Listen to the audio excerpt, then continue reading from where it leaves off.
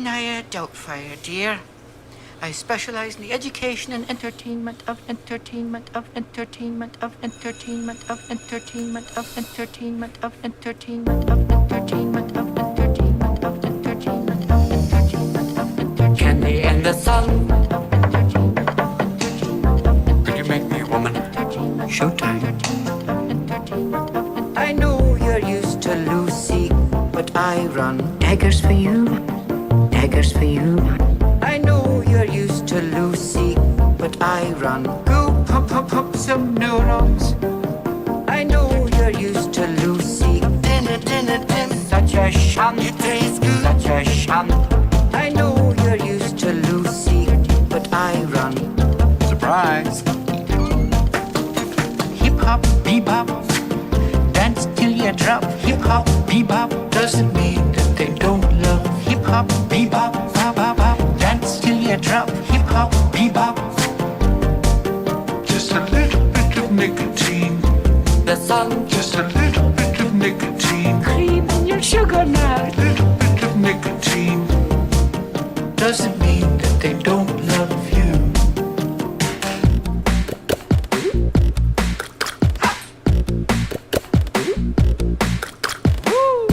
Should've never had a birthday, Dad. Should've never had a birthday, Dad. Should've never had a birthday, Dad. I know you're used to Lucy, but I run daggers for you. I'm in charge. Daggers for you. I know you're used to Lucy, but I run. Go pop pop pop some neurons. I know you're used to Lucy, but I run. Such a shun. Such a shun. I know you're used to Lucy, but I run. Should've never had a birthday, Dad. Birthday, Dad. Hip hop bebop. Dance till you drop. Hip hop bebop doesn't mean that they don't love. Hip hop bebop, bop bop bop. Dance till you drop. Hip hop bebop. Bum bum bum bum bum bum. Just a little bit of nicotine. The sun. Just a little bit of nicotine. Cream in your sugar now. Little bit of nicotine. Dinner dinner din. Doesn't mean that they don't love you. Entertainment of entertainment of entertainment of entertainment. When I'm in charge. Entertainment of entertainment of entertainment of entertainment of entertainment of entertainment. Don't fuss with me. It tastes good. Dinner dinner din. It tastes good. Bum bum bum bum bum. Should've never had a birthday, Dad. Should've never had a birthday, Dad. Should've never had a birthday, Dad. Birthday, Dad. I know you're used to Lucy, but I run. Such a shun.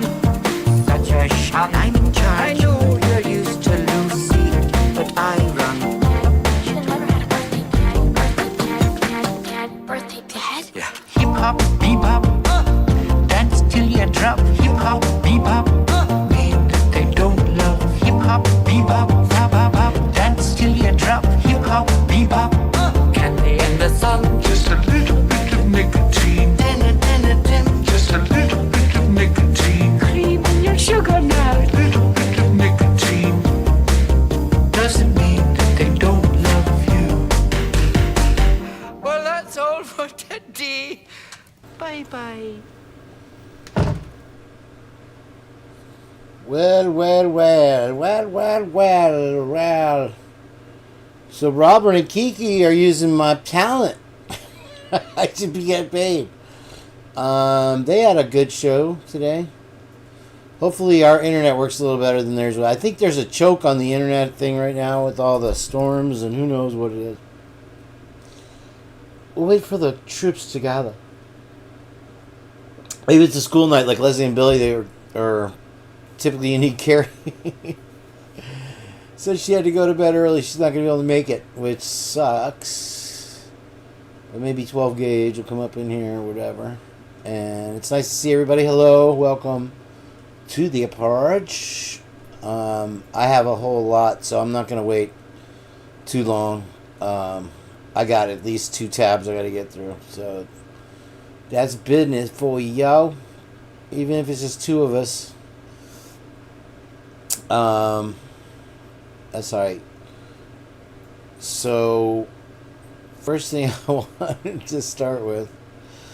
Dun, dun, dun, dun, dun, dun. Welcome to the Purge. Today's video will scare your pants off you. Believe me when I say, you're not ready. Is it real or is it fake?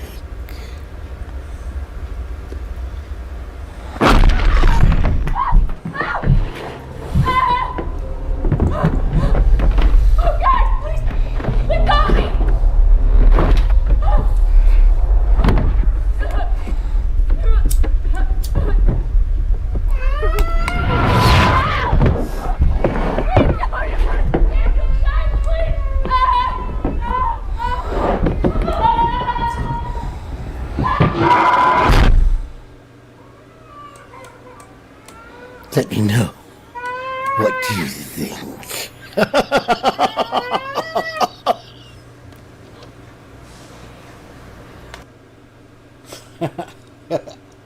Alright, so that's my favorite video that I've done.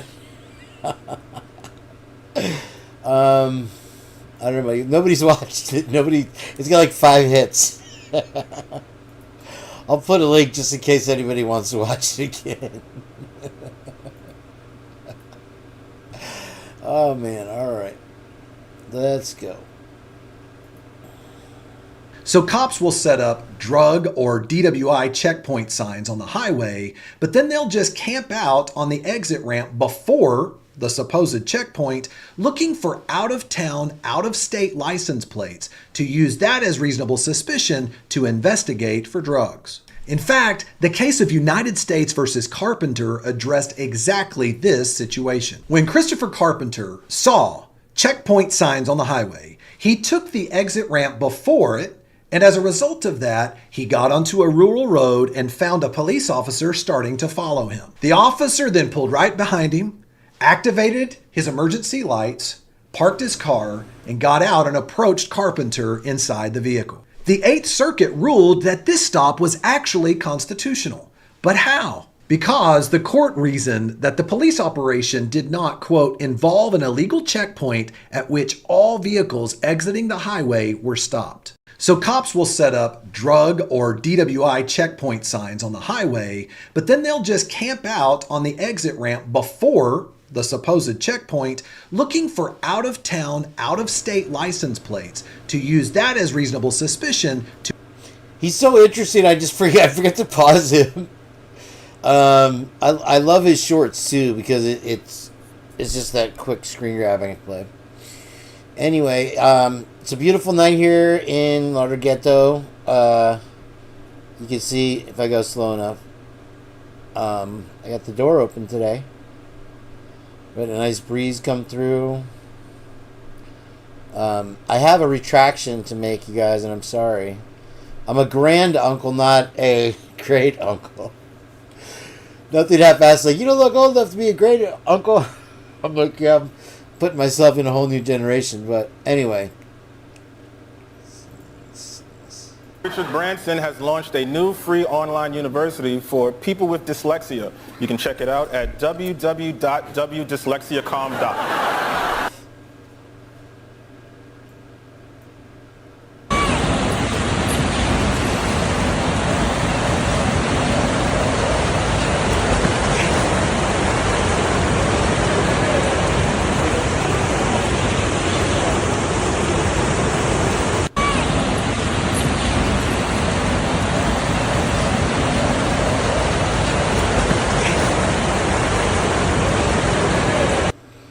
What a save, right? I need that girl for my girlfriend, man. I'll tell you what, I'll take that. That is. How many times have we seen people and they're that's scary. Especially when you got those things where it's like a waterfall, but it's like the city made little dam. Those are so dangerous. You get in I've seen like divers and good swimmers get out of it before, but most regular people will just get sucked under. I know Woke Up doesn't like those ones. This one's for Willie. Quit, baby.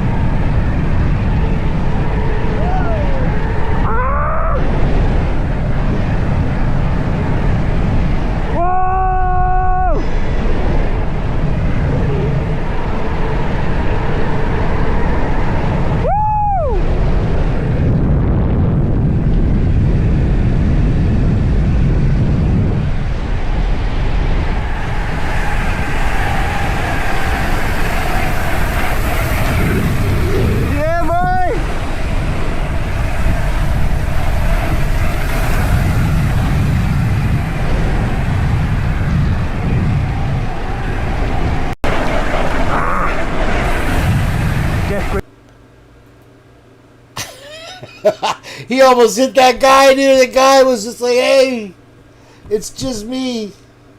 I'm a Brian Kerberger blow-up doll. That's all it is. That's for Willie. Dropping an RC skydiver from a helicopter sounds cool, but there's a reason I haven't done it yet.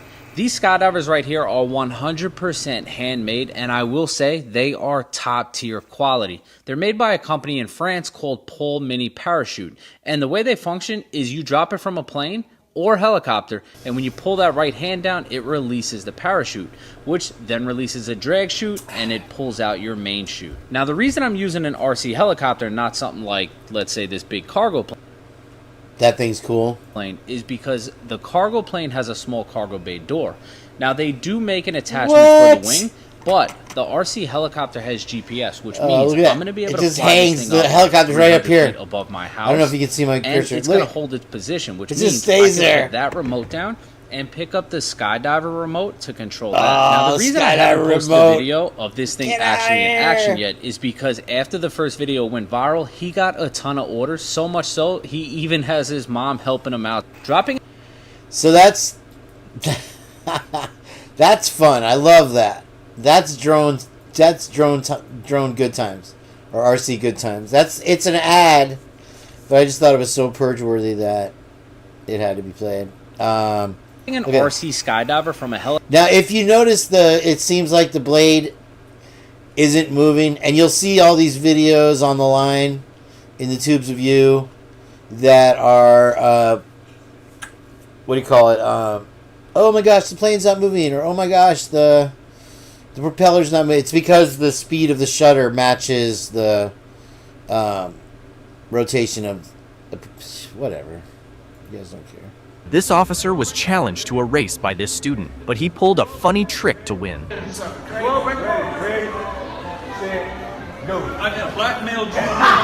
This officer All right. This one is something I if you saw me on Post Woke Worlds the other day with Micheal, and Micheal is the bomb. I guess he has an Instagram, and I don't know if anybody has it that they can post it. But he always has he's like a Robert. He has those little facts that you don't expect to hear.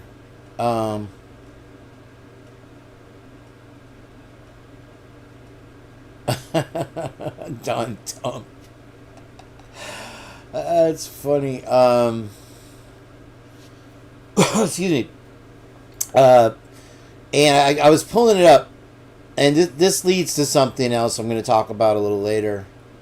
And this is a small town in Idaho, right? And it already had the Twin Falls. Okay. This system of tunnels. I'm not trying to tunnelify you. I don't want to dig anything that you don't want to dig. Can you dig it? I said, can you dig it the other day? I'm like, I dig you digging it. I dig chicks digging me. Excuse me. But the article, this is today, one can still hear the pouring water deep within the tunnels and see its eroding effects on the rock floors and walls. The ceilings are covered with mineral deposits from the constant trickling water seeping through the hundreds of drilled holes. Everything is preserved by nature and kept obscured from the public, sealed with concrete to protect the vital irrigation system. Everything is preserved by nature and kept obscured from the public. And I'm sorry I'm blocking the darn thing, my big fat head. That's why I do the client area thing now. I do that. So these are tunnels for various reasons, natural tunnels that they used. And I'll read the first paragraph again.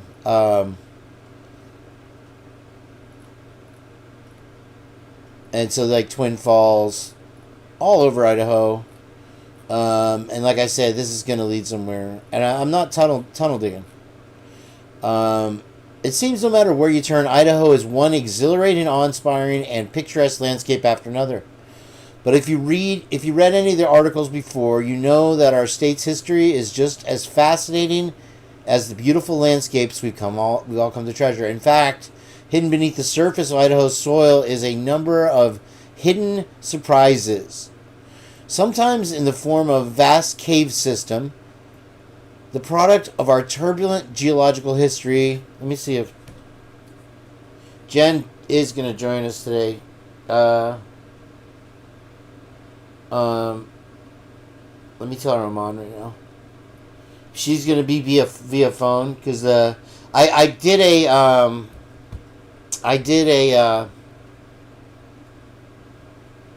with one of the like web guru guys chat, and he's really cool and he's really smart, and I told him about my problem with the mic lowering the volume when I have guests, and so just to mansplain that he thought it might be a short or change the USB cable, which I didn't do either things to fix it. But so we'll look into that. But for now, she'll be over the phone. But she has a lot of stuff for you guys, of course, as usual. And I got other channels borrowing my people now. The first they steal my bits. Just kidding. They can use them. That's right. How are you guys feeling today, everybody? What are you guys wearing? I always wanted to ask, like, in the chat, but it'd be kind of creepy, like. But now you know I'm not. I just what do you wear? Like, you could be pajamas or sweats. I was trying to wear my niece's sweat. She lives in Tampa now. She's not in Texas anymore, but she went to Mays. And I love this. Is my favorite sweatshirt that she gave me. She sent me. And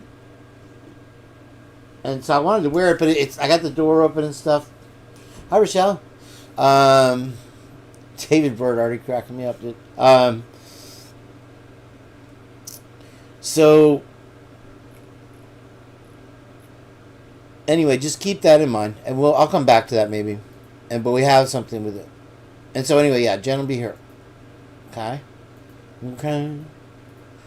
So I'm having internet troubles too.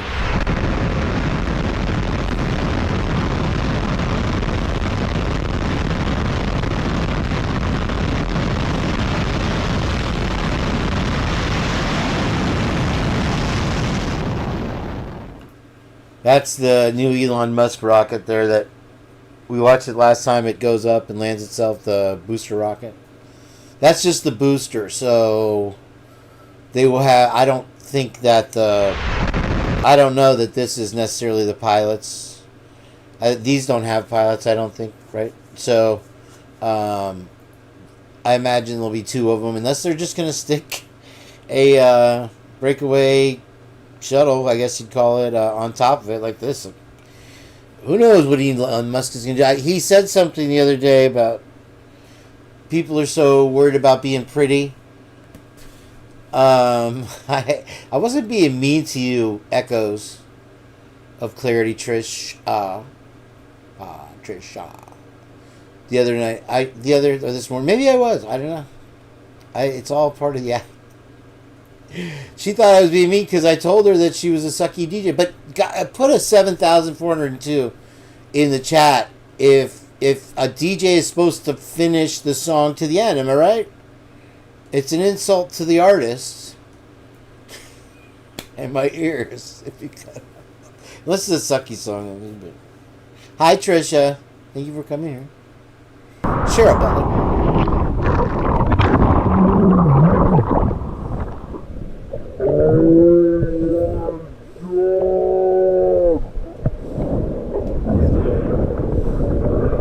Let me tell you, that's something you don't typically want to see in front of you. Now, there's a difference. I'll tell you that right now.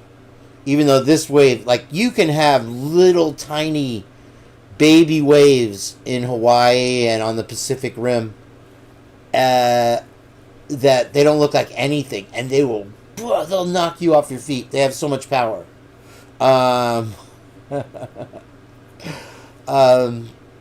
Kylan, welcome in. If this is the first time watching The Purge, I'm very happy you're here. Thank you for being here. Kylino 7402. So yeah, this is okay. So there's two things. Like if you have a reef break, which this is, and you'll have a reef break breaks good. You know, you want to go left or right on a wave, obviously.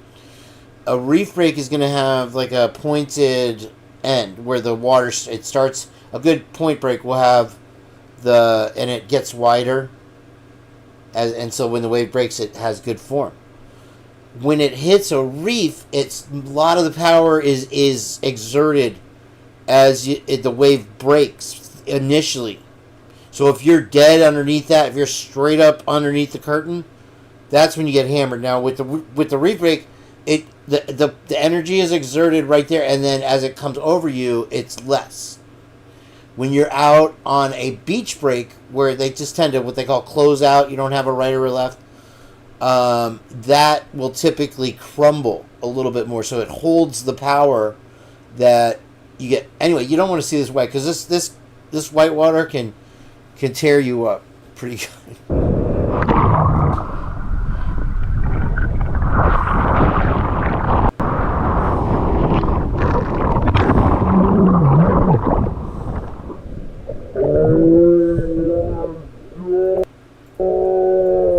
Now this is the duality of surfing right here, where you have this guy, he's having the time of his life, he's got a great wave, and then you have the guy about to get smushed by the white water.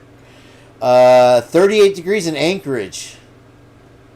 That's funny because it's 30 below here in Florida.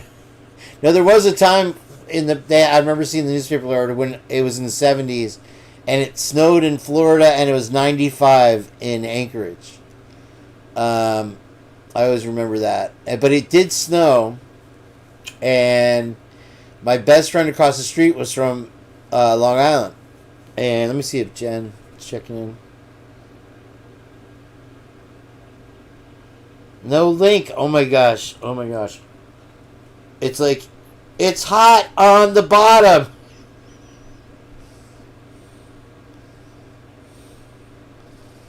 Okay. She's like, did you send the link? I'm like, no, you're going on by phone. Yeah. 38. It was in the 50s last night, and usually I don't get cold in the 50s t-shirt. I was bundling up. I got my new comforter, or it's not new, it's new to me. It came with the frame right here. And I don't want to break my camera, but look, it's all quilted. And so I have the door open, the window open, and I'm not cold today. It was much chillier last night. But people will come down from New York, and they'll be like, oh my gosh, it's 50 degrees, it's freezing. Because the humidity, like if you've ever been to Tampa Bay, when you come from anywhere else, and this is Miami or the Caribbean or something, you get off the plane, and even coming from the Caribbean, they have at least the trade winds there. But here, you get off the plane, you feel like you can cut the air with a knife. It's so thick and hot. But the opposite effect is true in Tampa Bay for when it's cold. The moist air kind of seeps into your bones. So you get New Yorkers crying they're coming from 4-degree weather, and they're like, it's freezing here. This is supposed to be Florida. Shut up, Kane. Moment of Zen.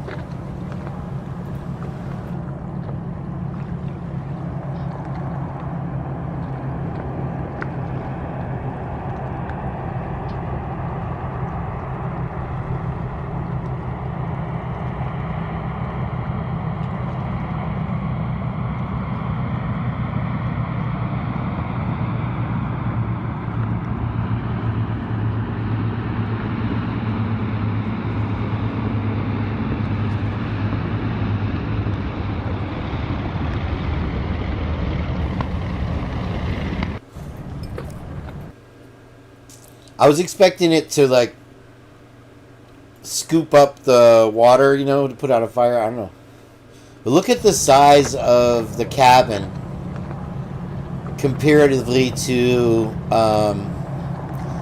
the plane. Dude. And you got these guys out here in the kayaks having the moment of their life. They're like, oh, this is awesome. So cool. But I like, personally, I prefer prop planes as to jets. And I think a lot of people, like especially Trish, will agree that they just feel safer. I don't know. I don't think they ever should have gone jet, but I guess you get there faster, whatever. But you see with the Boeing planes and stuff like that, all the stuff. I'll shut up now. So this was something, and it says Idaho police. Let me make myself smaller and cover up these coffee nuts. Idaho police surprised as DUI traffic stop turns into trafficking arrest. And they pulled over, I believe it was a couple, that were going 69 in a 65. So they were going 4 miles an hour over. And they pulled them over and found rugs.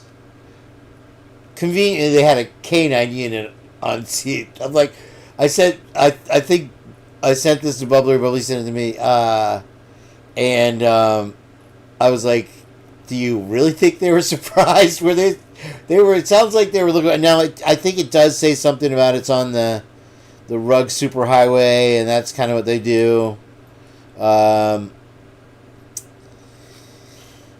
Anyway, but you have to notice that Wolf Angel, you know, I think I'm going to change if it goes long enough, I'm going to change my guitar strings on the air and maybe play a tune and wake my neighbors up. Wait till everybody else gets in here for this next part. Come on, y'all, bring it in. Come on, babies. What do you call it? You don't want to miss this show, you guys. I should have put that in the notes. I'll play a video here, and I'm gonna make myself a cup of coffee. Another. Because I like the Dunkin' Donuts. It's delicious with vanilla. Private selection. Here we go. Okay, so what's the next one, Kane? Shut up, Kane.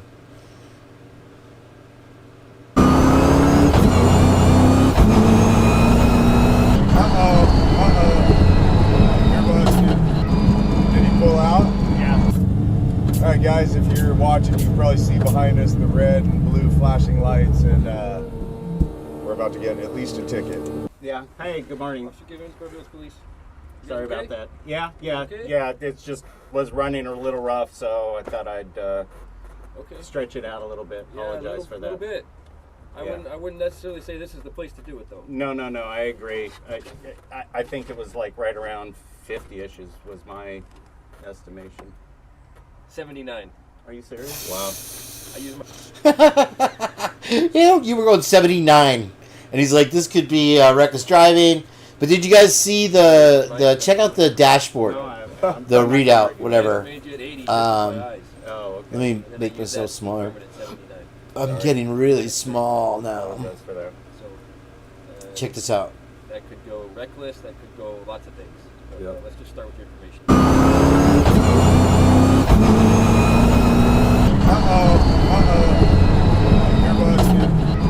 Did he pull out?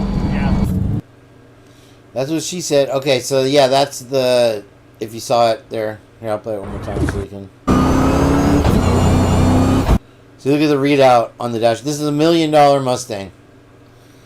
And he's on a city street going 79. I'm sure he could have gotten it much higher. Oh, shut up. Miss Bezos, love what you do. I did not know there was music on here. Oops. Anyway, watch this guy's hand. And you see this in security. Where is it? That's what this is. The left hand is fake. I don't know how well you can see it. But he asked him if, since he's a prime. But the security guard, the left hand is fake, so he's got a gun underneath his coat.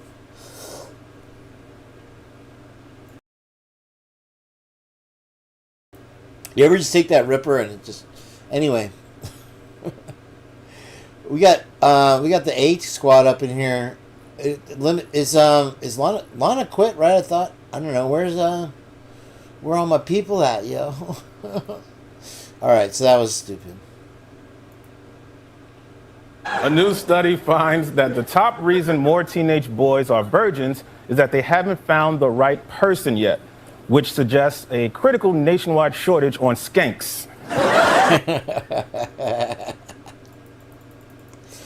That's not funny.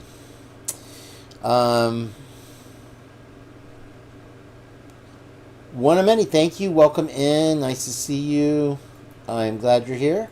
And let's get after it.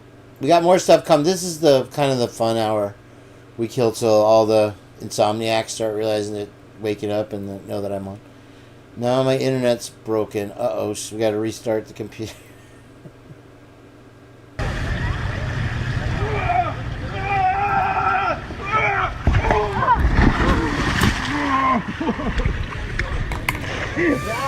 You all right?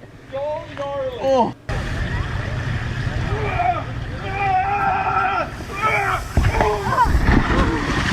Dad testing out the water slide he built. Dad, can I go? It looks so fun. I mean, dude.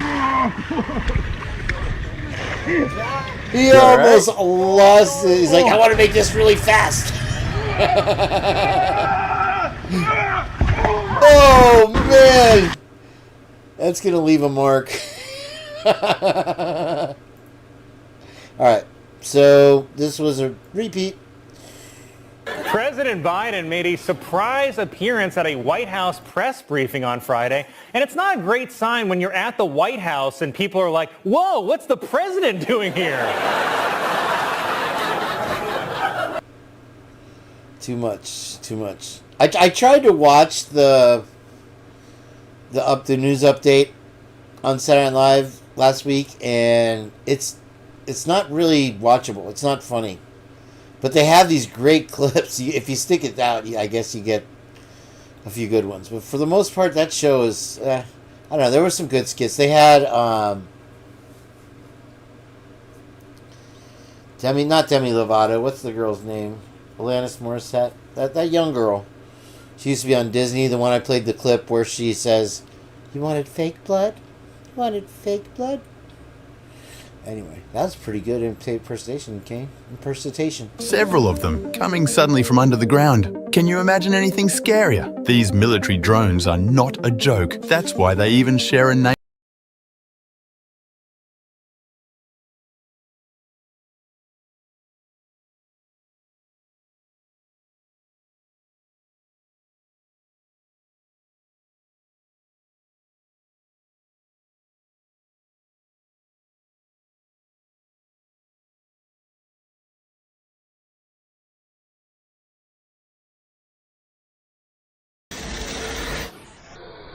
Oh, I'm sorry. I didn't know I was muted. Oh my god. Oh my god! Yeah!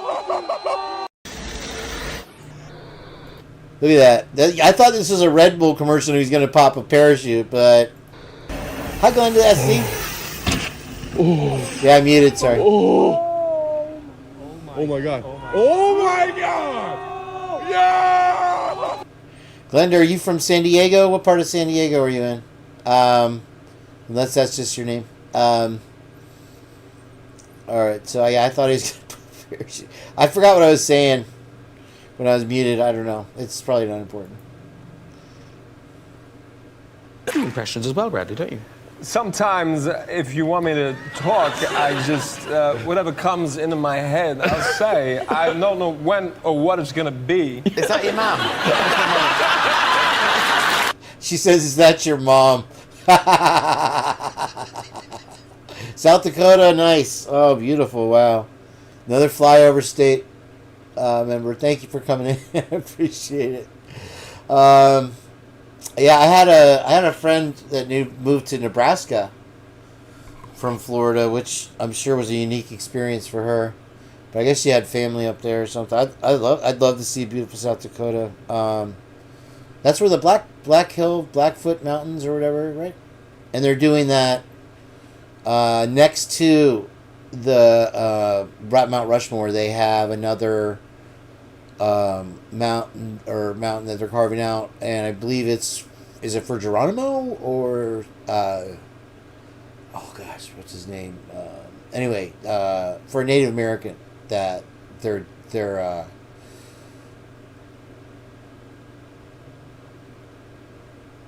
you thought I froze, didn't you? Gotcha.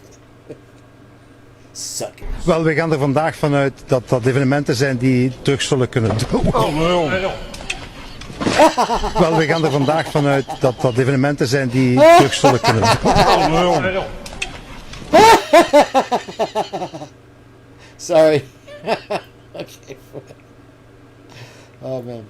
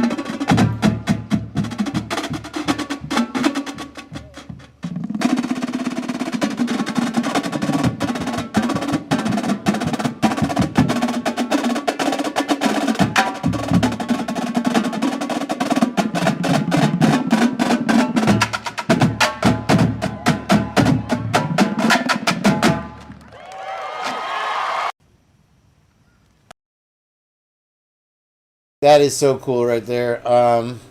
No, there's nothing wrong with moving to the villages. You got to wear an upside down pineapple shirt though if you do. Or have a silver Slurpee cup. Depending on how you roll.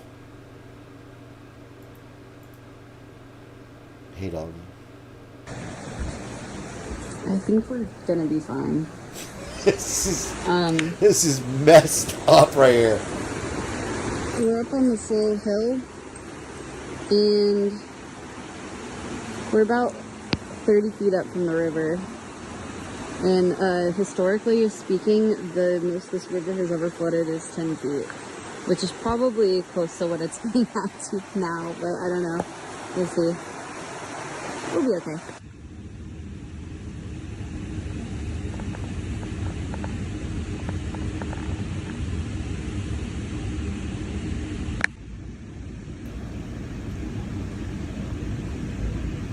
Oh man. Oh man.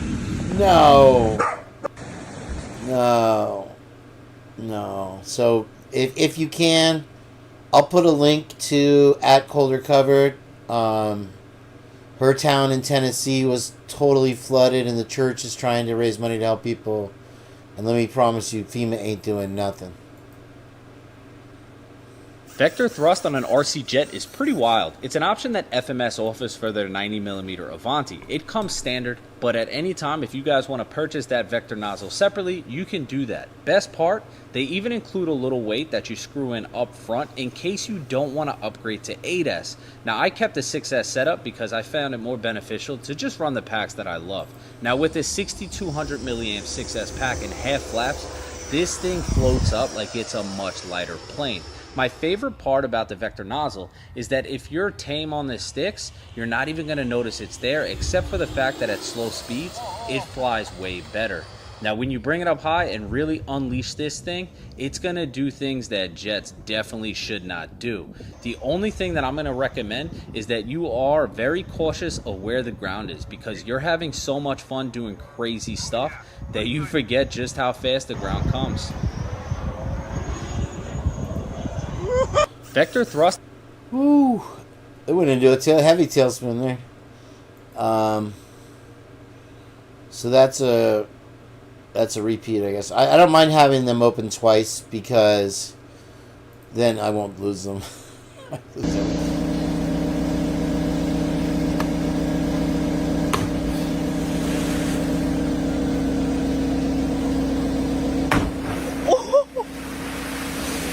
Look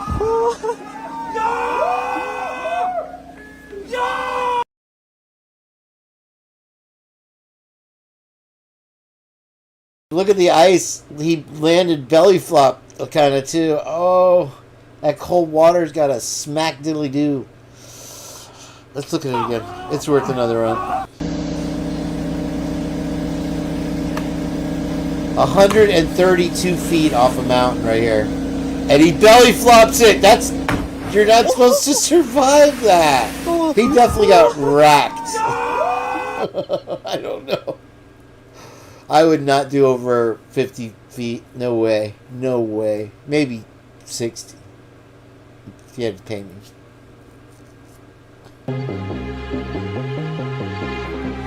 Oh wait, damn music. It was supposed to be muted.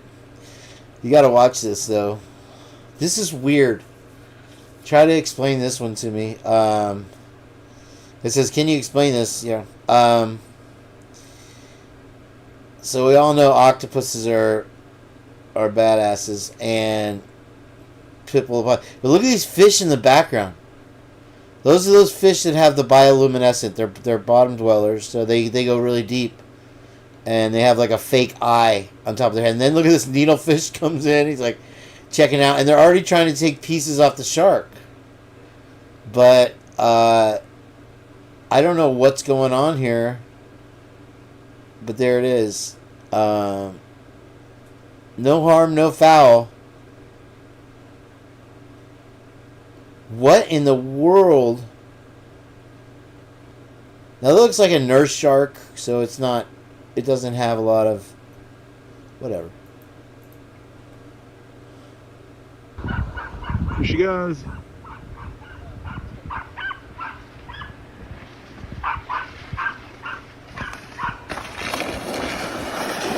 Woo! Whoa! Here she goes. There's Murphy in the background.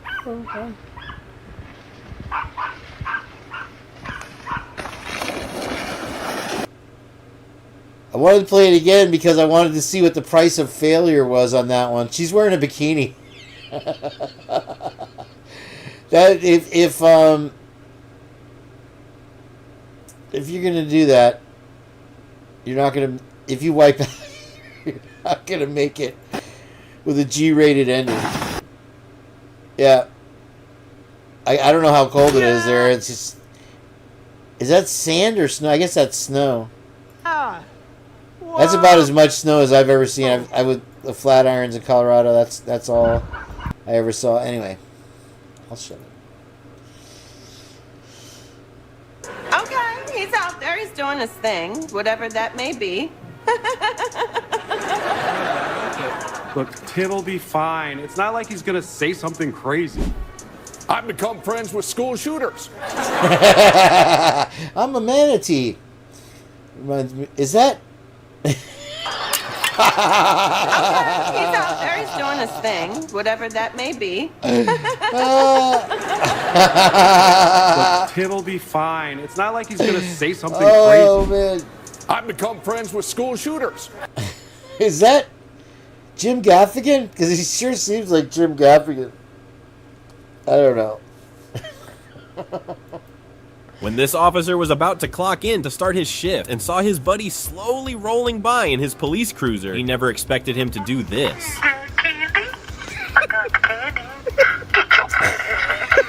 When this officer was about to clock in to start his shift and saw his buddy slowly rolling by in his police cruiser, he never expected him to do this.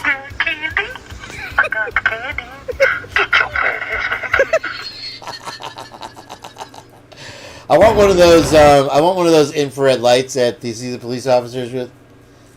They sell them. If you want to get one, you just go down to your local One Stop or O'Keefe's or whatever it is, O'Leary's. It says I drove for 6 hours to surprise my friend, and this was her reaction.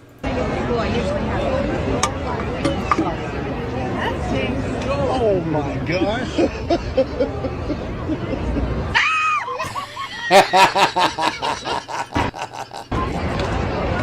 Oh man.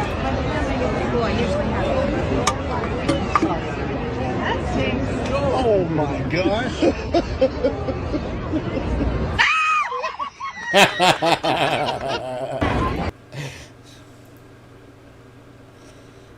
I was gonna get some video overlays and make my background look cool, but let's see. Check on Jenn. I just got cursed out. Give me a minute. I'm crying, trying to calm down. Man, what the? Oh man. You don't, Jenn. You can just come in the chat if you want. I have all your stuff, and if you're having a bad night, that's fine. I'm sorry, I didn't mean to box you, but we understand. We love you. So, all right. So this is it's what we're doing all, and I thought I'd just go over the funny quotes so you guys are up to date, like Trish, because we use these all the time. This is like in the vernacular now, I guess you'd say, for stuff. Quotes from the movie Wedding Crashers. And so you have this. I can't play you the clips, I guess. I probably could, but I didn't look them up. But Chaz is Will Ferrell, and he's out there talking in his Japanese kimono robe and to Vince Vaughn and Owen Wilson, and he keeps yelling, "Mom, meatloaf!" It's like, I don't know what she does back there. That's one of them. And then they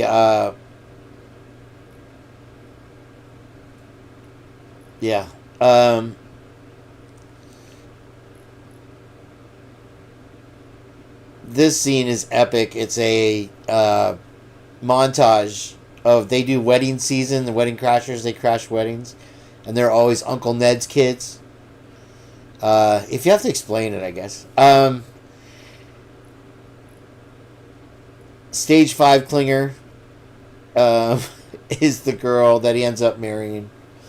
Which, anyway. Yes, thank you, Meanie. That's very nice. She'll be okay. She's a tough guy. Tough girl. I'll just go over them. There's Christopher Walken was the reason I wanted to play the first little Bradley Cooper thing. Bradley Cooper is epic in that movie. To me, I think Bradley Cooper's from Tampa also. The Rock is from Tampa. I know that. I know that Channing Tatum lived here. So we got a few. Well, that guy wants to run for president. He thinks Moby Dick is a venereal disease. And that's, she's like, you could try to hide from me, but I'd find you. This is funny too. Don't waste your time on girls with hats. They tend to be very proper. Yeah? Well, the proper girl in that hat just, I fucked the shit out of me. Why don't you say it a little louder? I don't think the priest heard you.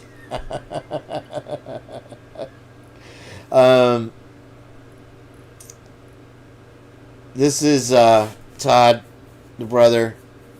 I made you a painting. I call it Celebration. It's sexual and violent. You might like it.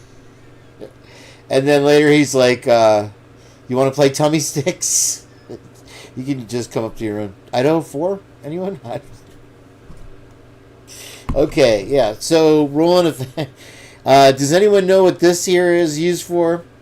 Rolling a fatty, the little kid says. Not for... Where'd you learn that? Okay. We only use 10% of our hearts. Okay, and then... Jeremy tried to seduce me. I'm sorry, it's Jeremy, not Todd. I'm an idiot. And I want my painting back. The painting was a gift. Todd, I'm taking it with me.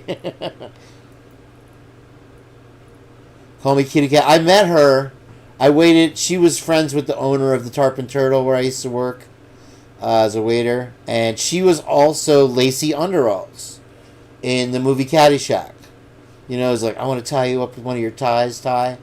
That's Lacey Underalls. She was the niece of Judge Smails. And she's been in a lot of movies, but she went Kitty Cat Kane. Kitty Cat Kane. So if you get a chance and you haven't seen this movie, watch this, watch Grandma's Boy, watch Idiocracy. Those three movies are just full of hilarious stuff. And there's some intertwining in some of the movies too. Step Brothers is one of my favorite too. And they're making a Step Brothers 2. I haven't seen it. But also, if you don't leave now, don't look now, Buddy Murphy! You can watch Beetlejuice 2 for free on YouTube right now. So that's how good it probably is. It just came out. But it has everybody except for Michael Keaton and, what's her name? And, obviously the dad's not in it. So I don't know. If you guys watch that Roseanne reboot that they did without Roseanne, I love John Goodman, man, but you could not ask for a worse TV show. It's just, I tried to watch it. It was so bad. And I like Roseanne. My friend's girlfriend's was best friends with one of her daughters. And she's a wild act, dude. Roseanne is really effing funny, man. She is cool as fuck. But her daughter was really cool. We used to hang out with her all the time. I never got to go up the house. He used to go up the house with her. He said she just had him in stitches the whole time. We did the science. Okay. So, yeah, check out this. Idaho 4. Here we are.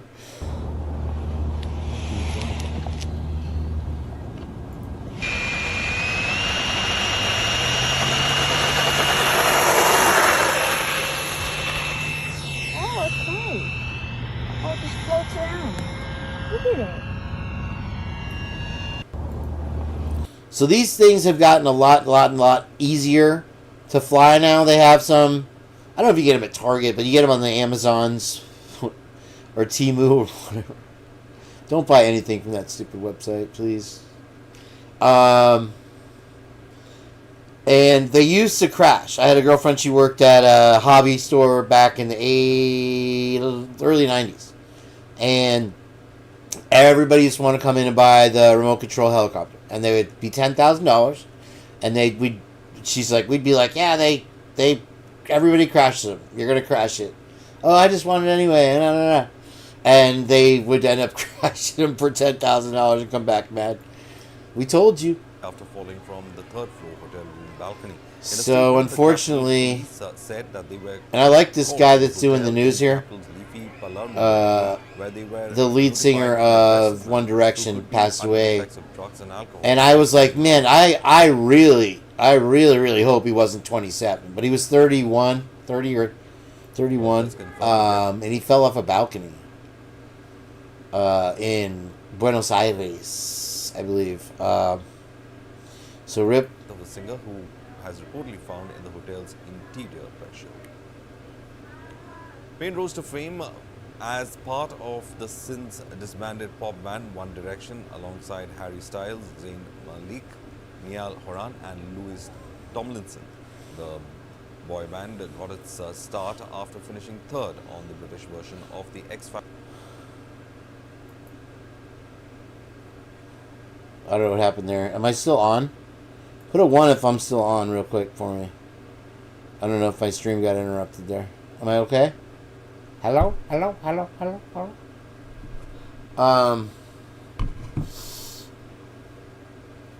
me see.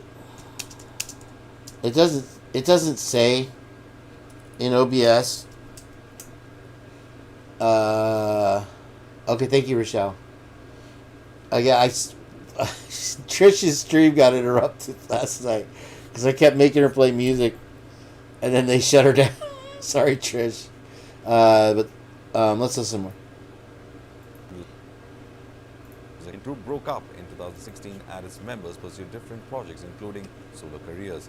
Kane had earlier this month attended the concert of his former bandmate Niall Horan in Buenos Aires. The musician has been open in the media about struggling with addiction and spending time in rehabilitation facilities.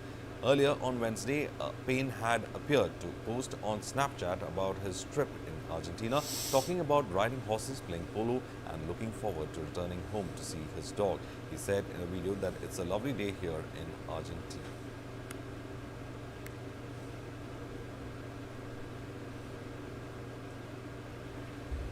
Morning, everybody. Today, we ride.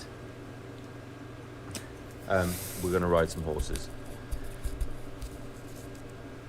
This has come as a shock for a lot of fans of the singer. Fans of One Direction gathered outside the hotel where Liam Payne was found dead. I was in my living room and my sister told me Liam died. We couldn't believe it. We came here directly to confirm it was true. He was 30 years old with a 7-year-old son. I saw him 2 weeks ago at a Nile concert, another One Direction member. He was there, I saw him. He was there, I saw him. He was okay. Former One Direction singer Liam Payne died outside the hotel in Argentine capital Buenos Aires. Now, the 31-year-old British musician was found dead after falling from the third-floor hotel room balcony. In a statement, the Capitol Police said that they were called to the hotel in capital's leafy Palermo neighborhood, where they were notified of an aggressive man who could be under the effects of drugs and alcohol.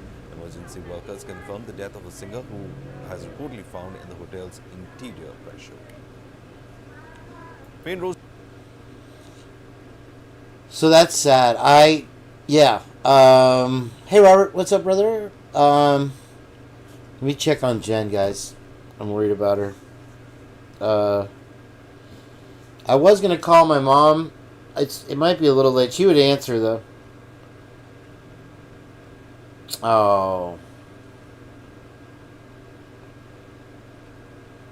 Sorry about that. Sorry about that. Everybody cares. I'm sorry. All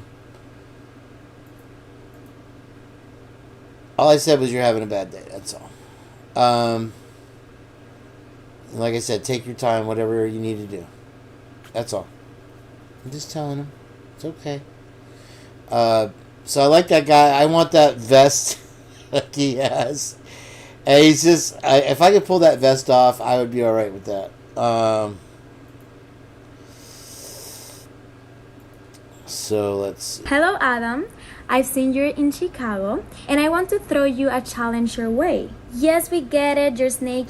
That's really good. Right to commercial.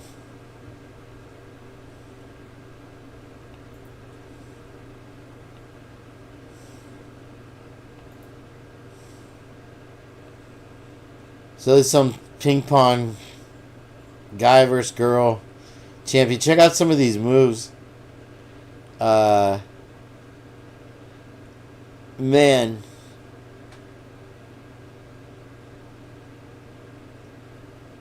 Oh.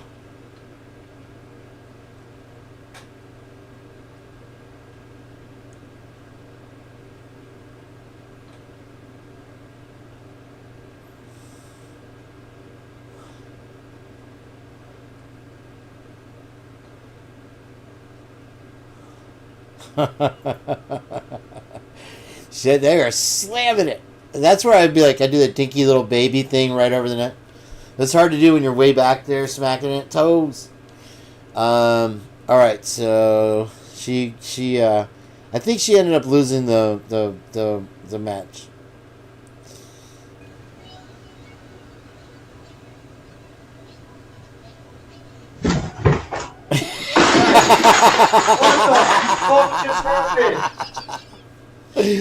That cat just launches. Look at the air time he's got.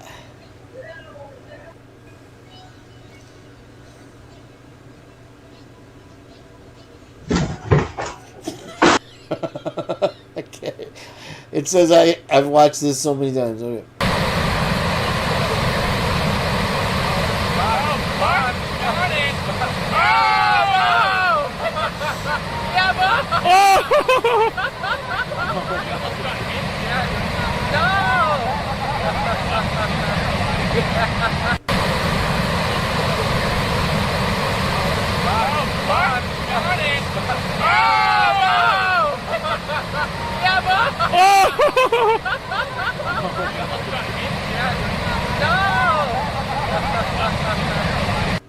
That is great. I've seen dolphins, I think mostly in Florida, in the surf. But in San Diego, you'll get the ones the seals, they'll pop up right next to you. And you're like, oh, I don't know if they're trying to warn you. There's a shark. Because one of the places I used to surf had a lot of sharks. Like, literally, like, it's called Scripps Institute and it has a big pier. And when they do, like, not Nat Geo, but like Discovery Channel shows and stuff, they'll be like, and this is Scripps Pier. And then they'll go beneath the water and it's like great white or something. There's not a lot of sharks together. But they're more like up by Santa Cruz, San Francisco, obviously. You have the man in the gray suit there. And so anyway, yeah, you'll see the seals are really good. The dolphins will really only come out on the bigger days. You'll see the dolphins. And they don't usually breach like that. That's a small little joke around wave for them. Alright, repeat. This was from Jenn. At Criminal Confidential. If somebody doesn't mind putting a link to her page, please go there and sub if you have not. And at Heather Fitzgerald also. But this is the beginning of what I was talking about earlier with the Twin Falls natural tunnels. Okay, so and like I said, I'm not going to tunnel you out. But CDA native who oversaw the channel tunnel dies. And his name is Jack Lemley. I was supposed to do this last time. I don't know if I even went over it. But he was born in Coeur d'Alene and credited with the success of the channel or whatever, linking England with France, died on November 29th. Rest in peace. He was 86. Lemley led a long career after his graduation from the University of Idaho in 1960. For more than 50 years, he worked for major companies in engineering and construction. So this guy built the tunnel, the linking France and England. Graduated from University of Idaho.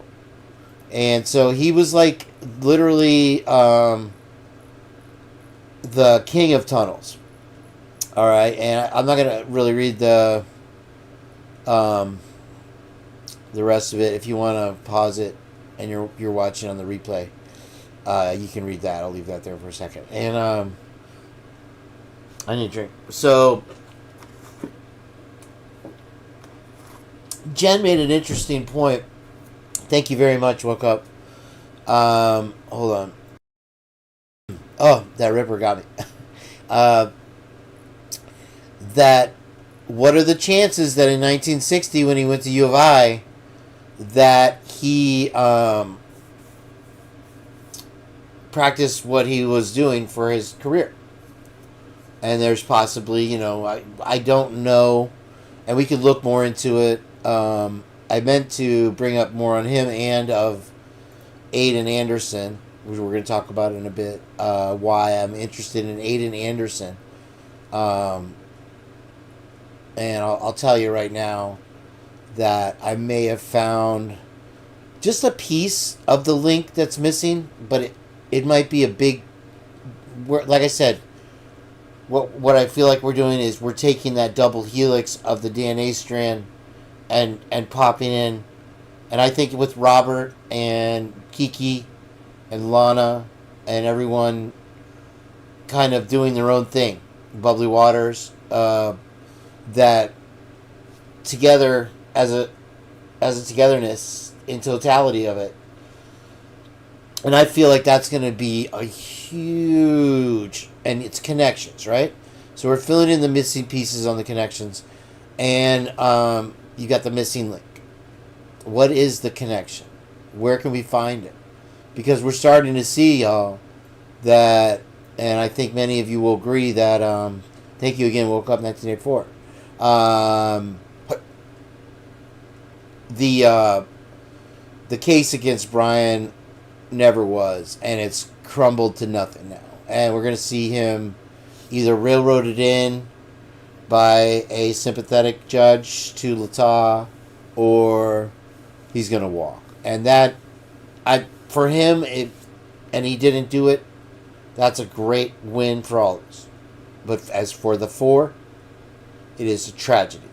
And so, anyway, she says, what is the chances that in 1960, where a lot of the records that weren't taken and a lot of the things that were done were kept secret, that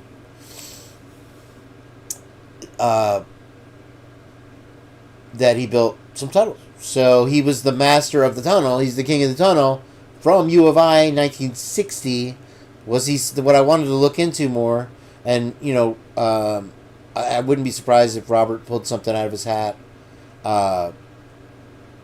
with True Crime podcast. It's a tongue twister, Robert. About whether he was Sigma Chi or Lambda Mu. And we can look further into that. But here's a touchstone for us right here. And there's another article on him. This one is a little bit more telling. So that's him. That's Jack Lemley. And like I said, he's the king of the tunnels. A longtime project manager. Most noted for his work in the Channel.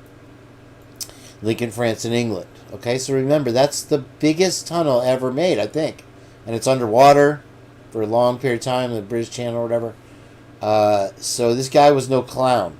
He graduated from University of Idaho in 1960. Lemley embarked on a 50-plus year career in the construction industry on projects throughout the world. So here's a fact that maybe some of us didn't know. Is that... So I guess I could use my cup and be a man or a human. I'm sorry. It's a little coffee in there, but I don't know. That went to University of Idaho, right there in Moscow, Idaho still, in 19... Unless I'm wrong, unless Moscow, Idaho wasn't the home of University of Idaho, that's where he went. And maybe those steam tunnels are a product of his projects. I wouldn't be surprised. But there's something we didn't know, is that the king of all tunnels, this is the guy, the go-to guy, graduated from the University of Idaho in 1960. Alright, so okay, that's that tab. Now I can, so everybody stretch out, stand up a minute, and let the blood go back to your head. It really, look at those white arms. That's why it looks so good when I'm hanging upside down. So, all right, let's get to the next one, you guys, because there's a lot more. That was the small tab, unfortunately. So we got a lot. I got a good one though for you. So, not trying to chick bait you. Let me open this guy here. And number 1. No? Oh, number 2. Right. Duh. Boo, boo, boo, boo. Strangers in the night. Let's make a window. Uh-oh. That's weird. Oh, I think I told Chickbait not to delete that. Chickbait. Trish from Echoes of Clarity. If somebody wants to put a link in the chat for that, for the 5 people that are here. To save it, to save that video, not delete it, but I guess maybe she had to, because I asked her. She said, "Oh, I'm going to do a reading for my show," and she does the tarot cards or whatever. And I don't usually mess around with the tarot cards, but I was like, that'd be fun, and she's like, "What do you want me to ask the question?" I didn't realize you have to ask questions with the tarot cards or how it works. I'm not going to give you any information. You're the psychic. Let's see you work. And so I kept saying Aiden Anderson, Aiden Anderson, Aiden Anderson, Aiden Anderson. And I wasn't paying really attention. Sorry. But, and then she's like, "I'm going to do Fry." Or whatever. That's not how she said. "I'm going to do Fry." I'll do Fry because they're proper talking people are in their money time machine. Anyway,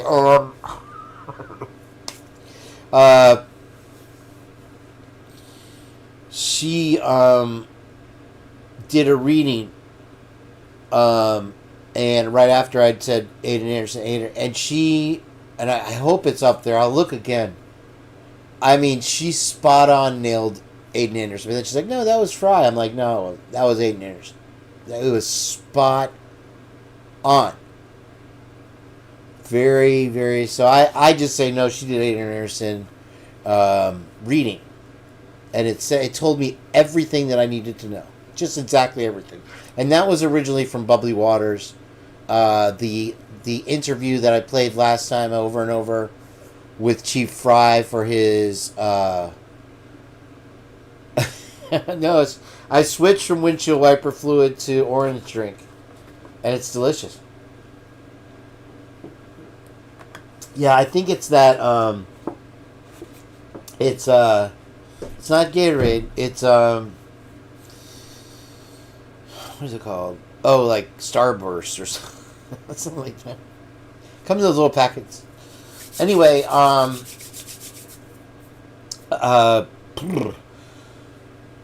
she did this spot on reading, and so I'm gonna play him at the end here, coming up in about an hour and 2 days, whenever we're done. And I'll try to find Trish's reading, and you'll see what I'm talking about. And you're gonna see more of what Jenn from Criminal Confidential and Heather Fitzgerald have been talking about with many of the videos and links and the things they've said here on the show about the division of Idaho. We talk about, it's it's the liberal left, and it's the Republican conservative right.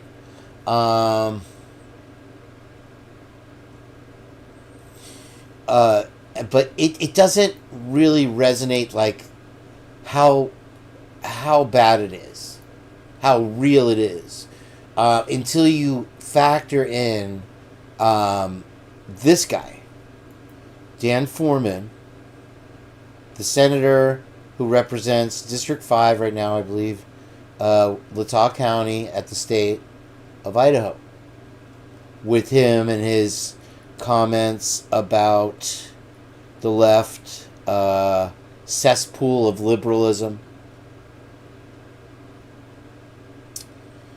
and then the video from Aiden Anderson that I'm about to play in a moment, and we'll see where that goes. Okay, but this is the third time that I've brought up Dan Foreman, and I'm doing it for a reason. It does turn out, if you missed the last live and you weren't able to find the part of the 12-hour, 7-hour live I did, that Foreman is a Mormon. That was, I think it was Tax Max Thunderclap. Hey El, how you doing, sweetheart? Good to see you.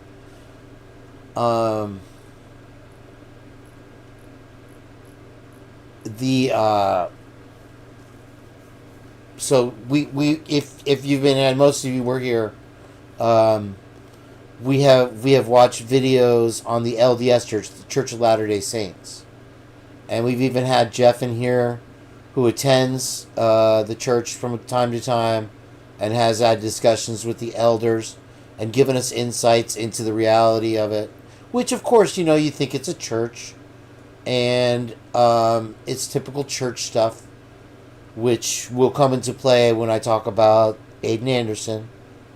And he's right. And he said he's had conflicts with his viewpoints and the churches, and that he's probably gotten out of line there too before. Well, that's okay. So, Dan Foreman, third time, and he also, you remember, made the remark to the Native American recently in the news that they need to go back where they came from. I mean, that has double racist implications, right?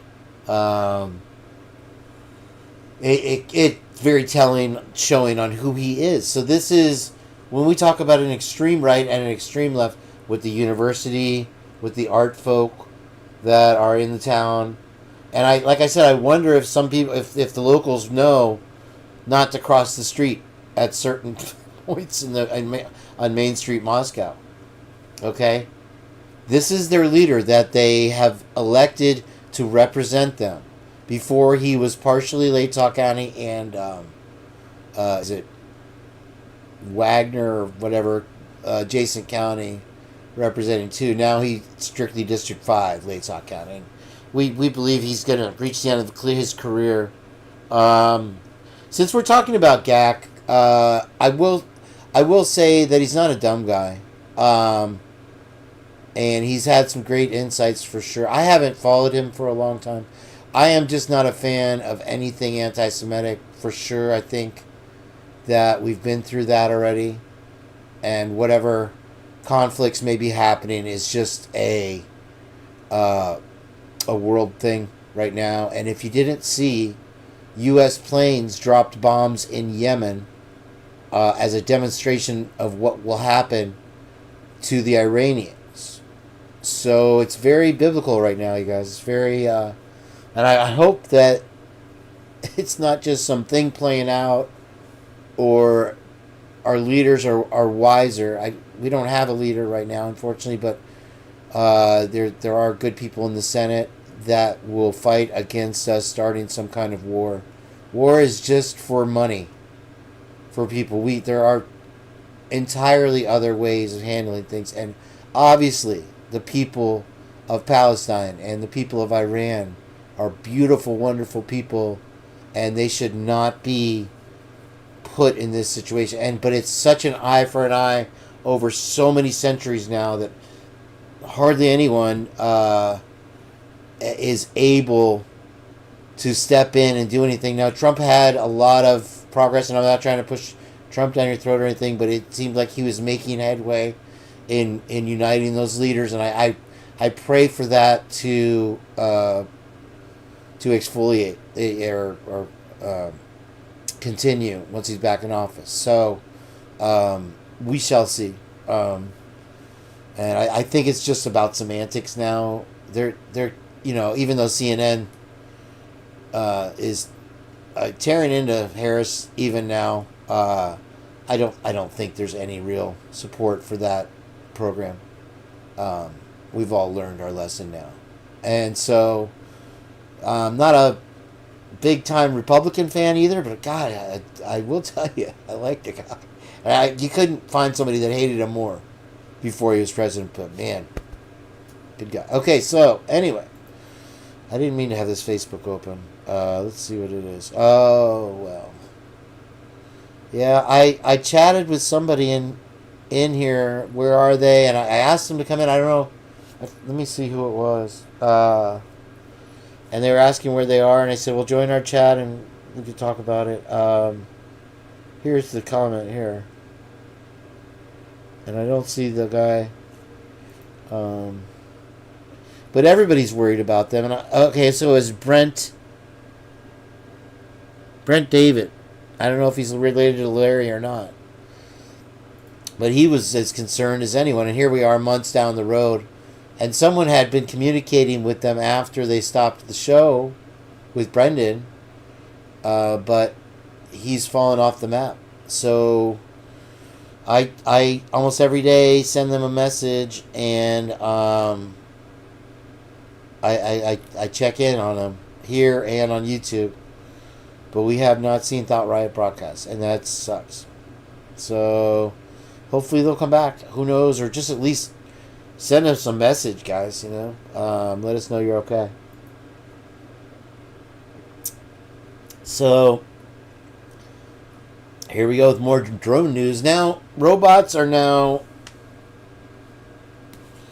they're becoming the news.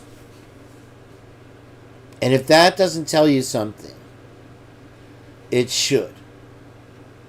Okay? Because now you'll see in a minute, they're replacing everything. And this is just the beginning of it. Ray. Got a Kiwi in the house. U.S. sanctioned Russia drone production network, including Chinese-based companies. And if you remember, I was talking about last time how the police here bought all the Chinese drones and had to get rid of them because DeSantis, our governor, said we can't have Chinese products. I mean, government contractors won't even buy a piece of plastic from China because they've gotten so good at hiding their surveillance stuff. So the U.S. Treasury Department Thursday sanctioned 3 organizations and 1 person for aiding development and production for Russian Garpaya drones used to attack the Ukraine.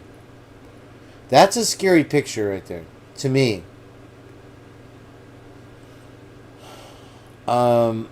Anyway, so more and more robots and drones are slowly being integrated, and they are becoming the stories themselves.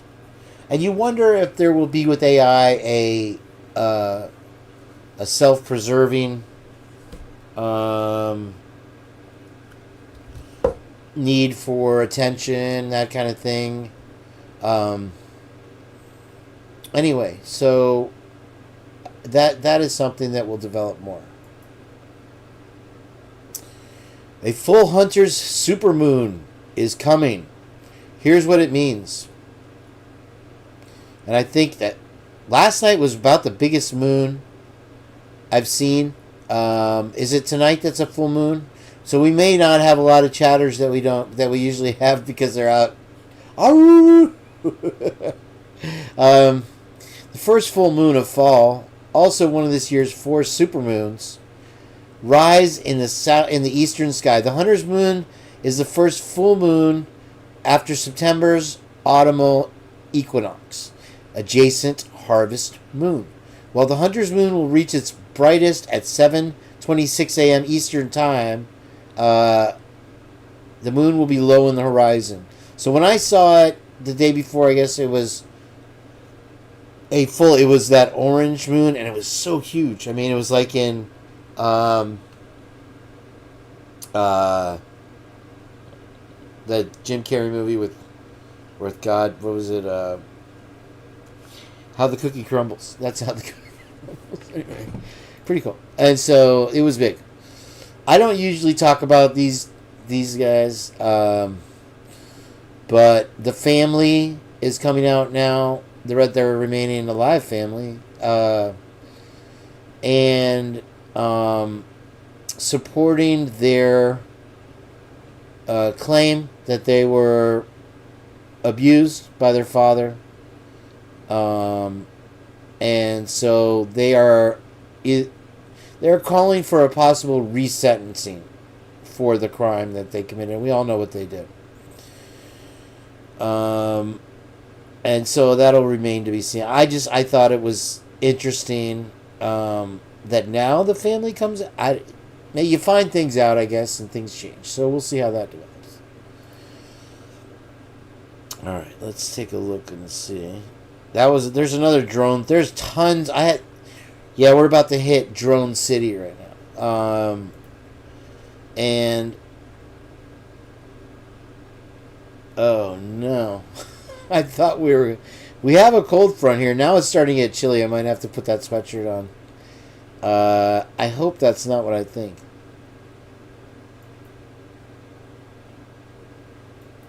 I just wanted to take a quick look to see if there's anything new. 7 scariest creatures created by the devil. That's a headline. I love it. And there was an article. I didn't pull it up. But I guess at the military started using these Cybertrucks, and the question was whether the military will end up integrating hybrid and electric vehicles or not. I don't know. I'm sure that something will come down the line. Casio America and pro surfer Kanoa Igarashi team up on a new G-Shock watch that gives you the tides and the swell from the buoys or whatever. So I thought I love the G-Shock watch. Really cool. So Casio America just revealed that it's partnering up with Kanoa Igarashi on a new G-Shock Surfer watch model inspired by traits that he possesses. And it has the core traits of the G-Shock. So that's pretty cool. I want to get that one. This was Heather Fitzgerald here, and if you don't mind, I'll put a quick link to her page. Please sub up with her and make amends, because don't poke the bear. Right? I'll say this, and this is the only comment I'm going to make about it. That it's fortunate for Pavarotti that she's more vested in solving this case than taking him down, because she, I will tell you right now, is somebody you don't want to mess with.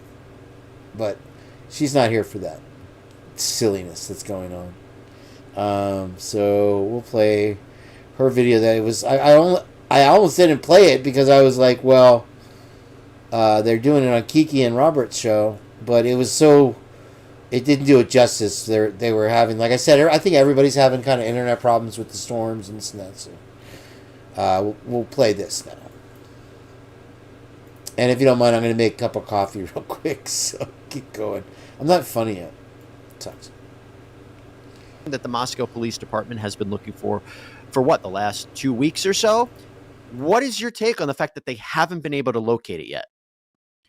Well, because of the fact that the information that went out, as far as I'm concerned, it came out later on than it should have. I think they should have released that information much sooner, and that would have been the time to put a reward out for it, right? Especially right before Thanksgiving, when all the families and everybody's come together, people have gone home from school or what have you. That was your opportunity to try to get some information out there. That being said, it's a good sign that they still believe that car contains a piece of evidence or the person involved in this case. So that's something good, because eventually it kind of fell off the radar, so to speak, in previous press releases. So I'm glad to see that they're bringing that back. Now, finding a car with no plates is extremely difficult.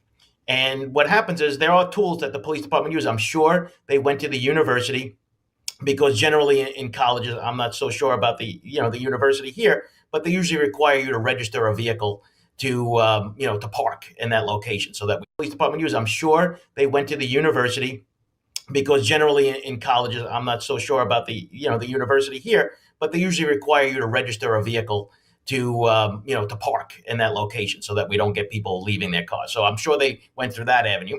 And then the other avenue is you have to go through the DMV. Now, going through the DMV and asking for every white Elantra, there you go. 22,000 cars can show up. Now, that could just be from Idaho, right? Because remember, you also have to look at, it's close to other states like Washington, right? Because the autopsy was done in Spokane, I think.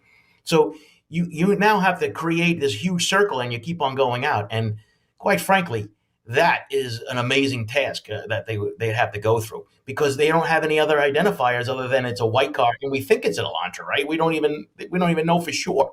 So yeah, I think they're hoping that the public, once again, would help out with this. And people say that they discounted the one that they found pretty quickly. Well, I think that's, but here you go. If anybody who was responsible for that crime murdered these the three women and this man, all that blood, all that thing, dragged it with them. They got into that car. They dragged the evidence with them. They will be able to tell right away if that's the car. I don't care what they try to do with it. Now, here's the other thing. You think we might find the car somewhere in a ditch, somewhere set on fire, somewhere, thrown in a lake? That could also be a possibility, because there's no plates. We don't know. And that's going to be the problem trying to locate this car. You tip off suspects, and that's what the police don't want to do.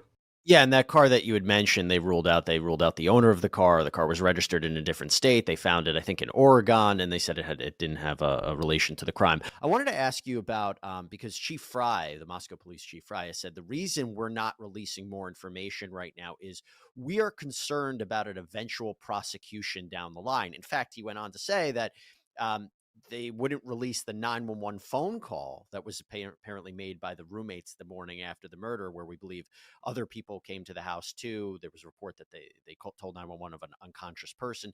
They won't share more information. They won't release the 911 phone call until they get the A-OK from prosecutors.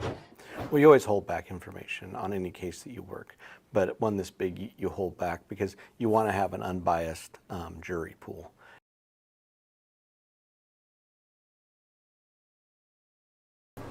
Okay, so I'll stop right there. And Heather obviously points it out that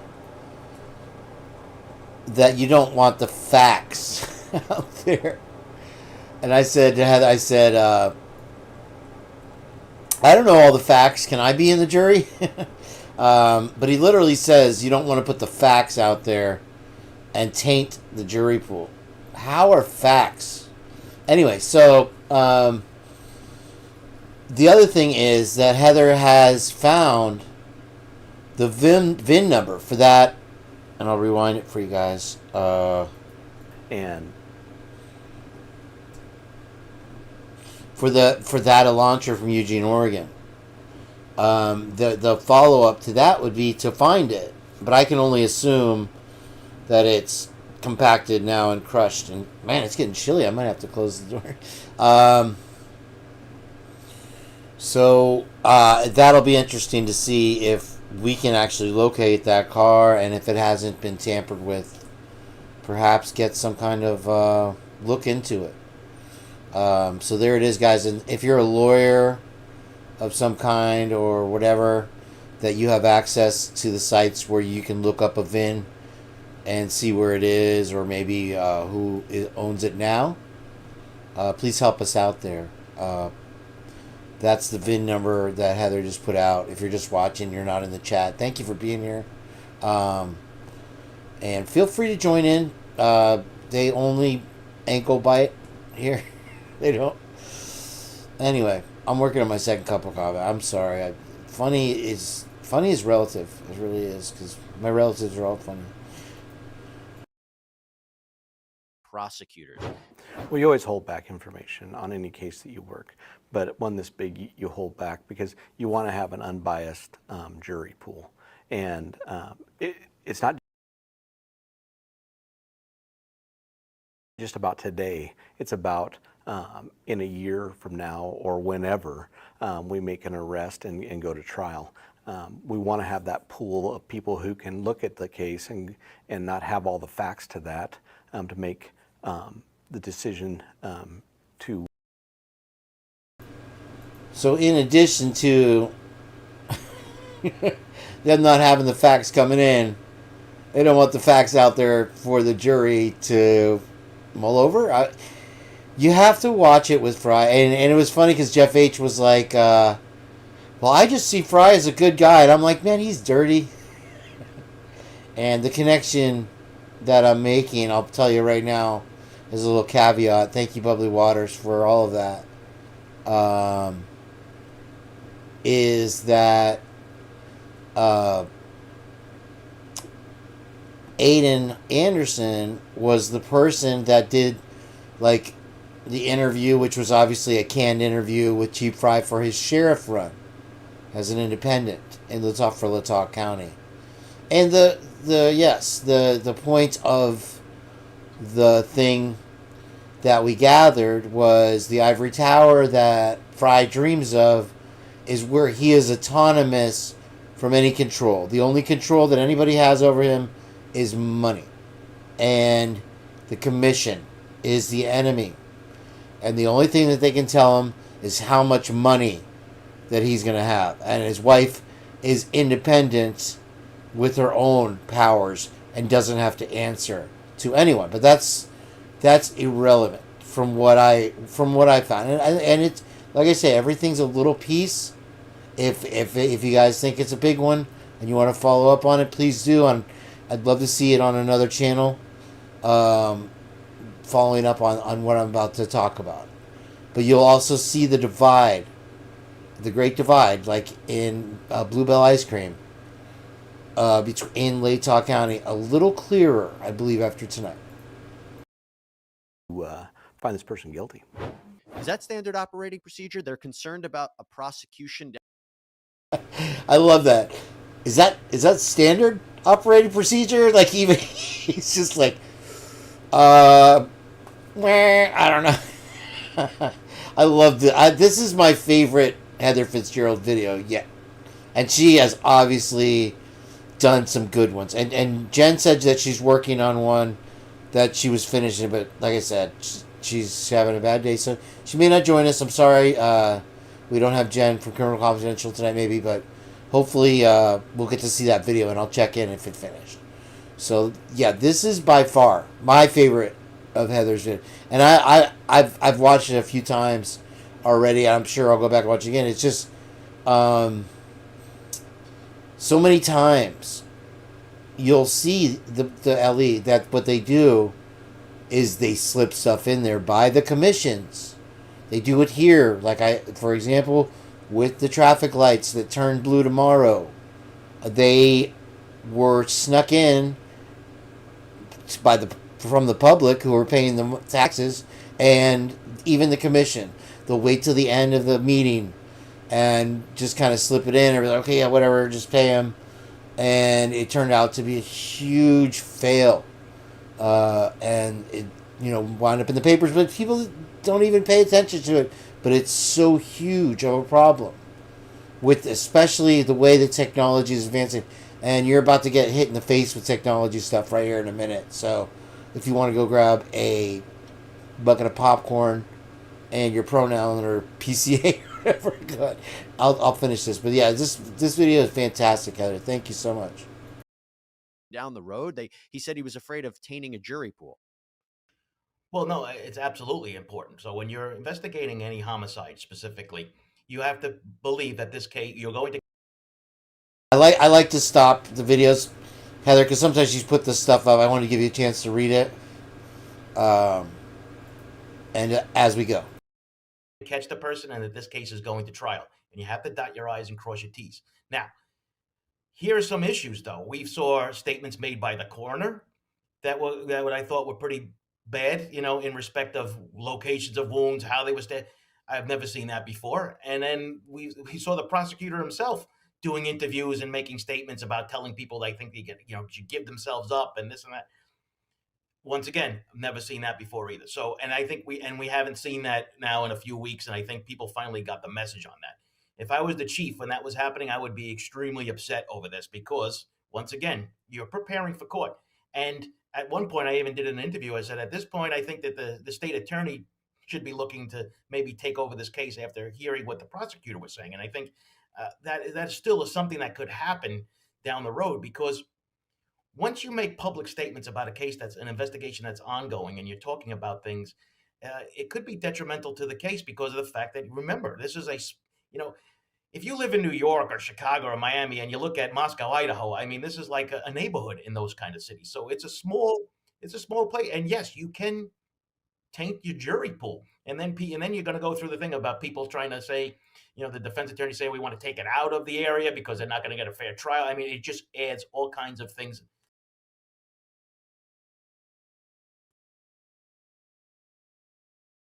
To it. And of course, we know.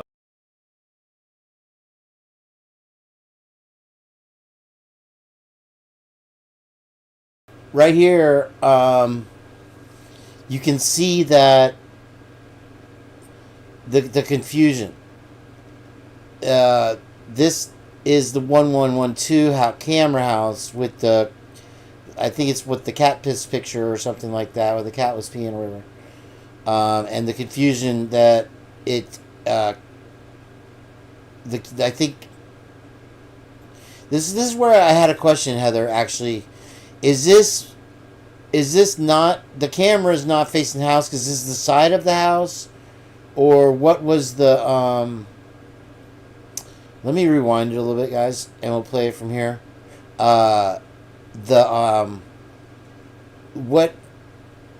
Where does the camera face? So the camera faces the road and not the house. So I think that clears that up a little bit as far as that goes. So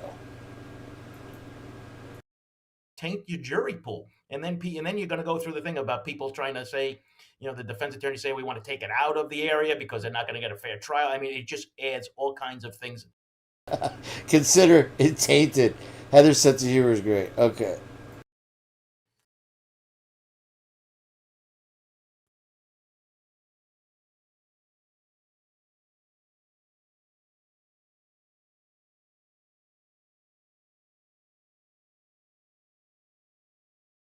To it. And of course, we know that the prosecutor from the Lata County prosecutor's office basically came out and gave conflicting information about, was the house the target? Was it the people that was a target? That was a whole big mess. Before I let you go, Joseph, I want to ask you something real quick, because it is being reported that Moscow PD officers who are investigating this case are being offered counseling services. What do you think about that? Well, listen, mental health and policing is something that has to be addressed because of the fact that, you see a lot of things, and you got to remember, they really don't deal with a lot of homicides, and this must have been a bloody scene. You're talking about a state, I think, that had 41 homicides reported in the entire state last year. So, this is something that is important. I mean, we saw it, of course, with Sandy Hook. We saw it like with Uvalde. Yes, mental health things are something extremely important that police officers should receive. And the gruesome nature of these killings, right? And that's the thing that we can't forget about it. Joseph, I'm going to give you a final word, 30 seconds. Do you have confidence that this case will be solved by 2023 in the next year? Yes, I do think so. You got to remember, this is going to be patience. Maybe, hopefully within the next 6 months, as they're culling through all this information and looking for things, you have the state involved, you have the FBI involved. I think that you have a lot of good men and women that are working this case. Joseph Giacalone, thank you so much for taking the time. We really do appreciate it. Is there something specific on the call that you believe could lead to an arrest? Like I said, I can't discuss that. It's part of the investigation, but as soon as we can release that information, we will. The Moscow Police Department releases some updates in the University of Idaho murder investigation. But what does it all mean? So yeah, we've discussed this many times. The headlights on the Elantra in that high-speed photograph taken from the gas station, I guess, or whatever, supposedly. And this is one of the things, like, it's like the first thing I said when I saw it was, oh, the headlights on that one are on the same side? That's a unique model. We should be able to find it easily. And then also Heather left it out for whatever reason. This is a much better Idaho murder picture than I've seen. It's much clearer. And I'll point out a couple things in case you guys are new to this one. So you see a reflection here of a camera, right, like an iPhone. And then if you look, there's another phone here. I don't see it right now. Somehow somebody's cleared up the picture of the Elantra, or maybe it's cut out. But there's two phones. And then, take that for what it's worth. But the other one is, and it's my favorite part, there's no tires on the car. It's literally, if you, in the picture I'm used to seeing, this one's definitely like difference moded or something. It's up on jacks. It's up on stilts, or it's up on car jacks. So I don't know how it was speeding by at 3 a.m. or whatever, which doesn't even fit the time. The time doesn't fit also. So there's those three things I just wanted to familiarize everyone with and interrupt her video. Sorry. Discuss that. It's part of the investigation, but as soon as we can release that information, we will. The Moscow Police Department releases some updates in the University of Idaho murder investigation. But what does it all mean? Retired NYPD Sergeant Joseph Giacalone breaks it down. Welcome to Sidebar, presented by Law and Crime. I'm Jesse Weber. We have some more updates for you right now in the University of Idaho murder investigation. I'm talking about the killings of 21-year-old Kaylee Gonsalves, 21-year-old Madison Mogan, 20-year-old Zana Kernodle, and 20-year-old Ethan Chapin, whose bodies were found in their off-campus home back on November 13th. Now, at the time of this recording, there have been no arrests, no publicly identifiable suspect, and no indication that the murder weapon has been recovered. But as I said, the Moscow Police Department has issued a press release with some updates. And to help me break down these updates, I want to bring in Joseph Jackalone, retired NYPD sergeant.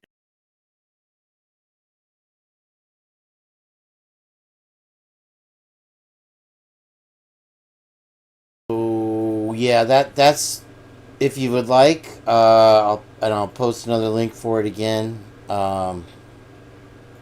Make sure you like her video and subscribe to her channel. That is Heather Fitzgerald, and she brings us a lot of great content. So yeah, that's why I said, Heather, I wanted to put it in there, and I'll go back for Bubs here. If you look at the car here, let me see if you can see my cursor or not. Oops. Yeah. Does that look like a tire? It looks like it's a rim. This one looks like it's got a little bit of tire. It's just maybe a little piece right here. Now that it's cleared up, I don't know if that's a shadow, but it also looks like it's on jacks. And Heather said in the chat that I assumed everybody already knew about the tires, and I want to talk. But that was the first thing I said when we watched it in Thought Riot. Was that the headlights are on the same side of the car, so maybe that is a 2012 with that same VIN number. I don't know. They're having a big discussion, I guess, about the car and how difficult it would be to find the exact one with no license plate. And if you're following along, the and one of others, I wouldn't mind playing it in a minute. One of the other answers that Payne gives in the hearing is that they don't actually have Kober's car on any other camera, and you can blame they waited too long or whatever, which a lot of cameras will delete their footage after a week. So if they waited a week, that lends itself towards the inference that they knew what happened when they walked in, and possibly we discussed it last time.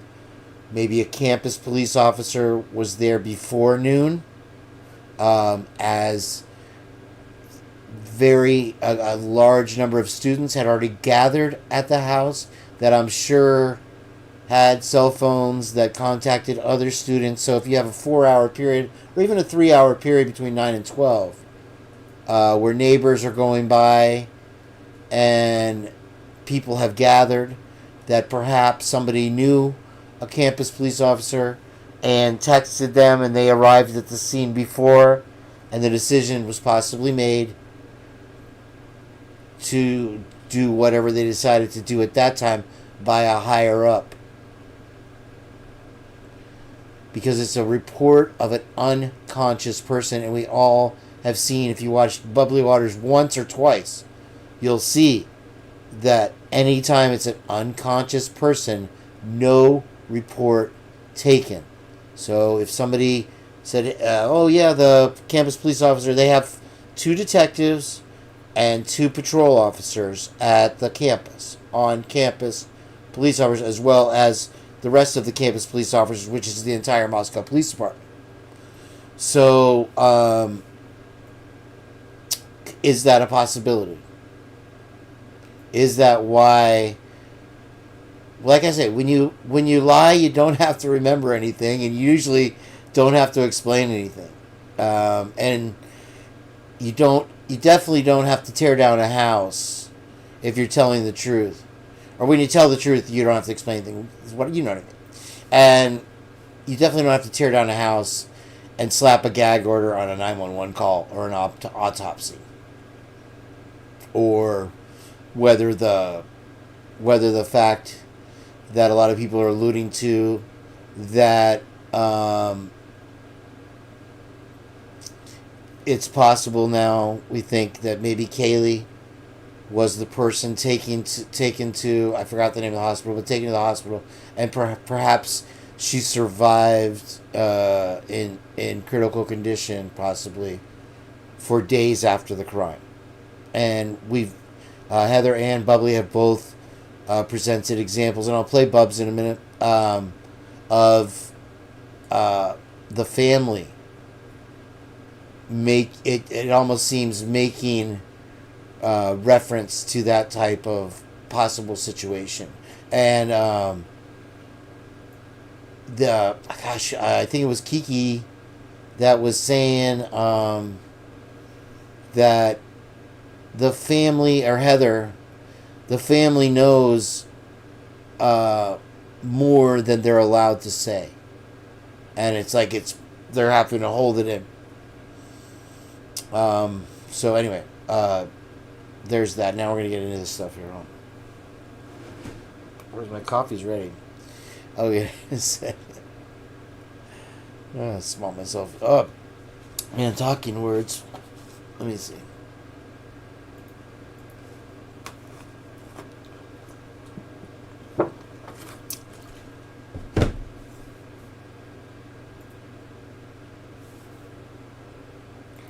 All right, 15 military weapons, so advanced they could be from sci-fi.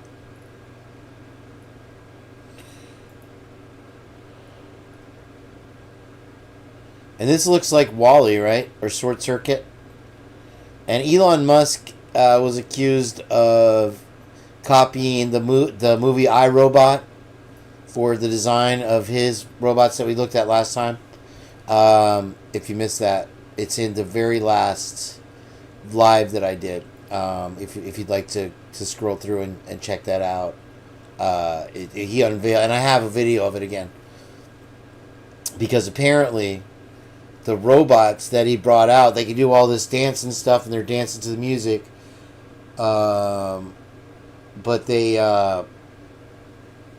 what is it? They had people. So it was like an RC robot. It was people behind the stage doing the dance moves, and the robot just, so it wasn't like thinking for itself as far, which is what it looked like. I don't know if they told people that in the audience or not.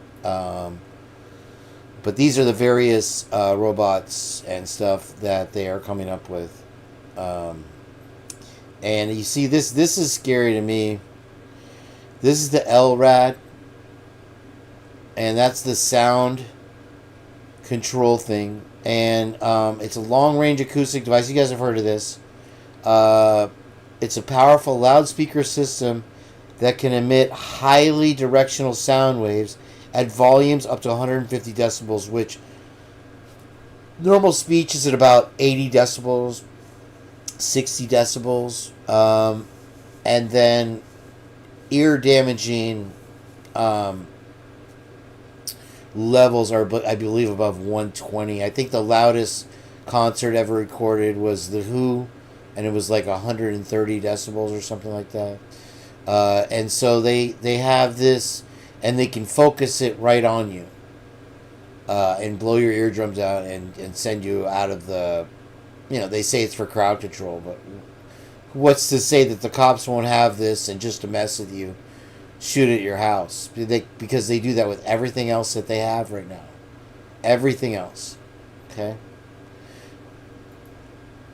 And then they have the foldable drones, which literally go in your pocket. And they use it for everything. Now, this was a crazy one. I don't think I have to explain that.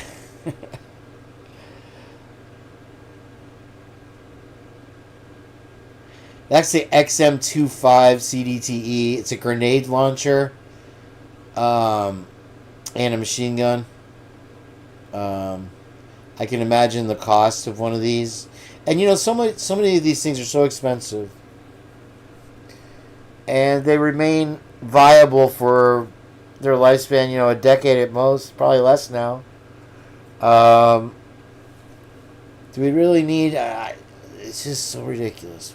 And then when the military stops using stuff, you'll see that it goes to law enforcement. They inherit the military technology as it's built. So they're building this stuff like crazy, and it's to defend us from our enemies, foreign and domestic, but it's also used against us, just regular citizens. And it's you can decide how you feel on that.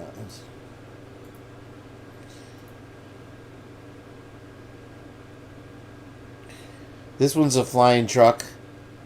You really can't see it. So this is, guess what, guys? If you can read that. It's the Helads, a laser weapon for the 21st century. And look at that. It's literally like Star Trek. The high-energy liquid laser area defense system, Helads, is a compact, high-power laser weapon designed to shoot down drones, missiles, and other area threats. So, people have asked me before, how do you defeat drones when they are used to violate your Fourth Amendment, or a stalker or a neighbor is using them in an improper way.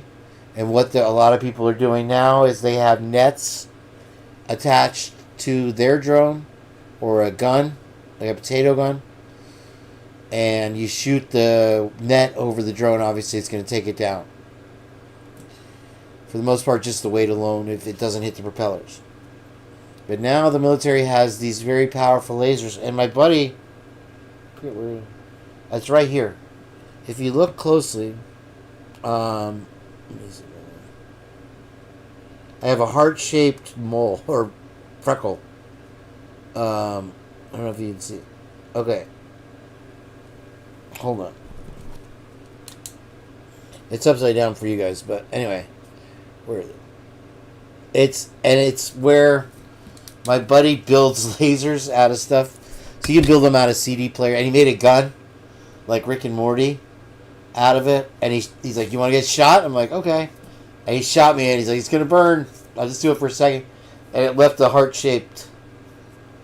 Probably have to pay for that in the future. But anyway, so lasers to take out drones. This is the Plasma Acoustic Shield System, a sonic weapon. Harnessing the power of sound waves, the Plasma Acoustic Shield System creates a barrier of high-intensity sound that can deflect projectiles and disperse crowds. So they have various stuff like that. This is an invisibility cloak for tanks. It's called the Adaptive. While not quite as magical as Harry Potter, the adaptive camouflage system can make tanks disappear from view. Adaptive uses an array of hexagonal panels that can rapidly heat up or cool down to match a tank's surroundings, effectively rendering it invisible to infrared. So this is a camouflage techniques. Oh man.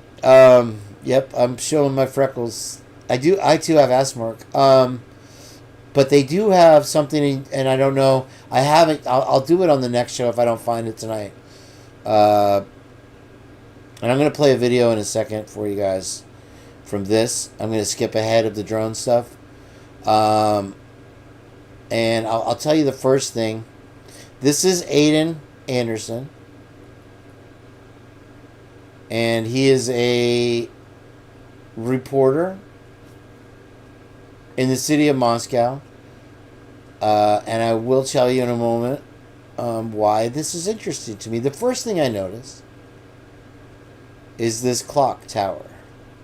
This is the Moscow Report, his page, where he interviews local politicians and leaders. And I noticed the clock.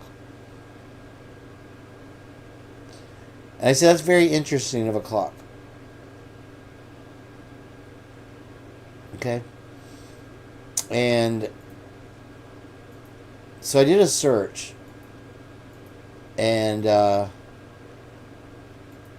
that's his Instagram page. Hold on. Oh, I skipped ahead. Where's the thing?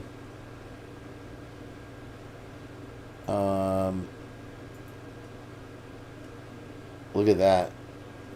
Anyway, that can't be. He took it down.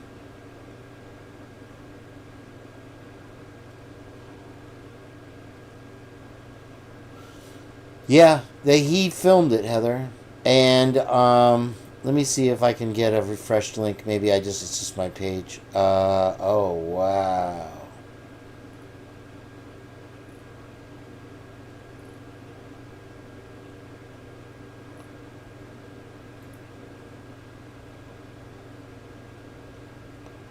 It's gone.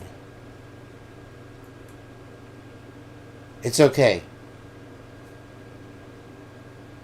Because I think I played it. I made Trish play. Trish, are you there? I made her play it on her show. So if she just made that private, we still have it. I don't see the link to the video from the other night, Trish.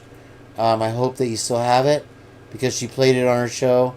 That was the other thing that I wanted her to save that from. Wow. Well, there's a surprise. Boom. If you want to call it that. Vapor Diamond's in here. Hello. Very nice to see you. What? I'm gonna try to find a video that will get us where we want to. Wow, dude. So they're watching the show. I don't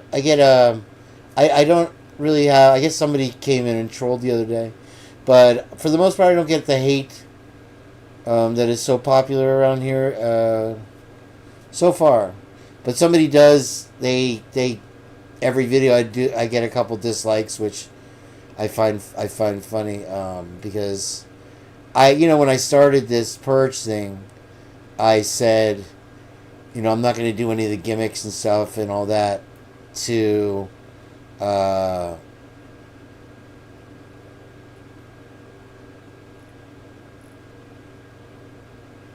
grow my audience.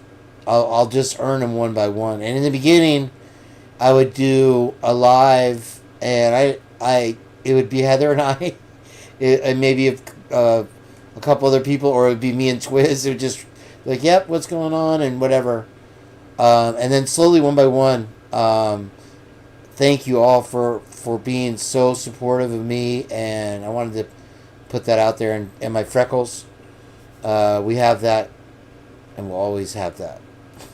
So, but yeah, two of the, you couldn't ask for better friends, honestly. And they only use 10% of their hearts. So, your heart has a memory too. I guess they've proven that. I'm gonna get my coffee after I start this video, but and then also notice this. Okay, here we go. This is where it all came from. This is where it all started with the Fry video, and it's a very canned video. He's reading from cue cards to ask the questions. It's the messages.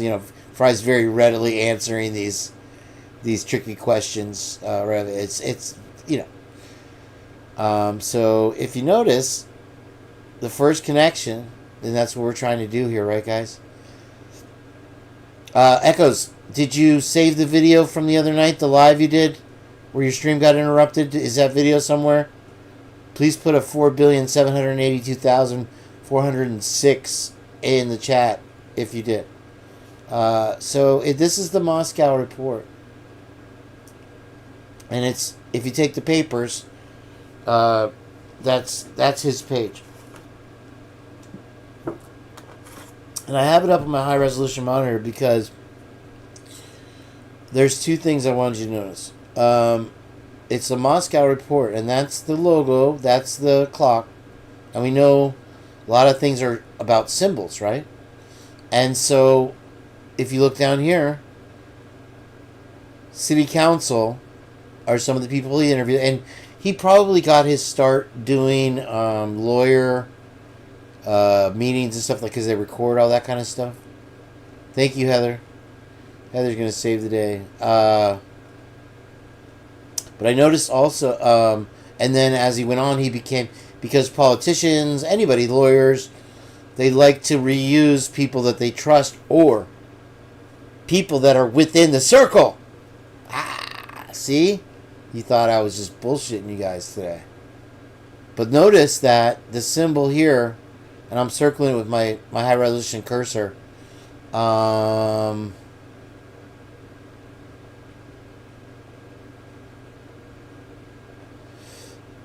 be cray-cray. What's up? Nice name. When the people speak and the people say you're the candidate we want, I think that should be a high honor. Okay. You might say that. But more telling was, I'll play maybe towards the end, an excerpt from what else he said about how the only power that the commission will have over him once he's sheriff is what amount of money they give him. And he'll make all the other decisions. That was important. But this is more important. The city council link that he has also the same symbol. And I don't know, maybe he ran out of thumbnails. That happens. And this takes you right back here to where we were. But that symbol, and I have it in one of my things.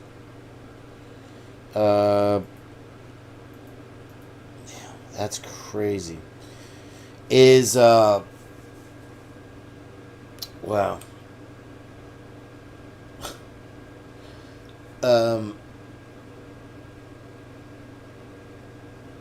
It's a Masonic clock. Okay, so when I say a Masonic clock, you have, they have the clock, the wall clocks with the pentagram upside down, and that's their logo. They have Masonic clock. But what I noticed about this one here is that it has the Roman numerals. And so I took the liberty of opening it, and it's closed now. Of opening it in GIMP for you guys. And I'll have to open a new window here real quick. Once it opens. Hold on. And I rotated it because if you look at the time, it's at 8 o'clock. And I wondered if that was important. Okay, I had closed GIMP because I restarted. So I'll just reopen the thing. It's the first one. And we'll blow it up a little bit for you here.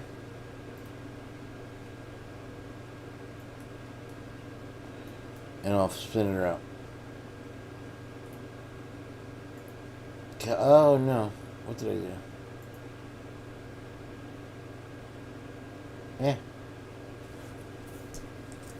No. I'll show you in a second here. Let me pull the window up.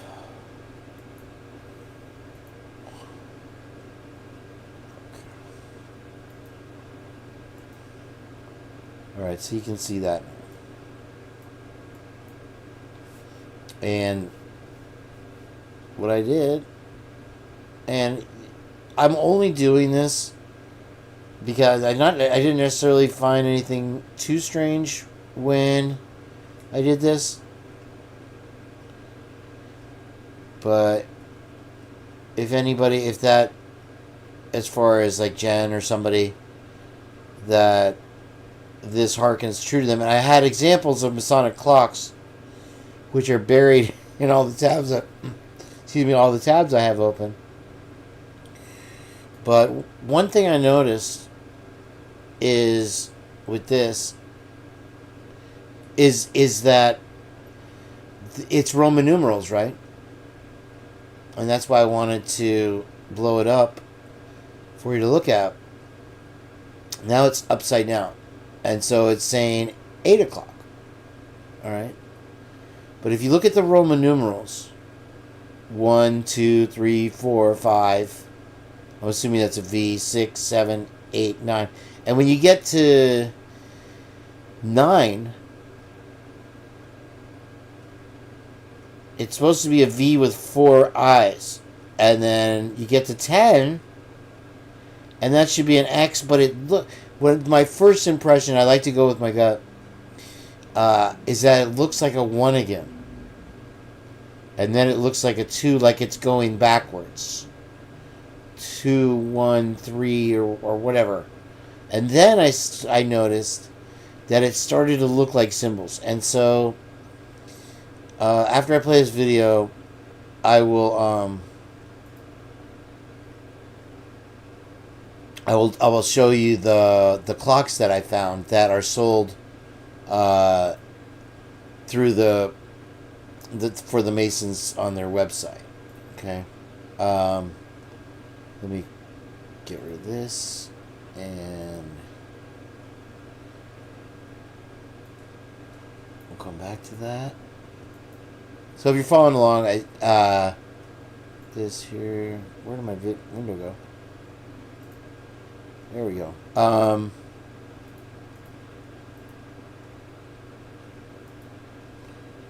So I'm just going to play this for a second, just for a sidebar real quick.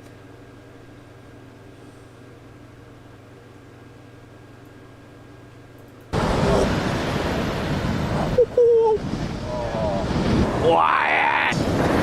Whoa! Successful. Oh, and then over here? Oh! Book to one for towing.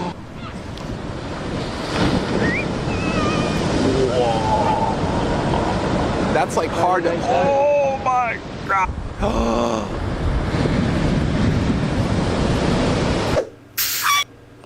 So that's the beefs, guys. And that's about the most epic day I've ever seen at the wedge there. And like I said, we'll get to that. Let me see if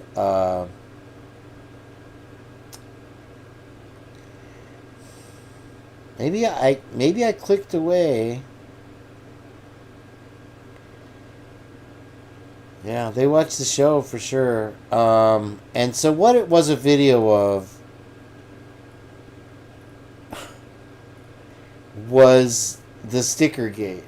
And it was the Church of Christ singing in the town square. Just singing at night with the 15-year-old teenage daughter of the dean. No, they were singing during the day in the square. And if I can find it on Trish's live from last night, I will play it. Now all we have to choose from is Fry's interview and a boring county fair, which may have something. It looks like there's some interviews in there. And those will probably get taken down now that I've pulled it up. But wow, how crazy is that? Sorry, Heather. It's in my head all the time. I love that song. But the minute I played it, the next day it's taken down. That's fire right there. And I think Woke Up 1984 the other day said, Kane, you were on fire on Woke Up Post Woke's show with Micheal. That's the biggest moment I think I've ever had. Right there. Let me play Fry's, and just to see if a link for it pops up in the... Nothing. Because sometimes they have it over here. Oh, I wanted to play the Grady Judd thing, but you get it.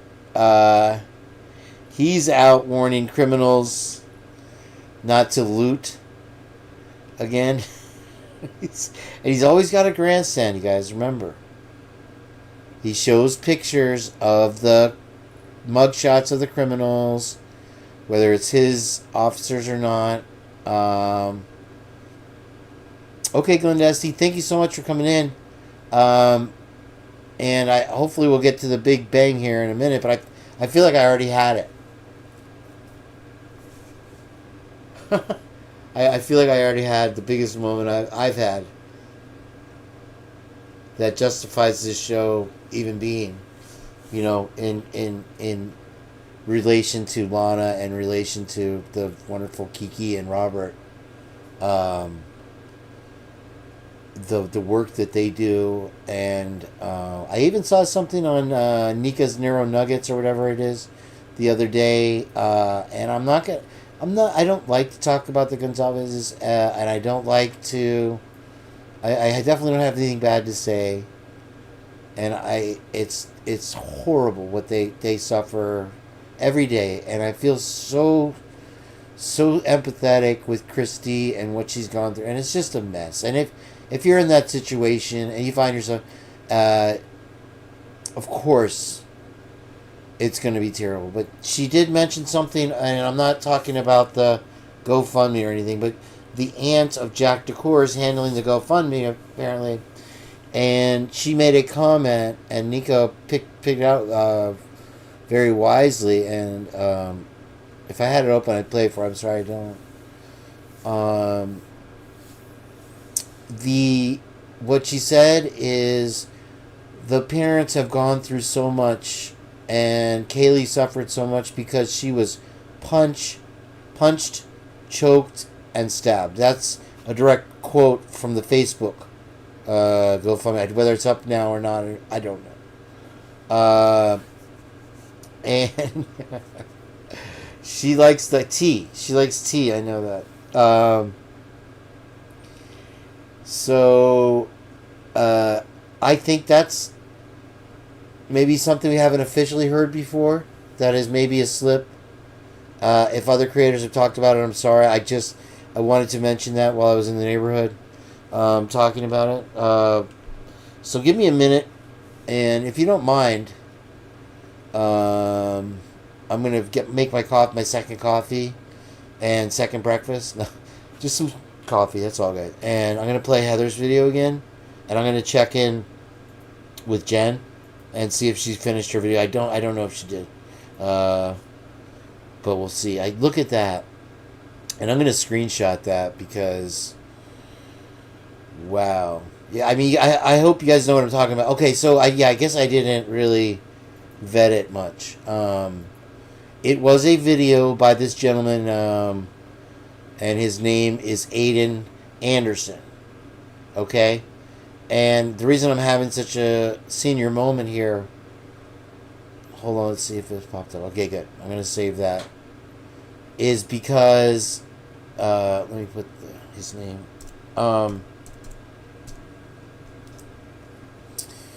I was watching the Chief Fry video right here. Okay? And I said out loud, I said to Bubblyzilla, that usually, because we figured out that he was reading from cue cards and it was all canned stuff that he was asking Fry, and Fry had the canned answers. Which, okay, whatever. That's political stuff. But I said usually, in these cases, the politicians or the lawyers will regularly use a videographer, because I know depositions is one that they record a lot, that I had the opportunity to have a job doing that when I was a videographer, and I never did. I was like, I can't sit through a damn deposition. I go 6 hours.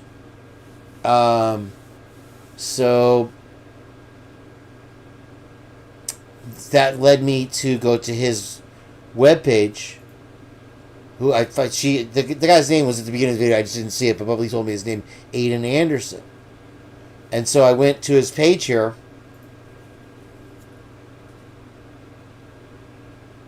And you guys saw the page. And I just started watching some of the other, and the first one that I clicked on was the Stickergate, the thing that the police apologized for.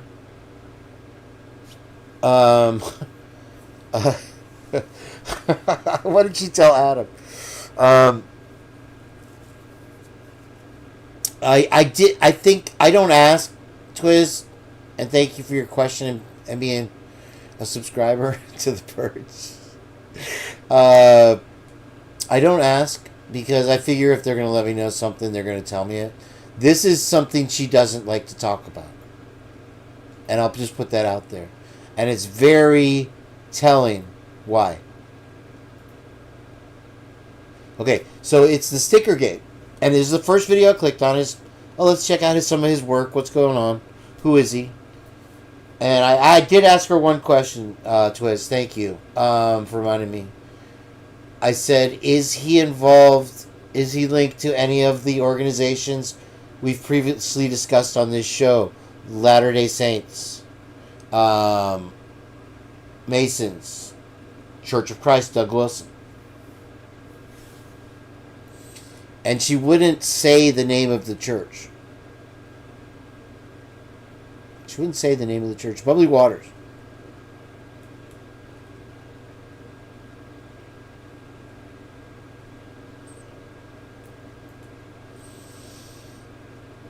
And so I said, well, which one? And she said, that church that you're talking about.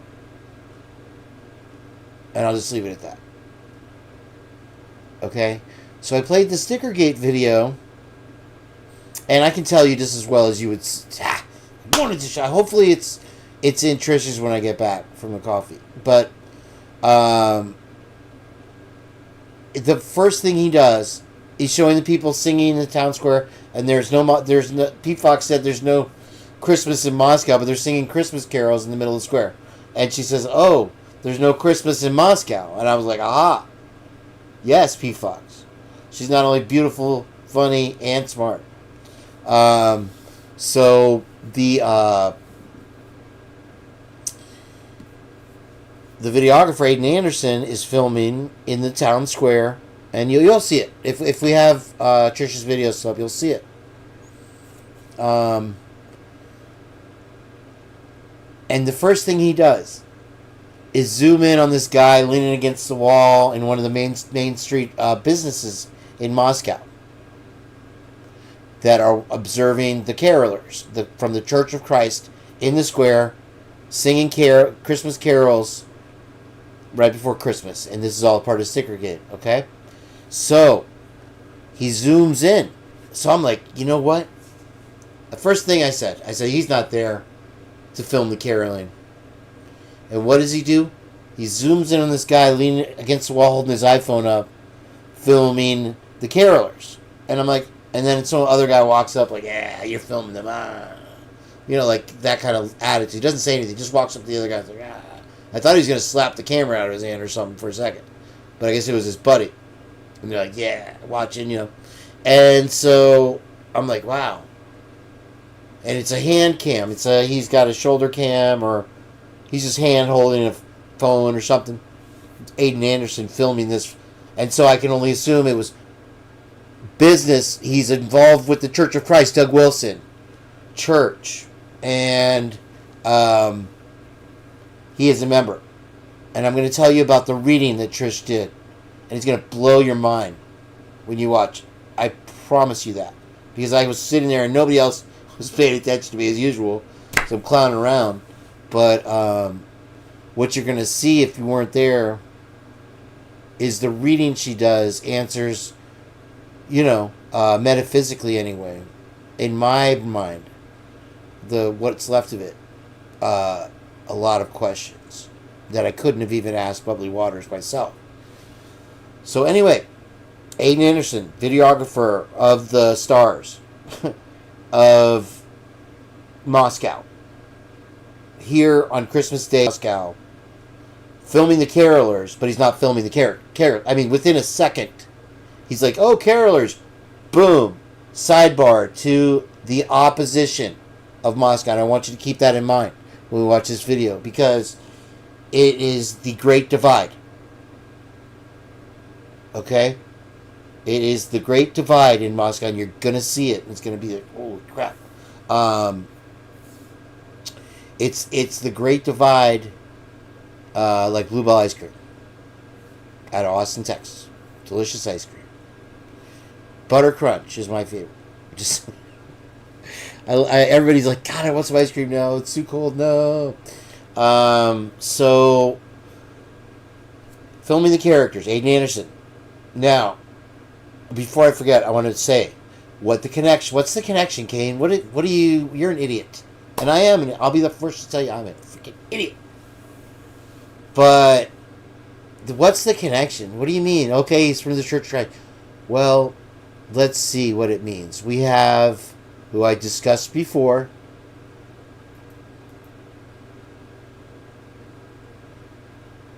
state senator for Latah. We have this guy.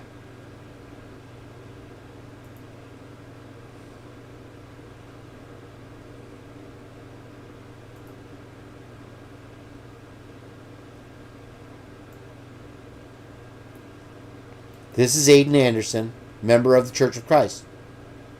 Wait till you hear this freaking reading that Church did. I love Church. I love her to death. She's the most real person, and her heart is on her sleeve. She's just a beautiful, wonderful person to know. I'll tell you that. This guy, when you see her reading, you'll see what I'm talking about. And he interviewed Fry. Okay. So what? He interviews all the commissioners and blah, and talks about political stuff. Okay, and he actually does speaking. Like a lot of videographers will just record what somebody has to say, which is mostly what I did when I did stuff out of weddings. Thank you, Heather. Idiot. You idiot. But I stumble across stuff, and it's weird. I don't know why. This is blown. I'm sitting here like literally. Holy cow. That I can't believe. That I can't believe. And thank God I told Trish to go live, and I don't know why. And I was already, and then after that I was in post-woke chat, and just babbling along with her, and she had a really good show. I wanted to play part of it, and but I ended up playing it the other night, so I didn't want to double up. I like to keep everything original and fresh, and clean, obviously. But Aiden Anderson here, and like I said, okay, so why does it matter that he's a member of the Church of Christ, and that he's a videographer, that the commission and all the politicians that we can only assume are A, right-wing, that use him consistently many times. We can see it. It's right there in our face. Why is that important? Well, because it's the first established connection that we have between that church and now Fry is using him. Did Fry use him? Because Fry, to Jeff H., he may just seem like a good guy. And to the public that still believes in the cops, that he's a good guy. And he in his little interview here, he says, "Oh, people kept telling me that the jail was closing, and they kept saying," I'm like, "You telling me you're the chief of police, and you didn't know this was going to go down, let alone that it happened?" So he's very good at rubbing the truth, at smearing the truth. Okay? And what he says, anyway, the connection is he a guy that just, this videographer was recommended to me. There's no correlation between Fry and Aiden Anderson. And also, I have some beachfront property for you in Arizona. And it's got a surf break in the back, okay? And it's got the Brooklyn Bridge attached to it. He's not an idiot. He knows what the F he's doing. He knows who he's using. He's probably worked with this guy before, in many cases, for the police department or whatever. So that establishes. I don't know, and hopefully, yeah, oceanfront. Thank you. Location. The yeah, there's awesome beaches, Lake Havasu and all that stuff. Anyway, I'm glad I got my fact checkers. And what I was doing on the Trish show there, Echoes of Clarity, if somebody wants to put a link for her, was I was putting my head over. I was doing it on my show, I think. Just goofing around. See, I was just goofing around thinking this is going to be some dumb interview. It never is, right? I just thought it was going to be a dumb interview with Dumb Fry. But it turned out to be so many more things. And so, he's not a dum-dum. He wouldn't just take somebody's word, in my opinion, for who he should use that he could trust. Now, why is that important? We necessarily have seen it in the Masons, and we necessarily have seen it with the Church of Latter-day Saints, and they've come out and said it, and I have video, and you can go back and watch one of my videos, that they are able to cover up, protect, or touch anyone, anywhere in the country at any given time. And you know why? Because of the secrecy. And because the circle of trust is the realtor, the mortgage lender, the lawyer, the buyer, the seller, the notary public. Ding, ding, ding, ding, ding. And that's another thing we find out about Fry's wife, how much power that she holds. And Aiden Anderson himself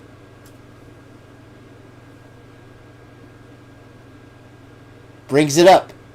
That is there a power struggle with all the jobs? I think he lists the jobs that she holds. Is there a power struggle between you and your wife? Literally ask that. With all the thing, no. She and he tries to paint this picture that they are all powerful ivory tower kings and queens. That the only person that has any say over them is somebody with money. The commission controls the money, and they are the enemy. If I was on the commission, there would be a problem. Okay? So within the Church of Christ, with Doug Wilson, you have the same levels when they are buying up this town of Moscow right now. Lawyer, mortgage broker, realtor, buyer, seller. They use pseudonym names, different LLCs, but it's all the church. It's all within the church. Just like he is. That guy. Right there. And that guy. Right there. Boom! There you go. Bam, bam, bam, bam, bam! Suck it! Okay? Do you follow me now? Now, so the video that I played was the Christmas caroling of the Church of Christ, Moscow, Idaho, and also in another town, I forgot the name. Very nearby town. And maybe across the country, basically, there is an Episcopalian or evangelistic movement. When you click on the national link, it takes you right back to the Church of Christ in Moscow's website. So it is a national movement. Their constitution declares that which a church has a constitution, really? That declares that they want to intercede in the government, literally take over, starting with Moscow, the local policy making and government of that town to correct it. Which, ideally, in a church setting, this is odd, but maybe that's a good thing. But with what we've seen from Doug Wilson, if you watch any of my other videos there, and some of Bubbly Waters, if somebody could put a link to Bubbly Waters, please do. You have very many examples of their history with odd idiosyncrasies, let's say, and scandal, with people that are very fond of their own babies, infants that aren't even allowed to see their own infant because they have sexual desires for them, and then Doug Wilson goes ahead and marries that guy. He performs the ceremony. Quite a number of other things. That one's sick, though. So it's the video of, and you'll see it. We're gonna play it. Sorry to have such a serious show, but this was my big thing for the week. Is Christmas caroling by the Church of Christ in Moscow. This guy filming it, and he zooms in within 5 seconds of the video start. First he's like, pan the crowd, okay, cool, they're singing, da, da, and then he goes, and zooms in on this guy filming, his little buddy. And then a guy comes out next to him, and he's giving him one of these, an umgats. If you're Italian, you know what that means. It's not a good thing. And the guy comes out from his business, looks like the shop owner. Maybe he's mad that the carolers are blocking the square and not allowing people into his business. No. He hates them. You give this to people that you have no respect for, that you hate. I don't think he was doing the American Sign Language thing. It wasn't that. It was this. And he's got disgust on his face. So now, as the caveat to the whole connection thing, this guy and that guy, our faithful leader and the Church of Christ. There it is, right in your face. Now, they've taken down the fucking video. Boom! I mean, my brains are all over the place. And rest in peace, Ethel Kennedy passed away. Unfortunately, Biden had to do the eulogy, which... Anyway, she was Robert Kennedy's wife, I believe. And such a wonderful classic. And as if the Kennedys haven't lost so much... so anyway, she passed away.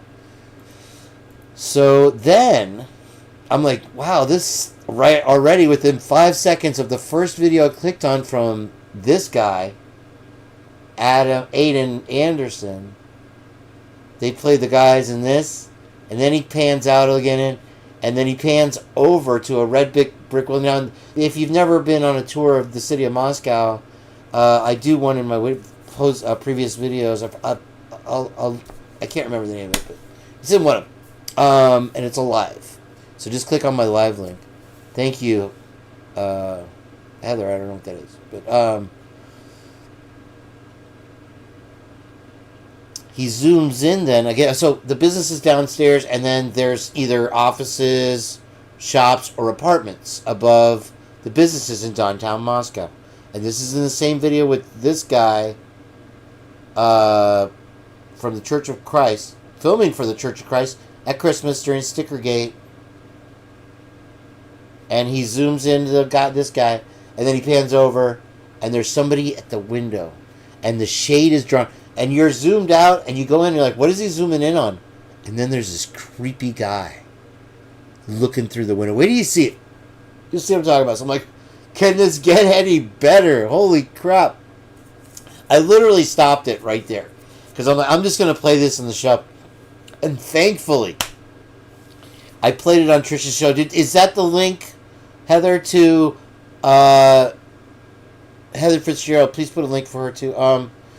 Is that a link to the video? I hope it is. I stopped right there because I'm like, this is enough. Let's just watch it on the show already. Wow.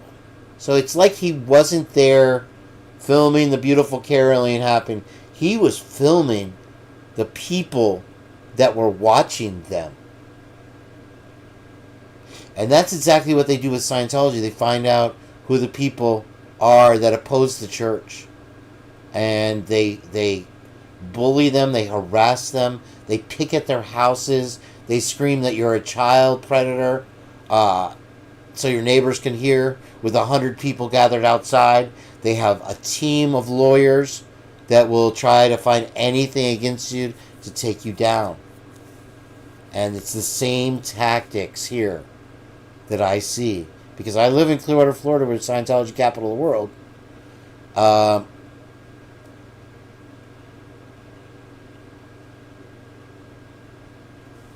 Do I need to read this, Heather? Let me listen to my producer here real quick. I'm sorry. I don't want to lose this page, and I don't want to lose that one either. I'm gonna tell you right now that that's as many long lives as we've done, and I thank everybody for being here. And this is a lot of me talking.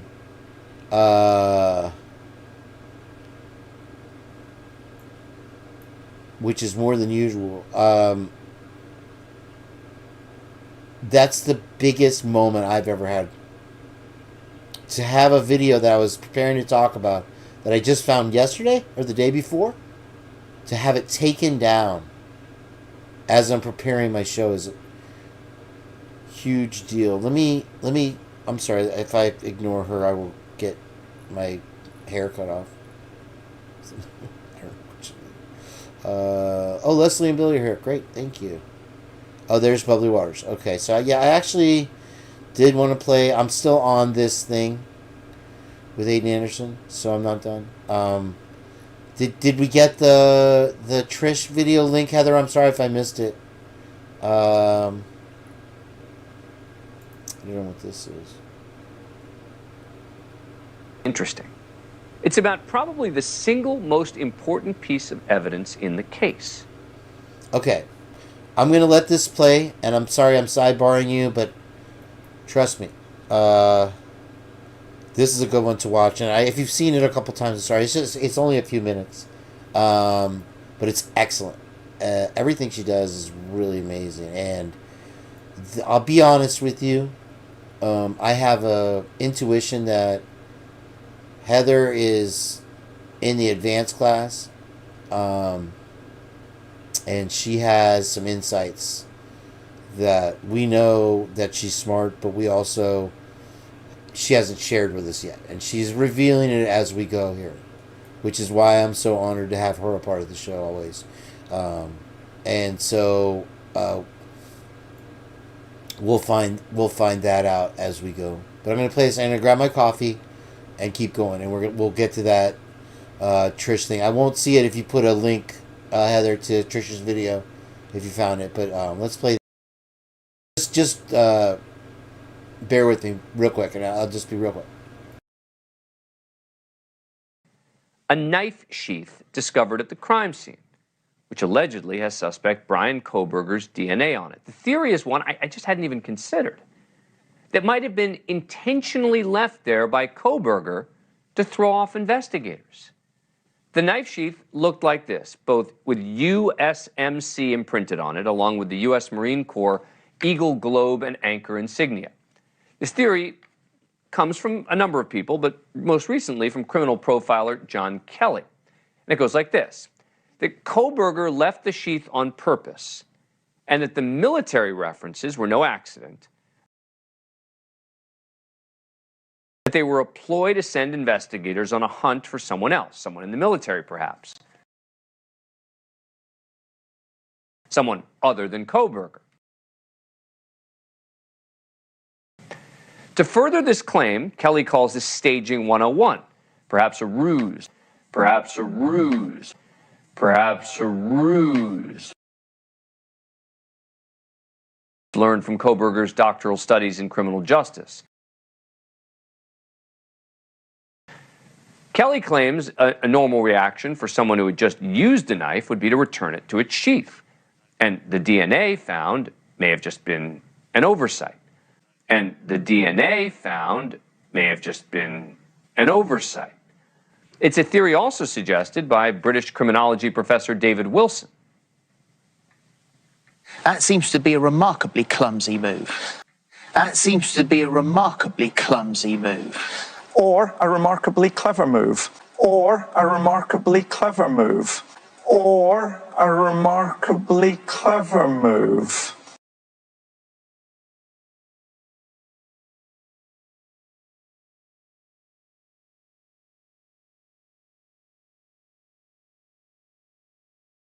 Because one of the things that's really struck me about the person that's been arrested and accused of this is he is intelligent and high functioning. He is intelligent and high functioning. So would a highly skilled, intelligent student who was teaching criminology, a PhD student, have made such a basic error? A PhD student have made such a basic error?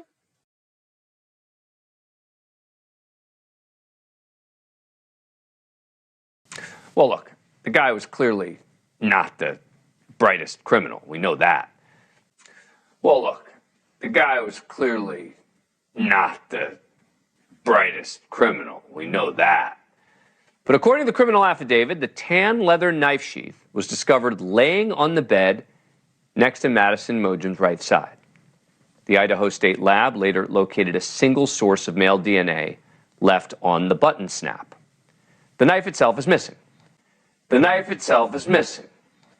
And with Kohberger said to be an obsessive compulsive with other things like food, one imagines cleanliness in general, it's likely he hid the knife somewhere else after committing the murders, someplace where the blood wouldn't contaminate his clothes. They linked the knife to Kohberger through the DNA recovered from trash at his family's home in Pennsylvania. So let's talk this through with Jesse Weber, anchor and host on the Law and Crime Network, who has been closely following the story. Jesse, what do you make of the theory? I think it makes no sense. All due respect, no sense. And I'll explain why. First of all, this K-Bar USMC knife, I can go on Amazon right now. I can go on kbar.com right now. I could buy it.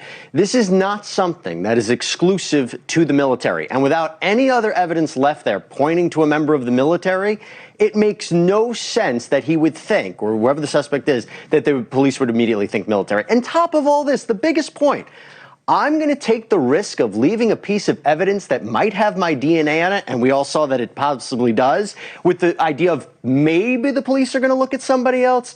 It makes absolutely no sense. And if this really was the motivation, one of the dumbest things I've ever thought. Well, yeah, and we know that he made other, mistakes, but the argument goes that he thought he had cleaned the sheath. He thought he had sort of left a pristine piece of evidence, but he missed the snap, right? He missed that one spot where his DNA was located. No. What this seems to me is any case I've covered where someone has left evidence at a crime scene, it's a slip up. It's a mistake. So people might say, oh, he's so intelligent. How did he not plan for this? If we have no indication Brian Kohberger ever did anything like this before, when someone is in the heat of a crime, they're not thinking logically. They could have been in a panic. They could have been afraid. We know that one of the surviving roommates said that the suspect walked right past her. A lot of people have been wondering why. If you are in a state of shock after committing this crime, you can't explain everything why they do something or not do something. And to support your point, which is pretty persuasive, I'm really getting tired of people talking about how smart this guy is, right? As if he was like the ultimate criminal mastermind who would never have... I mean, he made so many mistakes and so many slip-ups, this idea that, no way he would ever... Right? I mean... They're giving him too much credit. And can we also just address the idea of, well, he's a criminology student, right? So I've taken criminology before. I've spoken to criminologists about this. They don't teach you how to commit the perfect crime. They teach you how to understand why crimes are committed. Jesse Weber, thank you very much for coming on the show. Appreciate it.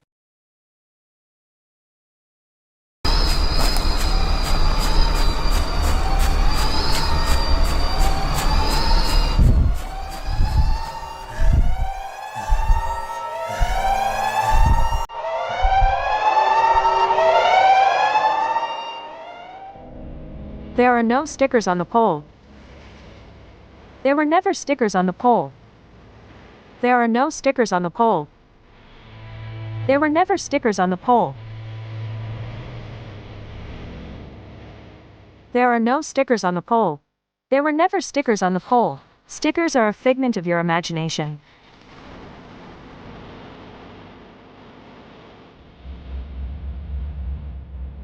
There are no stickers on the pole. There are no poles in Moscow.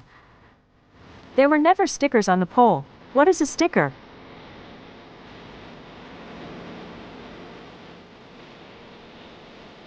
There were never stickers on the pole. What is a Moscow? Go back to your field, comrade.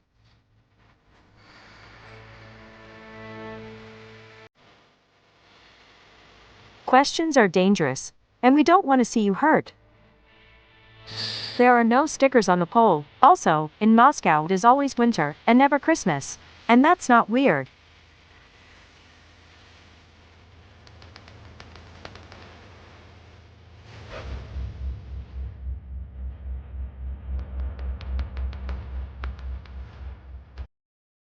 Moscow, enforced because we Karen. There are no stickers on the pole. There were never stickers on the pole. Questions are dangerous, and we don't want to see you hurt. Also, in Moscow it is always winter, and never Christmas. And that's not weird. Moscow, enforced because we Karen.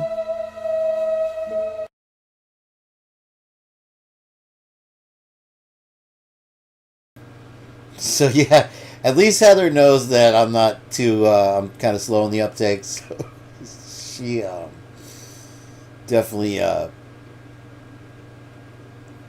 Here's Grady Judd again. Giving an "I told you so."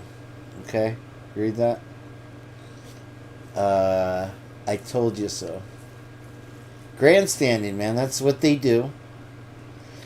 When you tell the truth, you don't have anything to remember, you don't have anything to hide. It is the truth.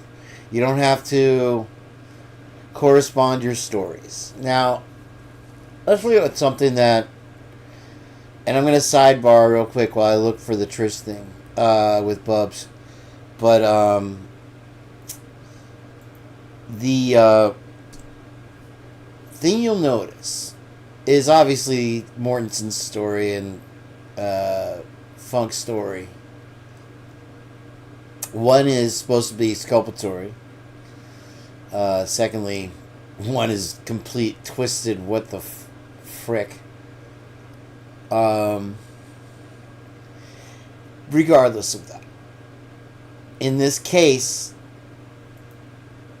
you would want justice for your friends. And if it was my friends, I would be tearing myself and everyone around me to pieces to find that truth and to help gain access to the person that did it. Let's just be honest, okay? And all of you would too. However, you have BF and BM. First of all, let's start with BF subpoenaed as exculpatory evidence and just squashed, just completely squashed, because they both hired lawyers, right, to keep them from having to return to Moscow. Are there terrible memories there? Obviously, for a friend, you're gonna have to work through that. Now, from what it looks to me, Dylan is having fun moments in Vegas and drinking with her friends. It seems that at some point she's recovered and she could make a difference in this case should she be so inclined, but chooses not to. How they're not there helping their friends is disgusting. So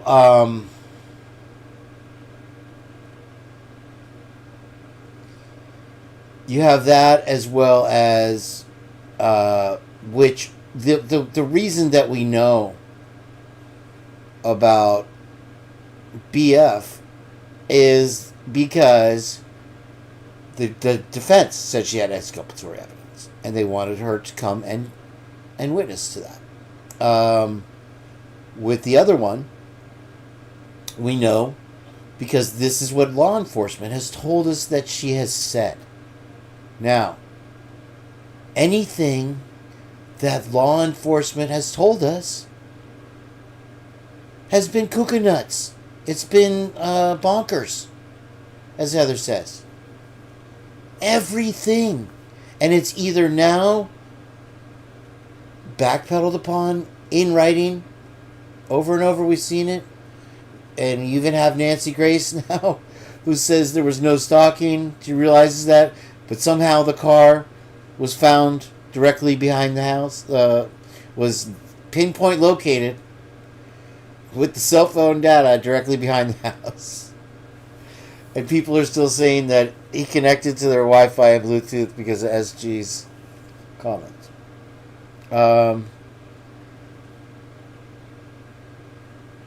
So you wonder, now that we've looked at it, is it possible that a student or somebody that heard about the tragedy that morning contacted somebody in law enforcement within that 4 or 3 hour window when the awful smell was coming from the house, when the door was left wide open, and it's vetted that people walked through the scene, at least Hudson, right, or Hunter, and that people walking by, just walking their dogs, saw it? What are the chances that somebody called law enforcement then, and that call was not paperworked because it's unconscious person, no report? Now, we've seen also the thing where it was unconscious person on the road near a golf course, which makes it even wilder. But here again, is there an opportunity to maybe not clean up, as suggested, but to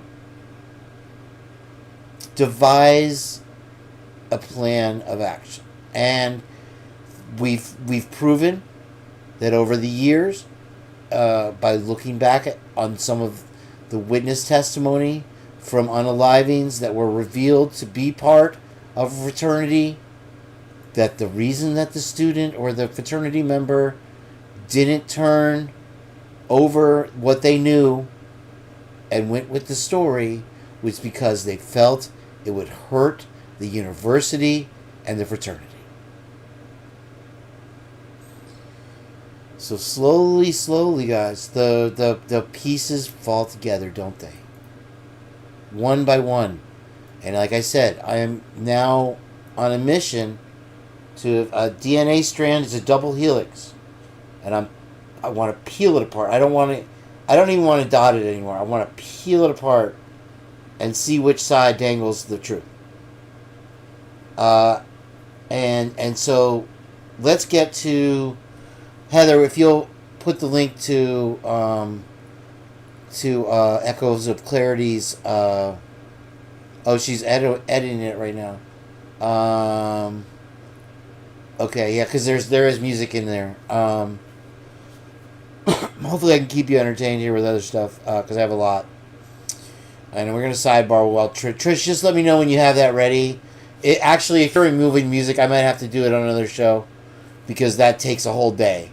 It takes 1 second to remove from a video on YouTube. And I apologize for that, but I will do a show tomorrow. Today's Baby Friday. We'll hit Friday, and I'll do a good show. I didn't want to keep you guys too late. Am I already? We're at 2 a.m. It's 2 a.m. So on the West Coast. What time is it? I guess I can look at my phone. It's 2 o'clock. That's not bad.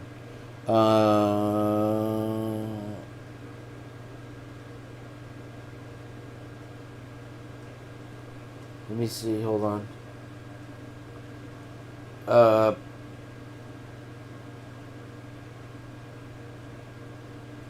What image, Heather? I'm sorry. Put a link if you can. No, that's as long as you still have the video. Do the edit out the music, not the trim, if you can. Please, because I know you can't even tell what you're taking out, Echoes. Please don't trim if you can. Edit out the music instead. And that takes longer, I realize. You might be at it for a while because you played a lot of music. But thankfully... Now listen, Echoes, if you make a mistake in that editor, you can go to YouTube Studio and you can... and there's editing link on the left-hand side. If you roll down to, I think it's got like one of those clipboards where it's like action, that kind of thing. You can revert to original, and I believe that's instant. So don't save if you, or when one finishes and you have, if you trim something out, go revert to original. And just if one finishes up while we're still on, just don't worry about the music unless you think you're gonna get a copyright strike or something. So I can play it on the show tonight. I hope you're able to do that. And you can just revert to original and it goes instantly back to the original. It doesn't even take any time. It just goes right back to the original. So if you do that for me. Annie Ruler, hello. Sandra. Virgo, is that Virgo? I don't know. Thank you for coming in, you guys.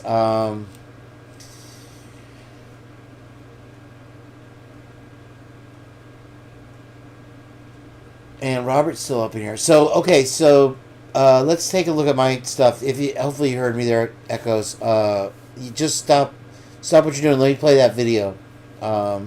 Gemini, thank you, Heather. What are you talking about, the image and the thing? Could you put a link to what one you're talking about? I missed that. I'm sorry. She had a caveat to it. My word for the week, caveat. So I'll get back to Bubbly in a minute. All right, so we showed the military weapon laser. Oh, this is actually, I'm sorry. And I don't know why they always tend to put music over these stupid drone videos and stuff now. But this is the military Straight Arrow from Straight Arrow News. And they have, this is advanced laser weaponry.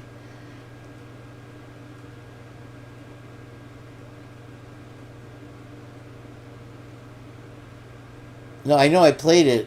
What walls, though, are you talking about? I am reading it. I still don't get it. I'm having brain troubles today. They put music over this. But anyway, this is the laser weaponry they're using to, they say, air defense. But it's a powerful laser that they're using to take down drones. And it's part of a tank now. So my middle school... Oh, okay, yeah, cool. All right, I'll do that in a minute. My middle school shop teacher, the metal shop teacher, used to say that the next wars will be fought with mirrored suits and lasers. You know, mirrored suits reflect the lasers.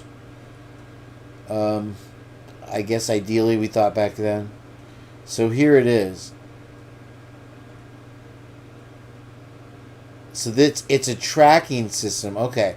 Now we did see in the previous video earlier that they do have a laser weapon. I'm sorry, this is a laser tracking system. And you can see they were using it against drones. I don't know how much they, it's scary. And like I said, Sandra, the thing is that the military technology becomes obsolete so quickly to them, and then instantly they pass it down to law enforcement. So these are the types of things that are used against us in the war on crime. And I have something here that will show you that and the problems with that. Now, I always thought, you know, whatever, drones, the cops, whatever. And I've shown the relationship between the police, just local police, and sheriffs, with the what do you call it, the companies that deal with, like, with the military and with police exclusively, the drone companies and this type of thing. How the police support them, and their badge is actually part of the website as a reference to to show what experiences that company's had with the police.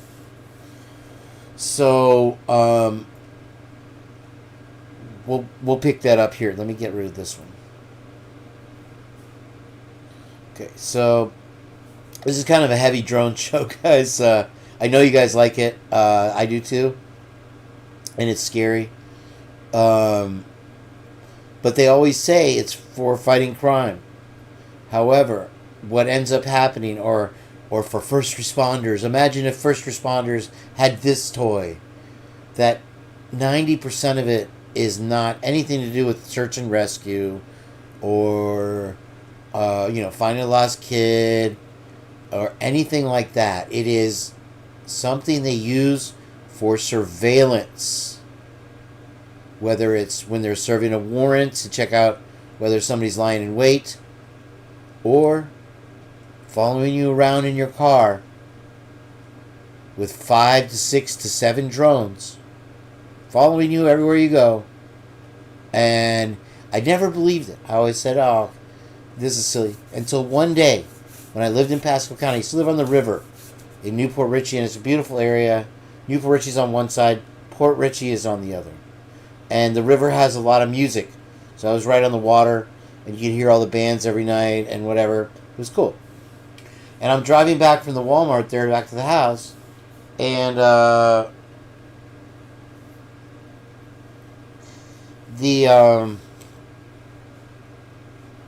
keep that right here. Gosh, Heather, whoa. I'm driving back, and it's just a regular day, and I look over, and there's this sheriff's, Pasco County Sheriff's vehicle, or Pinellas County Sheriff's vehicle, and it's towing behind it this huge, like a horse trailer, the covered trailer, and I'm like, and I'd heard something about that they were going to inherit a military drone, and I just happened to be on the road when it rode by. And this thing was giant. And I'm like, man, what do they need that for? Okay? Because if you're just doing stuff where you're checking out before a warrant, or whatever, like I said with the thing with Brian Laundrie, and they were looking for him or his body, and the News Channel 8 helicopter's flying over, and the guy's unloading the drone out of the gray van. He's like, oh, there's some agents right there. It looks like they're unloading some kind of aerial surveillance vehicle. Let's turn around and check it out. And as he's in his turn, the News Channel 8 chopper guy, you see the guy on the ground go give him one of these. And he instantly veers course and changes his tune and starts talking about, look at these empty hills over here. Could be over there. And it was just like, it was like one of those Hey JB guys that we got so sick of seeing. Anyway, that showed the relationship between the media and law enforcement, and that law enforcement does have a lot of things to hide. And I'll said it before, say it again, in case you're new here. They don't want you to know that they are using the drones, but I know they are using the drones all night, every night, and they have a community college program here to train you in drone pilot flight, to become a drone pilot officer. Okay? And they are flying with the local county police every night, and they're flying with the sheriff's police, and they are watching certain people, they are watching certain areas, and they say they're not recording because it's not legal for them to record. But guess what? What we showed last night, and the last time I was here, and the time before, is that it goes into a network like Brink, where it's recorded in the cloud. So even though they're not allowed to keep files on these people that they're spying on, and like I've shown before, they can see right through your house. Ladies, keep this in mind. Look outside, use your magnetometer with your Detectify app, and you'll see a huge spike when they are watching you. And it's not healthy for you, first of all. They're using X-ray cameras, and they don't care. They don't care. They just want to see, and we know that ultimate power corrupts ultimately or whatever, that they are using this technology without any kind of warrant, without any kind of record, and it gets better and better and better and better every day. Okay? And so here's one that U.S. firm reveals electric spy drone that flies 5 hours and fires guided bombs. And so we've seen the robots with the machine guns attached to them in many of my videos. And now in the drones and the little dog robots with machine guns attached to them. Now, of course, some of them are AI, some of them are soldier controlled. We know the soldier control will go the way of the dodo. And this is it. Look at this. Now, the first time I saw a drone for myself,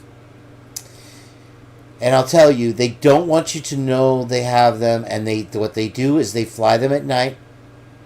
Whether they're using them during the day now, I don't know. I've only seen them at night. They come out right at dusk. And I know around here where they take off and land from. One of the spots. Right by a police officer's house. Right down the road. And the first one I saw, man, you wouldn't believe it was a quarter size Cessna. And I just was pulling onto Countryside Boulevard, and I said, and I had a feeling somebody was watching me. And I looked up, and right over the street lamp was a primer gray Cessna hovering. Okay. A Cessna is a single engine prop plane. It was hovering. It was just hanging there. And you could see the reaction of the controller when I looked up and saw it. I think they just thought I wouldn't look up. It was like, it literally jumped. And it took off in the direction of Palm Harbor, north of me. And I was going to go left, but after seeing that, I just went right and followed it. And unfortunately, it was ahead of me, but I was still with it. I'm like, I don't know what I was going to do. I just follow it, see where it goes. At that time, I thought it was probably some kid. But this was obviously a law enforcement drone. Huge. And it's just sitting there watching me. I'm the only one around. And, I had Countryside Country Club next door. Nobody was even playing tennis or anything. And it takes off, but there's a split in Countryside Boulevard. One way takes you to US 19. The other takes you more down Countryside Boulevard to Curlew Road. And so it divided the split. So it went through the neighborhood, and I could only go right or left. And it got away. But I couldn't. I mean, I wished I'd had my phone on me and filmed it, one of those moments. But that's the first time I saw one. And then my mom, she drove up until she was like 92. And then it was like no more. She drove into a fire truck. And she was up like this on the hill, or on the fire truck. She had one tire up. And I went downstairs. And I'm like, Mom, she's like, I can make it through. She wanted to keep driving. So that was it. That was the end of that. Anyway, she would go to like Walgreens or to the dollar store and this and that. And I would be like, okay, Mom, I have to go to the studio. And we were sharing the car because my truck, the AC wasn't working. So I would wait for the car. And she would go to Walgreens and just get in a conversation with everybody shopping. Oh, are you buying Reese's Pieces? My son loves Reese's Pieces. And she's 92, man. She's amazing. She raised 3 of us all by herself, working at Honeywell, 30 years. And for a lot of that time, she rode the bus to work. She loved it. She used to take the papers, and just read it on the way to work. But she always, obviously, kept food on the table, and was a great mom. So I love her to death. But anyway, she would go to Walgreens, and I'd be like, Mom, listen, I have an appointment at 7. I have a client coming. I got to get to the studio. I'm trying to keep it classy with the car, not sitting in my broken down pickup truck. And yeah, I'll be here. And it'd be like 2 hours lit. and so it's dark now. I've missed my point, whatever. And I would always know before she got there because we lived in an apartment building and there was the covered parking. And I'd always know that she was back because there was 5, 6, 7 drones that would... So I knew she was back before she even got there, circling over the parking lot. And sure enough, right as soon as I saw the drones, Mom would pull up in the parking spot. So they were following me for quite a while. For whatever reason, I was, like I told you before, I was directly across the street from the Fraternal Order of Police. And that's a whole nother business. Anything with fraternities, guys, though, it's secret. And there's various degrees of secrecy depending on your involvement. Okay, so the reason that they fly them at night is because they don't want you to know that they're using them.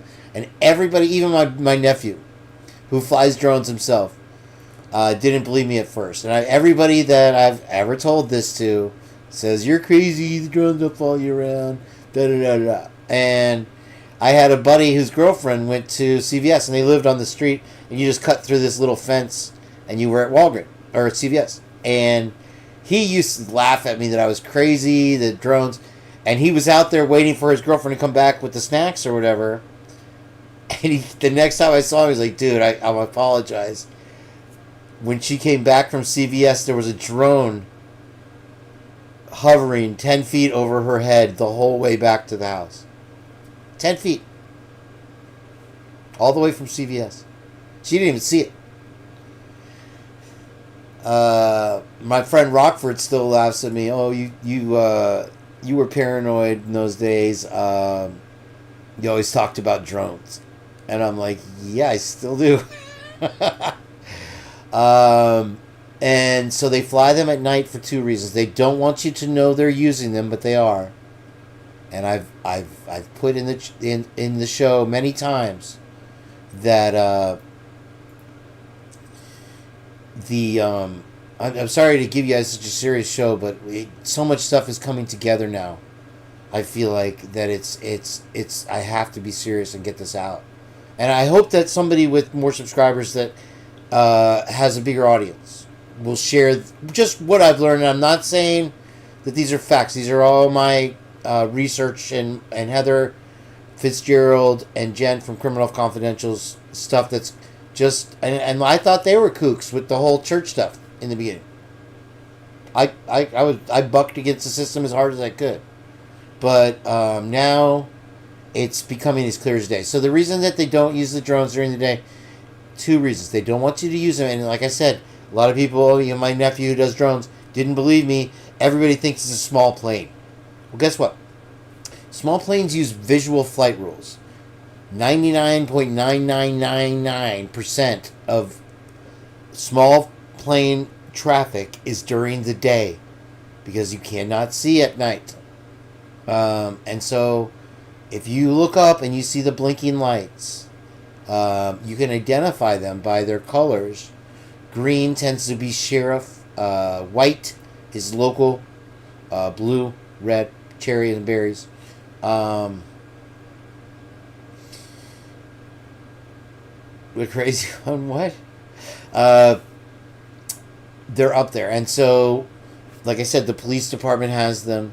The sheriff's office in your town or county has them. And there's many, many, many. And you just look up. And when most people don't ever look up. It's amazing what happens when you look up. So I recommend you do like the Art Bell. Keep looking up. Okay? Huh.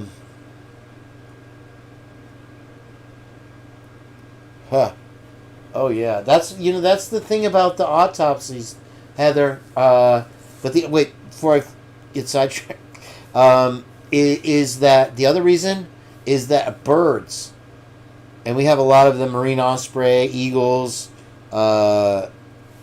here in Tampa Bay. These predator birds attack the drones, so they have this expensive $10,000 drone, $50,000 drone. They get taken out by a bird. That's the other reason that you don't see them flying in the daytime. But mainly because they don't want the public to know that they're not using it to save little Harry and Sally. They're using it to spy on you. And they have very powerful FLIR cameras. They have very powerful X-ray cameras now, portable X-ray cameras, and it's just as it sounds. It is an X-ray camera. And I sound crazy, but I've shown the videos of that. Yeah, always look up. And so this is one now that has the capability, and it's very large, of firing missiles, and it can fly for 5 hours on a single charge. The drone was unveiled at the Association of the United States Army, AUSA, annual meeting and exposition held in Washington. The company is aiming to enable the drone to get a spot in the U.S. Army's long-range reconnaissance program. The drone is capable of taking off and landing vertically alongside carrying up to 15 pounds of bombs, cameras, or sensors. Okay, so sensors, the sensors are used for gunshot detection, and then the cameras and sensors are for facial recognition. So they're flying over you, they zoom in on your face, and they're not just using it at a riot, they're using it and you don't look up, you don't see it. To know everybody's what they're doing. And more with this real-time crime we keep talking about, you have every camera, even UPS, FedEx, all the time watching you. They have now ability to track your credit card payments as you go without any paper trail and facial recognition, okay? And that is horrifying. And what they're doing is they're leaving it more and more in the hands of artificial intelligence. So this will become something that there's just a few officers, like in England, running the CCTV cameras throughout the city fighting crime, that are just taking the feeds that are coming from artificial intelligence. And as artificial intelligence grows and gets smarter, so we will see more and more problems. Okay, so yeah, it goes on to the specification. It's like I said, the next step, we will have weaponized robots and drones on our streets, and they're trying already to, in our minds, present them as your new best friend neighbor. Does this look like a friend that you've ever had before? I mean, I've had some shady friends, but this is not what I want. And, this isn't burnt down rubble Detroit, okay? Where I have to walk through with an AR-15 to get to Publix, okay? I don't need a missile over my head with a facial recognition camera, thermal tracking, and sensors on it that detect movement and gunshots. Okay, I don't need that.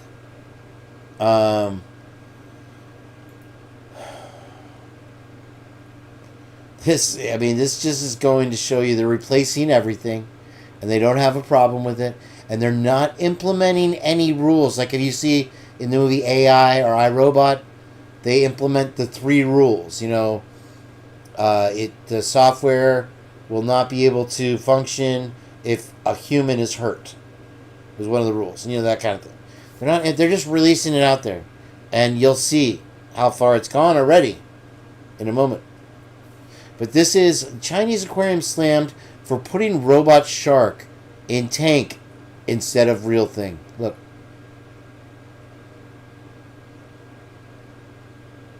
So even the fish's jobs aren't safe. It's scary. So here's what I was talking about with the Tesla robot. Okay? This was the unveiling of the... And we're going to have more on this in just a second.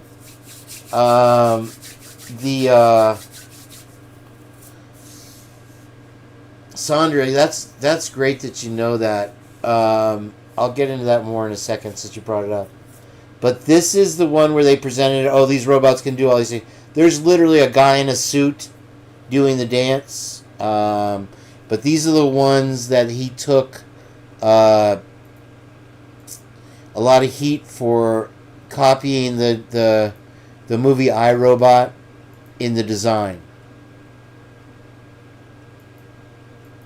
And they present them always with a soft edge, right? Oh, look, it's dancing.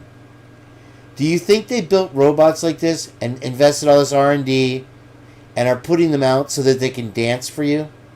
We got enough girls on TikTok dancing right now.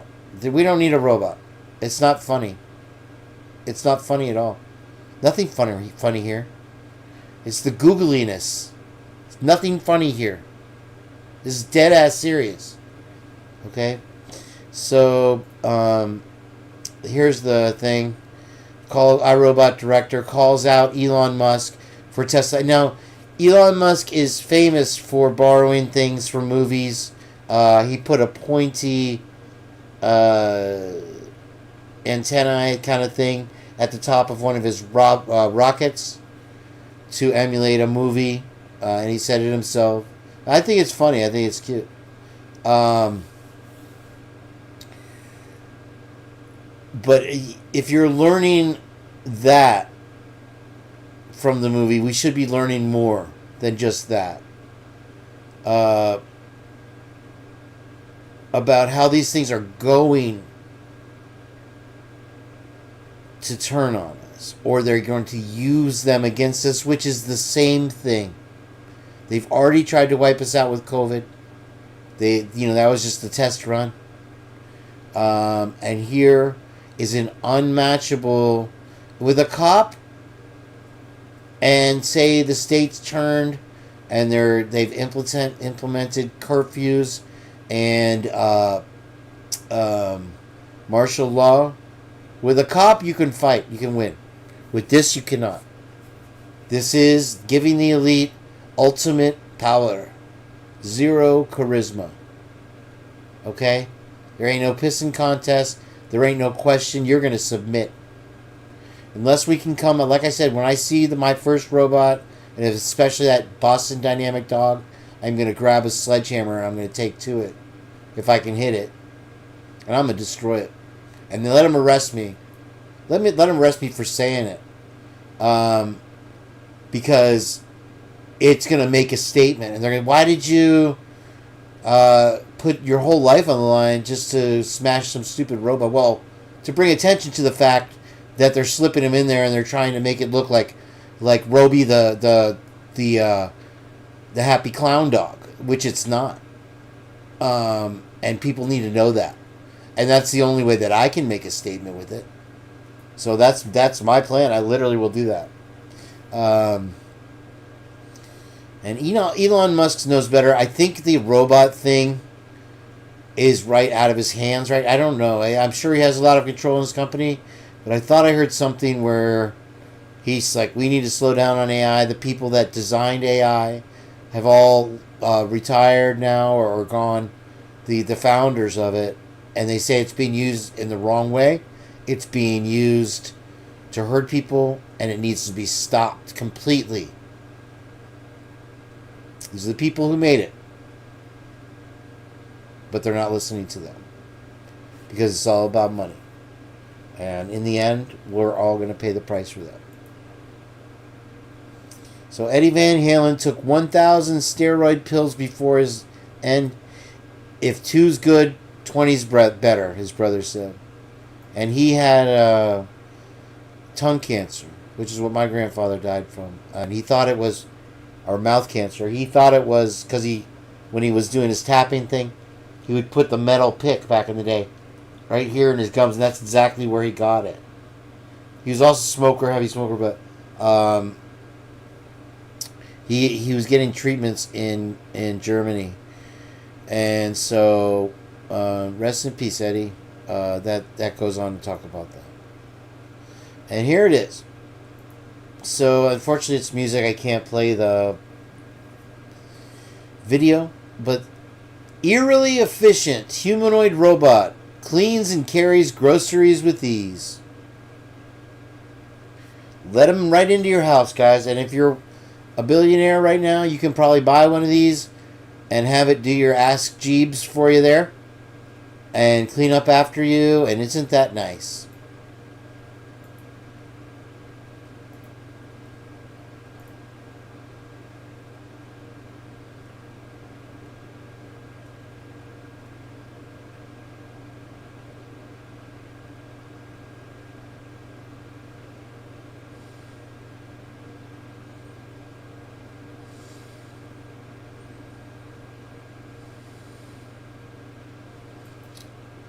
The company with headquarters in Norway. Hold on. I knew that was going to happen.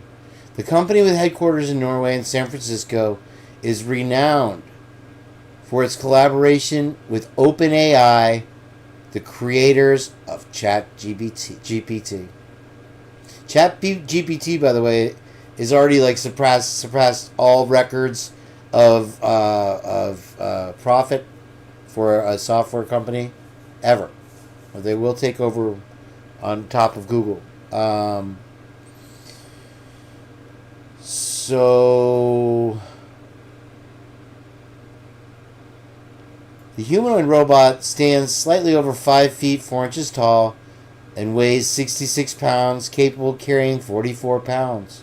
Isn't that funny? It's just below the average height of an American. So you get to look down. Oh, I can handle that. It's smaller than me. It's 5'4". Why didn't they make him 6 foot tall?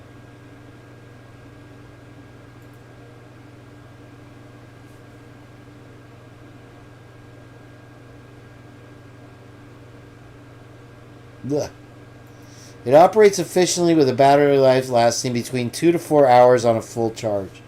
I mean, this is the most disgusting. I mean, Alexa, if you guys have that crap, or they're trying to push now through Spectrum as some type of TV box, we get 9,000 channels, and it's only $40 a month, and no. And it listens to you. It's voice activated. Anything voice activated in your house, I recommend that you take it outside and hit it with a sledgehammer, or take it to the pawn shop and get a couple bucks for it. Right now. Right this very second. And I know you guys love those things, and they play music for you, but they are listening to you and your conversations at all times in your own home. Combine that with the cameras that can see through your house, and what do you have?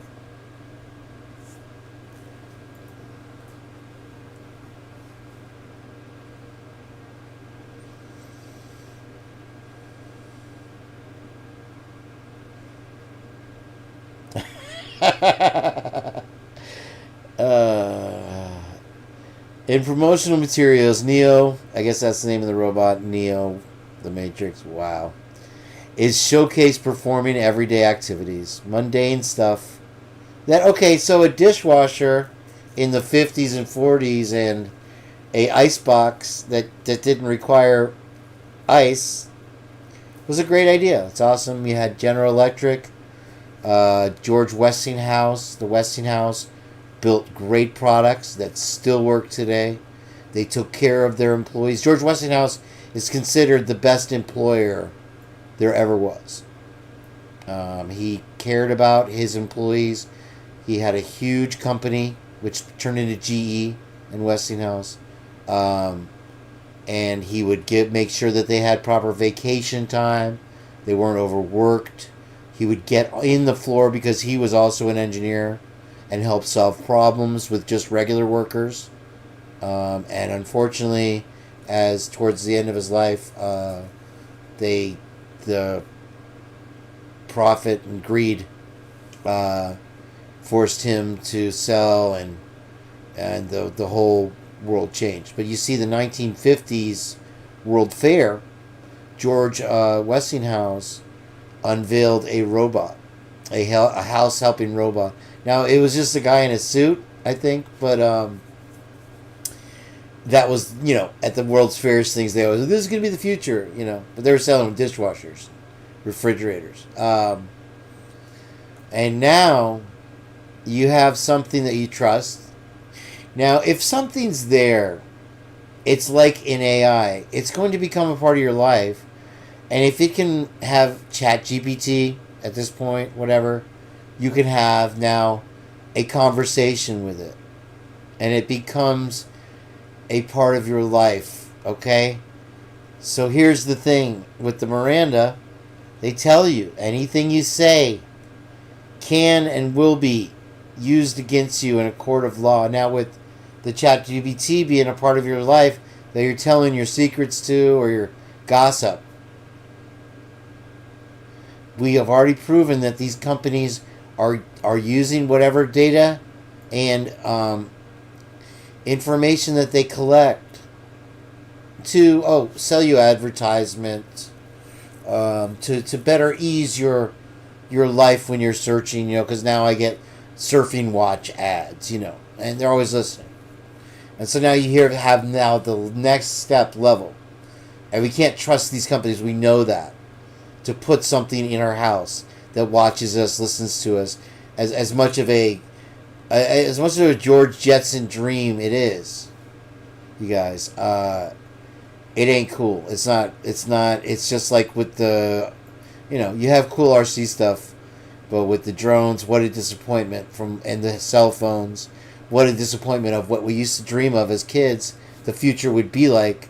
It now works against us on everything, and here now they're just saying, oh, just forget all that stuff that already happened with the Razor phones and the flip phones and the smartphones and each level of technology that we've got. Just forget all that invasive crap that we put on there and made you agree to so that you could survive in the modern world. And let us put a robot that lasts 4 hours into your home to do your dirty work for you. No.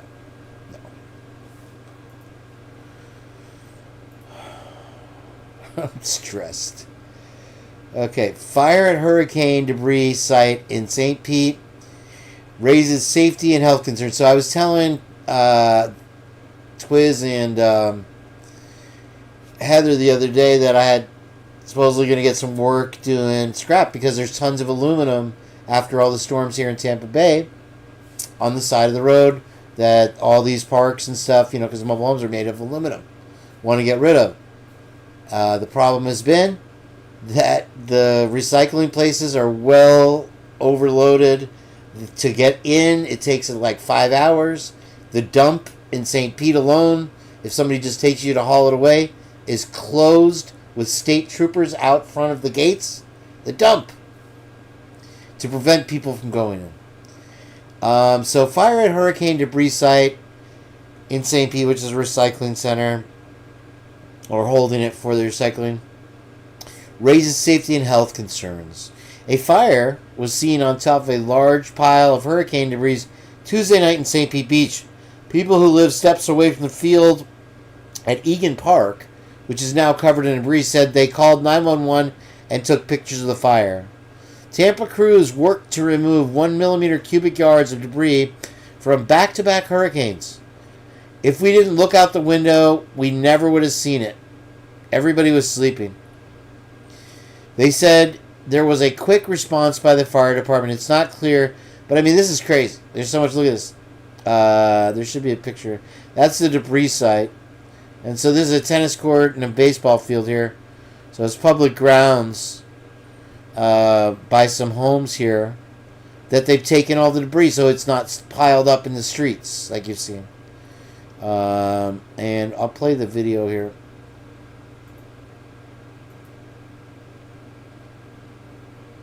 Just a moment. Lining the streets. It was a problem after Hurricane Helene, and Hurricane Milton made it even worse. Fox 13's Evan Moon is live in Tampa for us tonight, where the city announced their plans to get all of it cleaned up. Evan, what'd they say? Well, they're asking people to please be patient as they work around the clock to get this done. And they have 90 days to get it all done. So in 90 days, it'll be behind people in Tampa. They are asking for residents' help, though. If you see behind me, this resident has separated their household items, furniture and stuff like that from trees and debris from Milton's winds. That's what the city is asking for help with. Post-storm is what we do. We clean, we get it done, we work around the clock. The city of Tampa says they've got 292 tons of hurricane debris so far, but there's a long way left to go. We are looking at 1 million cubic yards estimated.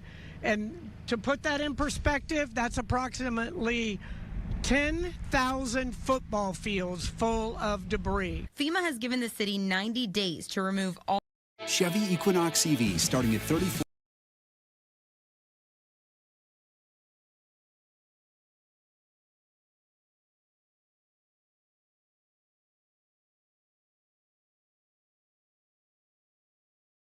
%100% reimbursement, so the countdown is on.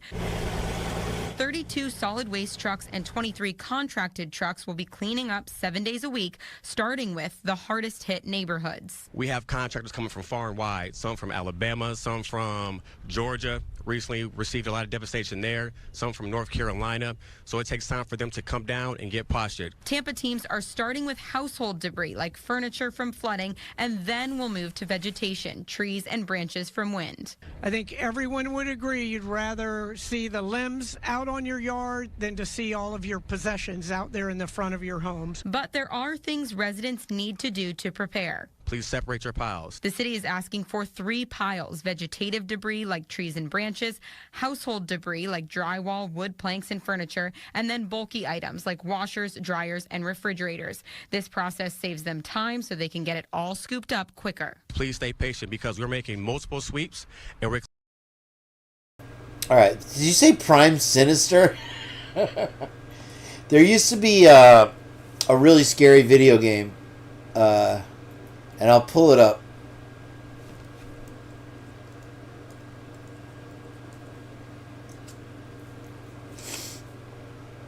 And it was like a really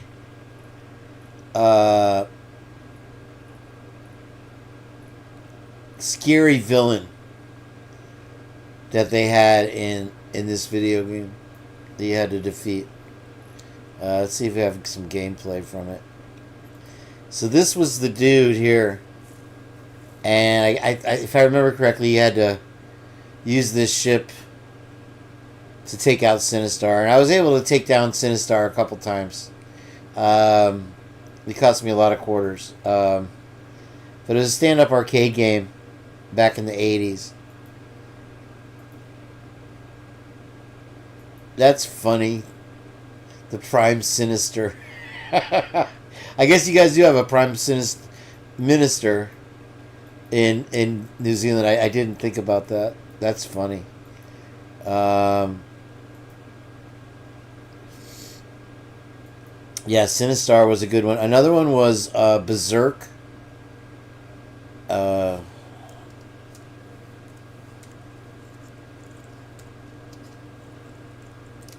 And that's the one where you went around. It was a hard game because it combined two things. You had the robots chasing you in the gameplay, but then also, I guess they had an Atari version too, but it was a stand-up arcade. And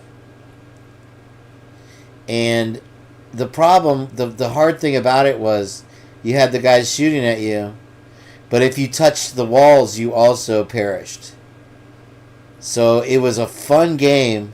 But I always hated that about the game because it'd be like you're doing good, and you all of a sudden you hit the. Now these are the Atari ones. That's the arcade. So the gameplay was pretty good. The graphics were great. But you would be doing well against the robots, and then you would touch the wall and lose a guy. Yeah, the Atari one looks crappy. Most of the Atari remakes were crap. Except I was talking about it with somebody the other day about, was it Contra? That was a great game on the Atari. And I guess he was saying he had a hack that you get like 1 million credits on it or whatever. But Berserk was the one, and the robots would chase you. What the hell is that? Look at that. And there's an intruder alert, intruder. And so they would be chasing you, and you had that scary voice. And then this came out about the same time as Sinistar, and they were a couple of my favorite games. Yeah, I think I played the. It got really crazy as you went up in the levels.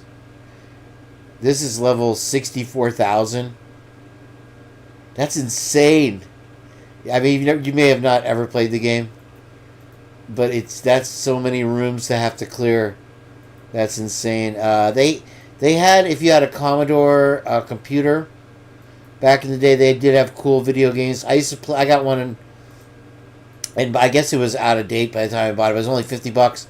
All I wanted was computer golf, and I bought the Commodore computer to be able to play golf, and we loved it. And it had Torrey Pines on it in San Diego, so we'd be in San Diego playing at Torrey Pines. And the only time I played at Torrey Pines, the first tee is directly in front of the restaurant, the 19th hole or whatever. And I'll show you.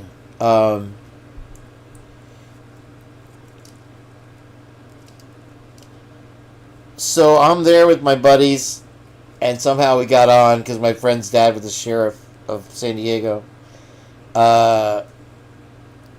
And I'm like, all right, cool. And I had a really crappy, B set of sticks to play with that somebody had loaned me just to play. And so I had this old wooden driver. And I get up there, I'm like, all right, I'm going to do my best. And I freaking hacked it. I totally shanked it into the woods. And you're right in front of, let me show you this here. Of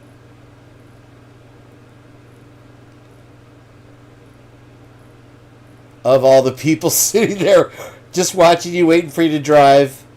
I guess this is the first tee, what it looks like. And my shot went into the crowd. I would have taken somebody out. Let me see if they show the... Okay, there's the clubhouse. And so, like, it's like one of these buildings here. I don't know if you can see my cursor. Let me look. No. But anyway, it's one of these buildings, and the first tee is this long... It's like a par 5 for the first hole. And you're right in front of this beautiful clubhouse with everybody. You can see them through the window watching you. Everybody's watching you. And I'm like, man... Good night, True Killer. Thank you for coming in. You slipped in on me. I didn't see you. It's good to see you. I wanted to pull up stuff from your channel. It's great that you're doing good.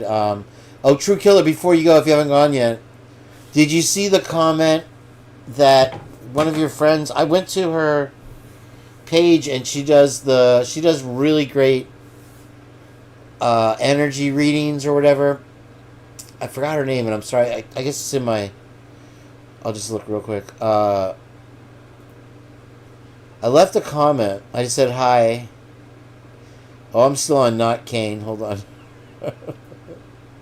Hey, here you can see behind the scenes over here there's all the Kane aliases. In case you wondered. It's all of them. Here, somebody can slow it down and get all my channels taken down. Excuse me. Interesting. It's about probably the... Let me look at if True Killer, if you're still in here. The Bad Actors did another one. I want to see that. And it was wild because I watched the video and I commented, oh hi, whatever. Just on the video, not in the chat. And excuse me.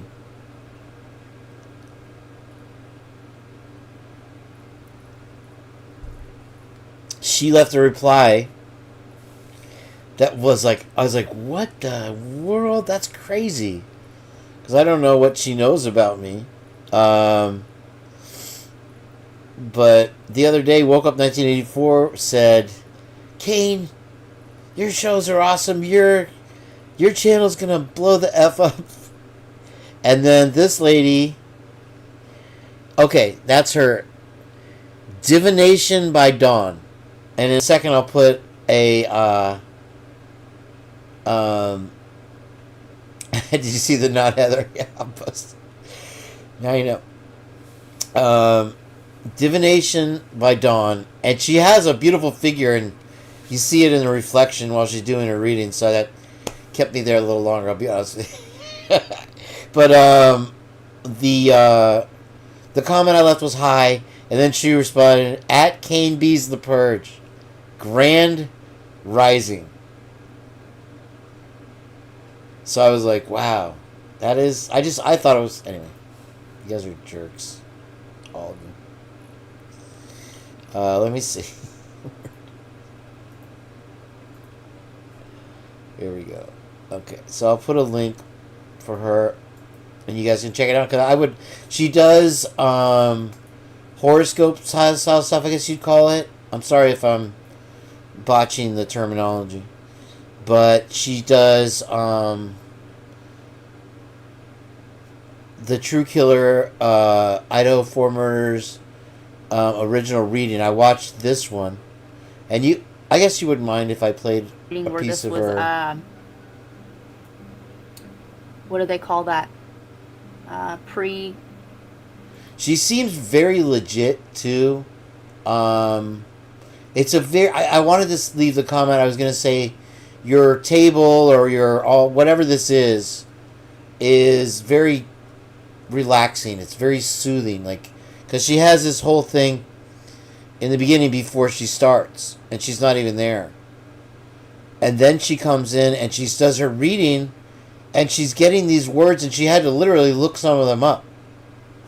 So that told me, I was like, she's definitely not BSing.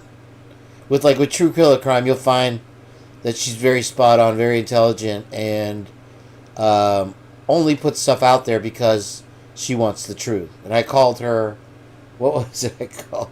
I said, True Killer Crime. I said, more like True Justice Warrior or whatever. And it was funny in my head. But she also, if you want to check out her channel, does horoscope stuff. And I watched the Capricorn. And some of them are shorts, and then she has more. But she did an Idaho 4 reading that was pretty amazing. So I'll play part of it. Were you plot on the murder beforehand? Yeah. Raiden is also used in the making of fountain pens, where master artists create unique stripe pens using small pieces of precious shell material. Pelicans, Suviron, M1000, and M800 models, those are giving me guns, right, are examples of fountain pens that use the Raiden technique. Each pen is individually signed by the master artist. Yeah, they're gonna tie the shell casing in with right where it goes from. Now right here I wanted to say that, oh, well, it's a shell case. It has nothing to do with the case, but if you think about it, you guys, there's a lot that we don't know. I mean, with the gag order, this is why it's important that the autopsy will not be televised. And we don't know, maybe there was a bullet involved. We're only going on what they tell us. And we have to stop listening, obviously, we have, to what they say. And so she right here said she had to look up the word Raiden. And when I thought of Raiden, I thought of obviously Mortal Kombat. Raiden wins, but she gives the definition. I'll scroll back a couple clicks here and let you hear how it comes up. And I'm really getting artists. What?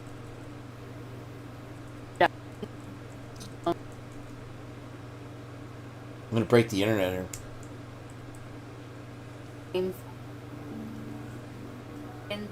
Or somebody. I don't know if I'll get a copyright strike for the music she's playing in the background. I'm not gonna bother playing over it. But yeah, she let them get so far. She heard that word, and she had to look it up. I mean, radar detector. It's like, okay, I don't know, maybe that's a trick of the mind or whatever. Oh, I heard a word and I have to look it up. But it seems legit to me. Very, very. Look at this table. These are these are very expensive cars. I'll tell you that right now. She takes this very seriously, and she has unusual artwork in the back. And I looked at it, I'm like, was that drawn by like her nephew or her son or daughter or something? And I wondered what significance that those had. I thought they were very interesting. And this one says, I think it says the tomorrow or to Tommy, the Tommy Jude. I don't know. But anyway, go on. Also makes me think of a cop. Something about a trap. A speed trap. They was high on drugs for sure, but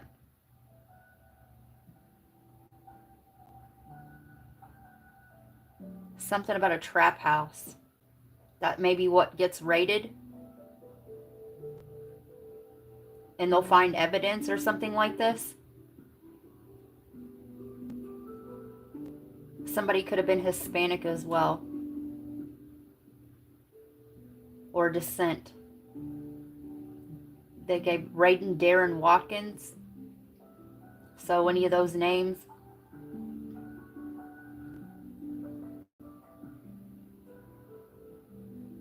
This could have also been an inside job, okay?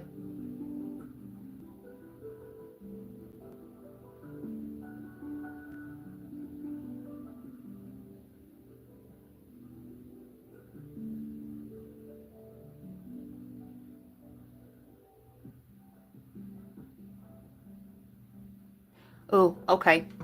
Raiden is a Japanese decorative technique that involves inserting mother of pearl or abalone shell into a carved surface of wood or lacquer, which is giving me liquor, right? The word Raiden is made up of the kanji ra, which means shell, right? Gun shell, and den, which means inlaid. So they're going to find the shell in somebody's den or something like that, the shell casing. The shell casing is what they may end up finding, the evidence, right?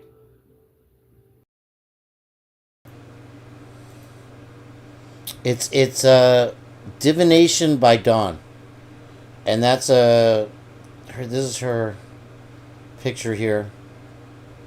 And if you look, she has various readings that she does. And I believe that True Killer's Crime was asked her to do a reading for the Idaho 4. And this is posted 8 days ago, but I don't know if it was from the beginning of the case and it was just kind of a repost because it says original reading. And then you can see here that she does the various horoscopes if you want to look at the ones that she has. Very... If you don't get anything else from it, she's very a soothing person with a pleasing voice. So it's very nice side that I came across, and maybe sub up to her, and I'll put that if you're interested in the chat. So well, she wasn't texting. She was looking up a word that popped into her head, and I thought that was pretty neat. Anyway, so there's that, and I'll continue on here. So Richard Branson has the balloon thing that they're going to make it a ride or a space balloon, you know, the elevator to the moon kind of thing. And I can only imagine it'll be successful, just like everything else that he's done. And you'll be able to go into space on this balloon, and there's no. I imagine it would be just right out of the atmosphere, with no propulsion systems necessary. It's just a balloon, and I'm sure the tragedy of that situation, the highest possible tragedy, is unbelievably extreme, taking a balloon into the cosmic rays of space. That's just me, though.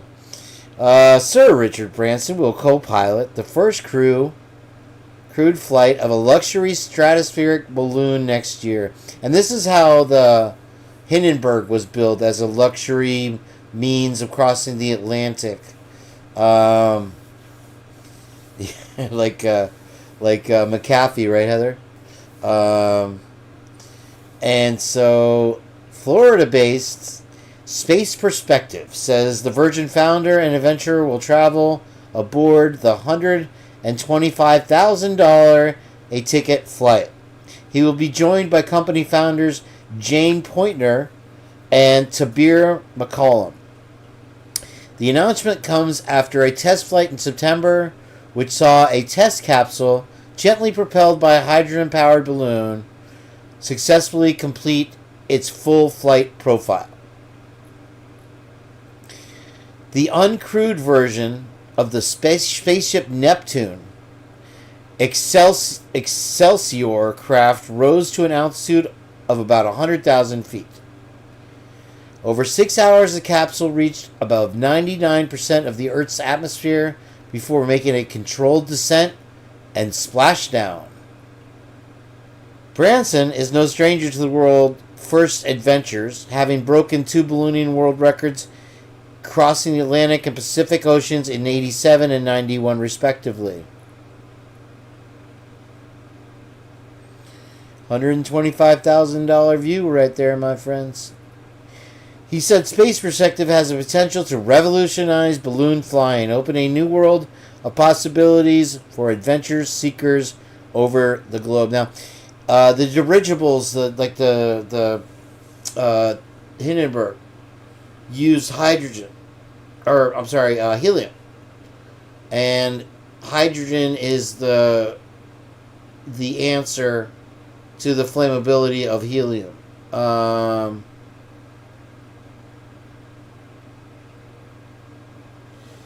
And so this is literally an extension of the dirigibles in a different format, but the same luxury setup. You know, they want it to be as comfortable. That will be strictly for the elite in the beginning, and then maybe the price will come down. Yeah. If you got that extra laying around, whatever. So you can go to the edge of the stratosphere. Some of the most magnificent experiences of my life have happened ballooning. So here's the crazy part. If it's on a balloon, and if you look at the structure of the ship, it has a pointed bottom, which doesn't seem to lend itself to a very comfortable landing. And it has to splash down. Now this just might be the test flight, what they did. And it looks like they have some kind of balloon support maybe once it's down. And I guess that they're at the maximum height, 100,000 feet, where they don't have to re-enter the atmosphere. But what in the world? It's a controlled descent. And you have to splash down? You would think it would just set down and you can get out and get back in your car.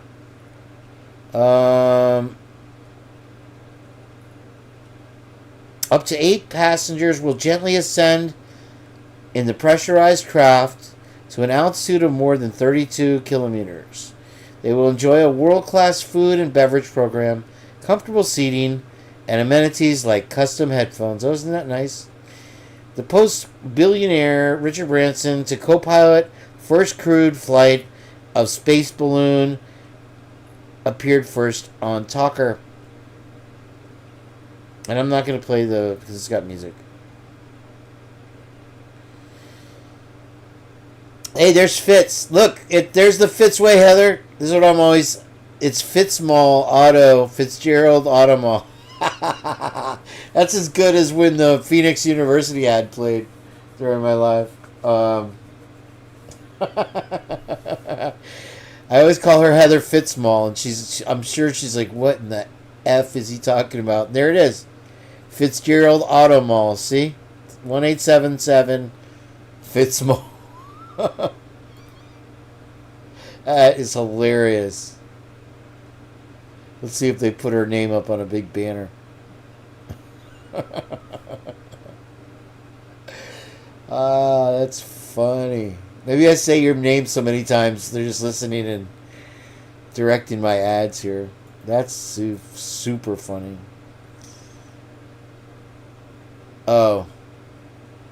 This is something different. private space travel. Yeah, there's music on it. I can't.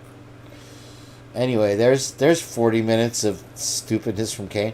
Check this out. Where do you see this?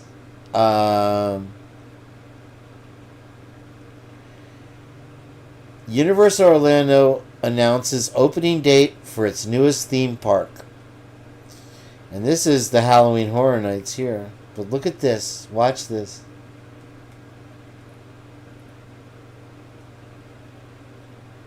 Not that. Epic Universe. Universal Orlando Resort's newest theme park will open to the public on May 22nd, 2025. The company announced in a press release so if you got an extra $125,000, you're going to want to go here. This is such a pivotal moment for our destination, and we're thrilled to welcome guests to Epic Universe next year, said Karen Irwin, President and COO of Universal Orlando Resort. With the addition of a spectacular new theme park, I don't want to give it away yet, our guests will embark on an unforgettable vacation experience with a week's worth of thrills that will be nothing short of epic. Our universe will never be the same, Irwin wrote. Reason travelers are disappointed on vacations, that's something different. Tickets for Epic Universe will go on sale on October 22nd, 2024. No word on how much that will be. Get ready. Here you go. There is Epic Universe Orlando, you guys. The new park will have a new level of theme park immersion and will have 5 themed worlds. Celestial Park, the Wizarding World of Harry Potter, Ministry of Magic, Super Nintendo World, How to Train Your Dragon, Isle of Berk and Dark Universe, said the release. Additionally, there will be 3 hotels and more than 50 experiences at Epic Universe, including rides, shows, and dining. Tickets to Epic Universe will be in a series of phases in order to manage demand that is expected for Epic Universe, and to ensure guests who visit Epic Universe and Universal Orlando have an incredible guest experience. During the first phase of ticket sales, guests will only be able to visit Epic Universe as part of a vacation package or multi-day ticket. Guests who purchase a multi-day ticket for 3 days or more will be able to visit Epic Universe for one of those days. So here you have it. You have the How to Train Your Dragon area, and it looks like it's got a pool and a wave pool or something, a lazy river maybe. And then you have the Wizarding World of Harry Potter, which I believe, does Disney have their own one there, or is this already there? And it's the Ministry of Magic. So that's a new one. That's new. That should be very cool. And then you have Helios. It's a motel or a hotel. It's a sleazebag hotel. Dark Universe. I don't know what that is. Super Nintendo World and Celestial Park over here. That should be very interesting. Why's it got to be Dark Universe though? You know what I mean? Look at that hotel. So you have to buy the tickets. That's the first time I've ever heard of any of that craziness.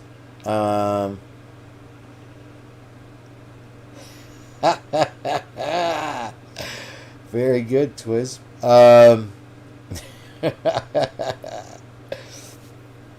Other ticket products, including a 2-day ticket to Epic Universe, will go on sale before the park opens. Those who are Universal Orlando annual pass holders will be able to purchase a single-day ticket to Epic Universe on October 24th. So you have to have an annual pass to do the one-day thing. If you just want to, I'm sure it's going to be well over $500 for a ticket to this thing.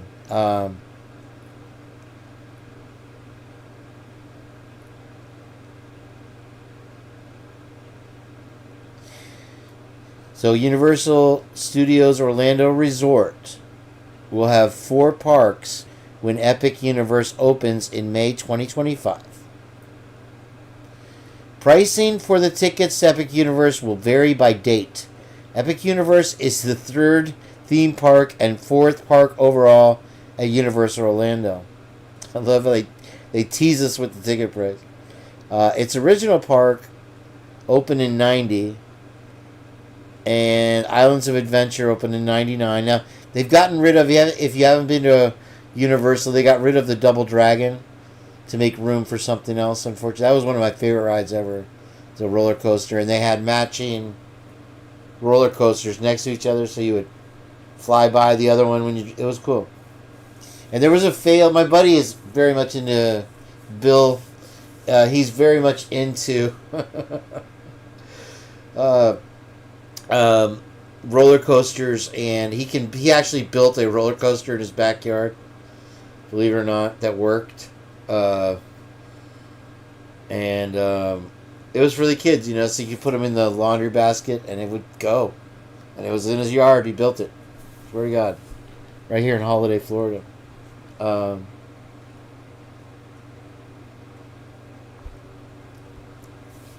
He said that, I never saw it, but I know the rides there. At Busch Gardens in Tampa, they have the cheetah roller coaster.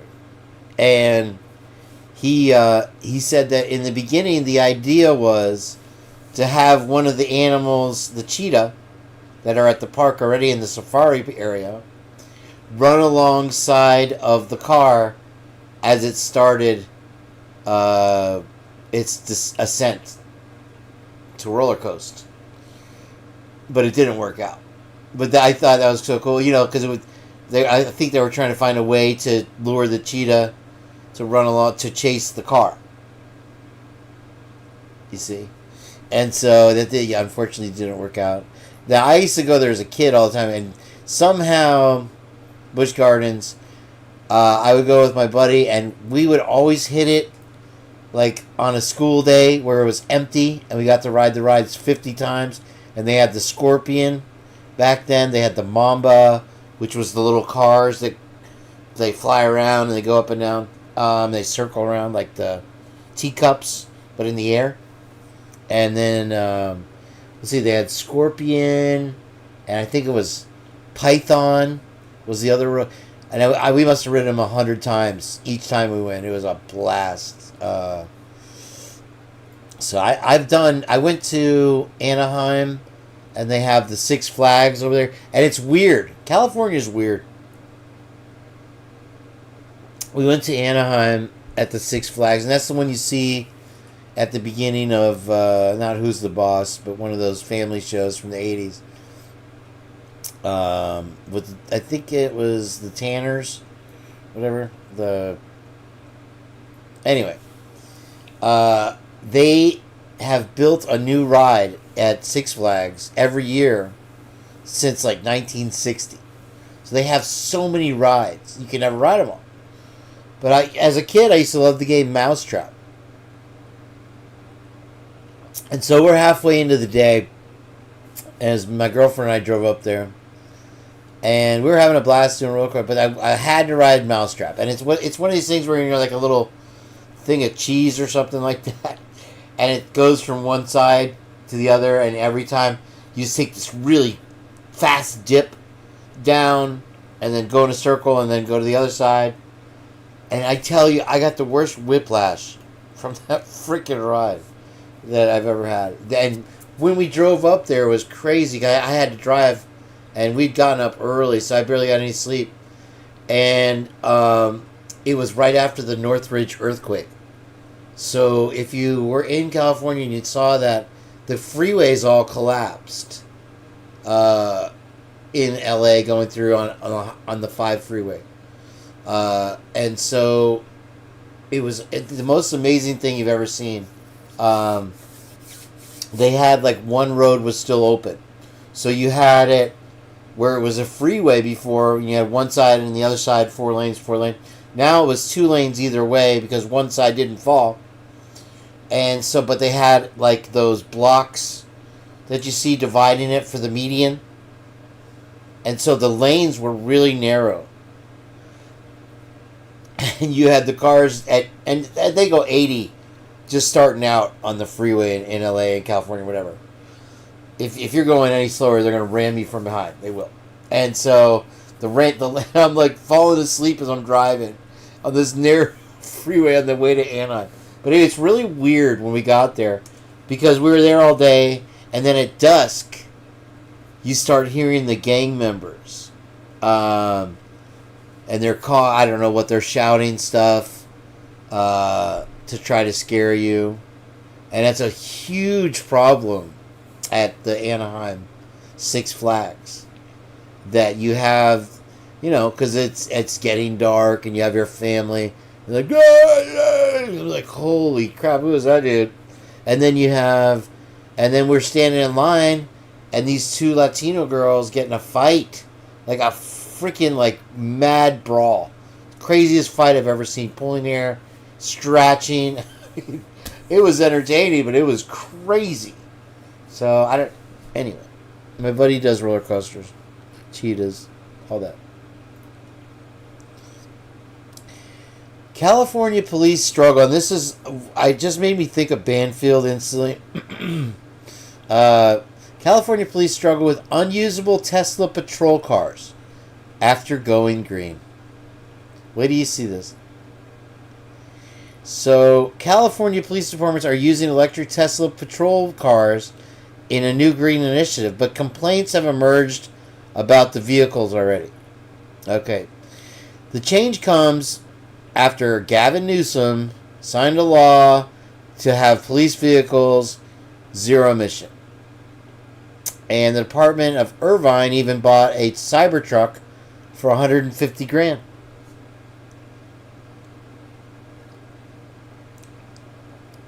It has led to a few learning curve issues, like considerations about the need for the vehicle to charge while a criminal is in the back. Terrifying. Oh wait, no, sorry. The Menlo Park Police Department bought 3 Tesla Model Y cars for about $50,000 per vehicle. Though Police Chief David Norris has said that these are not of the patrol cars of the future. In a published city report, Menlo authorities claim the officers appreciated the acceleration, steering, and speed, but that there are issues off-roading because the autopilot safety not letting the police ride on curbs when needed. And there's the Cybertruck for $150,000. Additionally, the size of the car leads to practical issues like their police belts and bulletproof vests jutting onto the passenger seat. The equipment overhangs the passenger seat, making it nearly unusable. This is not an immediate issue as the current patrol operations do not employ 2 officers in every vehicle, but would limit the ability to transport personnel or change operations in the future. In particular, the passenger seat space would not allow training officers to comfortably sit next to a trainee for a 12-hour shift, preventing field training for new officers. The rear seats provide little room for anyone detained or transported in the back of the car.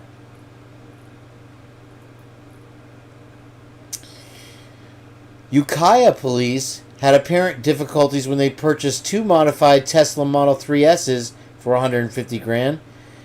There were issues with charger availability and only room for 1 prisoner. Now, they do have a hydrogen fuel cell I showed on my last show. That Toyota, it's like a, where's that thing? Twiz is always telling me to charge my charger. But this is the, one of those battery chargers that you get for your phone. Okay? And it literally looks like a bigger version of this, but it's round. And you stick it in the gas tank or the charge port of the electric vehicle, and you don't have to use the stations anymore. So that's Toyota's the answer. So that should get resolved. We'll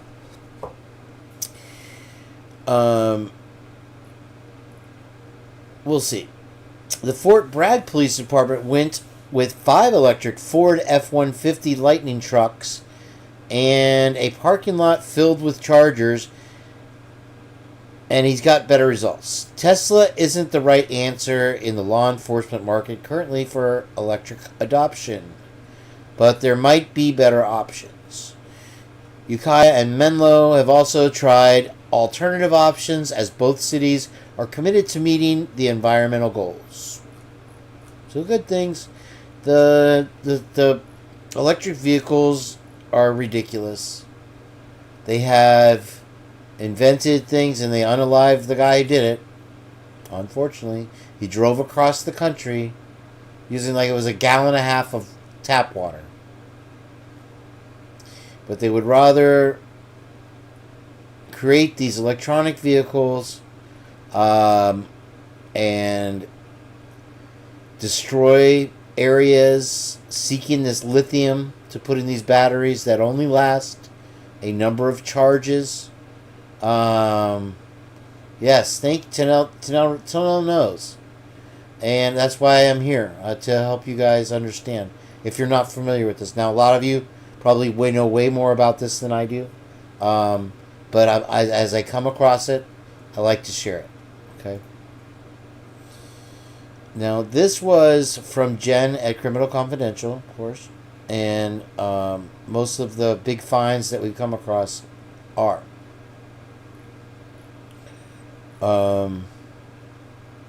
Or either that or Heather. And this was the thing that Chief Fry referred to. I think that actually Bubbly sent me this. I'm sorry. I do have something more from Jenn. That's why I got distracted. It looks like just like this, but the duties of the sheriff, or the code. Okay. And he had said that the code for the sheriff, since he wants a new jail, is to maintain a jail. It doesn't say anything in here about building a jail. But he said that's it. Period. The code of the sheriff is to maintain a jail. And like I said in the previous video, sorry to keep saying that, but the jail in Latah County is perfectly fine. It has some system problems. Structurally, it's absolutely... They're not saying a damn thing about the courthouse that rests right above it. Okay? So in my opinion, Fry is playing dumb in saying that, he didn't know anything about it. 2 officers came up to me and said something about the jail closing. I didn't know. Yeah, right. Oh, man. Beachfront property, thank you. Oceanfront. So, structurally, it's fine.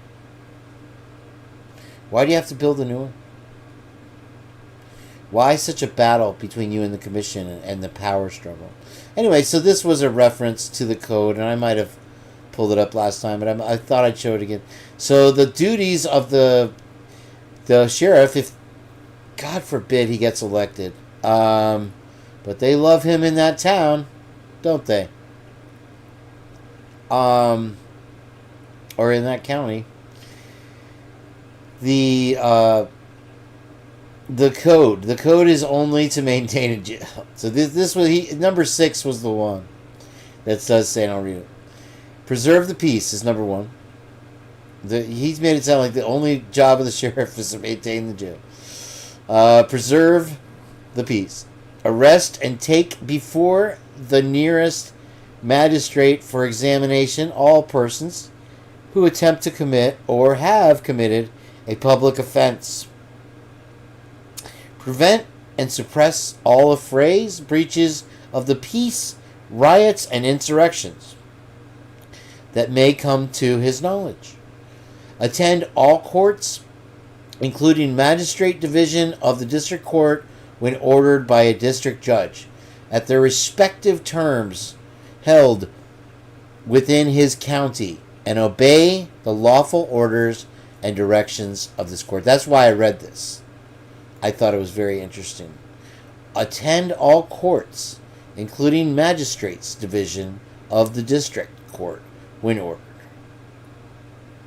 Command the aid of as many inhabitants of the county as he may think necessary in the execution of these duties. Number 6. Take charge of and keep the county jail and the prisoners therein. And then the rest of them are just like stuff you would expect.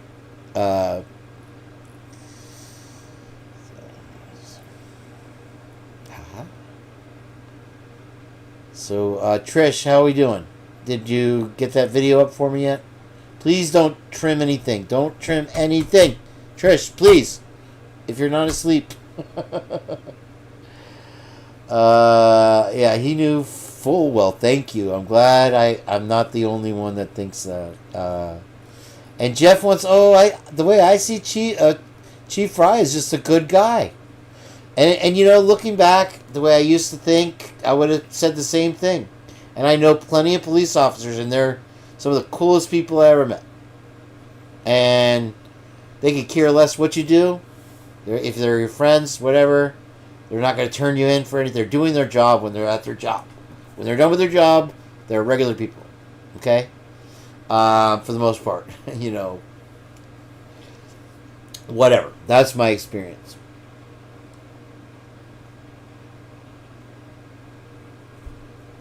This guy is a power-hungry son of a bitch. And he wants to reign freely. Now, guess what? Guess what the problem is? If he is connected with this Christ Church, and he wants to run with free reign of autonomy from anyone other than the only people's ass he's got to kiss are the commissioners that give him the money. What kind of power does that give that church? What kind of power do they already have? Right there in the city of Moscow. Now it's county. So it's expanded. It's already growing. It's going across the country. And it's growing right there. So county-wide now, what power does that give Doug Wilson if this is his puppet? Which clearly it is. Clearly it is. This is my opinion. This is all conjecture. I'm here to slander anyone that speaks against it. No, I'm not here to tell you these are facts, but this is a freaking fact. Okay? And so you have a very conservative side in Moscow. You also have a very liberal side. Guess who's going to pay the price once he's up there? And he can do anything he wants. The only people he answers to, him and his wife. His wife has just as much power. She has, if I play this video, the guy... Oh, that's on Insta. The wife has like 7 jobs. And she has just as much power. And she said, is there a struggle between the two of you? No, we stay out of each other's way, more or less. And I'm like, man, what a power couple, right? Hi, CBI Crimes. What are you laughing about?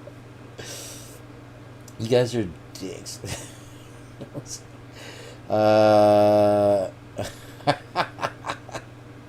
CBI Crimes. Is it a hairless? That's hilarious. Okay, so I'll go on. Anyway, I'm gonna leave that open because maybe I'll log in. Okay, so here it's in the beginning. I'm not gonna bore you with this whole video again, even though I hope that you do see my insight was clearly on track. And I think that I'm not going to say her name, but the bubbly of Waters was well ahead of me, and she puts little crumbs out for me. She's a much smarter person and does much more research than I do. And she puts out little crumbs for me, and I kept looking at it, and I kept saying, And it's only because I had the experience as a videographer that I knew that these people tend to reuse the people that they like. They tend to stay within their own circle. And this guy is in the circle, and the finger points. Him went that way. You feel me? So let's see. Where was I? Instagram, that one. And let me see, because if somebody wants, I just want to have this in the video, in case this video disappears next. The list of jobs, and he talks about it right here in the beginning. So I won't torture you with the whole thing again, but it definitely paid off. If I hadn't watched that whole thing, I never would have put 2 and 2 together on that. Running an independent campaign, which is always interesting to me because you don't really hear about that except sometimes on the local side of things. Yeah. What has that experience been like so far? Well, it's interesting. You know, you're kind of a one-person show. You don't have the party behind you, and you're out doing a lot of stuff on your own. You're putting out your own signs, which, you know, a lot of candidates still do that, but without the help and the backing behind that, it just adds a little bit more maybe stressors on that candidate. Mm-hmm. And what's been the most stressful part of the campaigning situation so far? I don't know if there's been a stressful part. You know, obviously funding. You know, when you're backed by a campaign, I think it's probably easier to raise funds and stuff.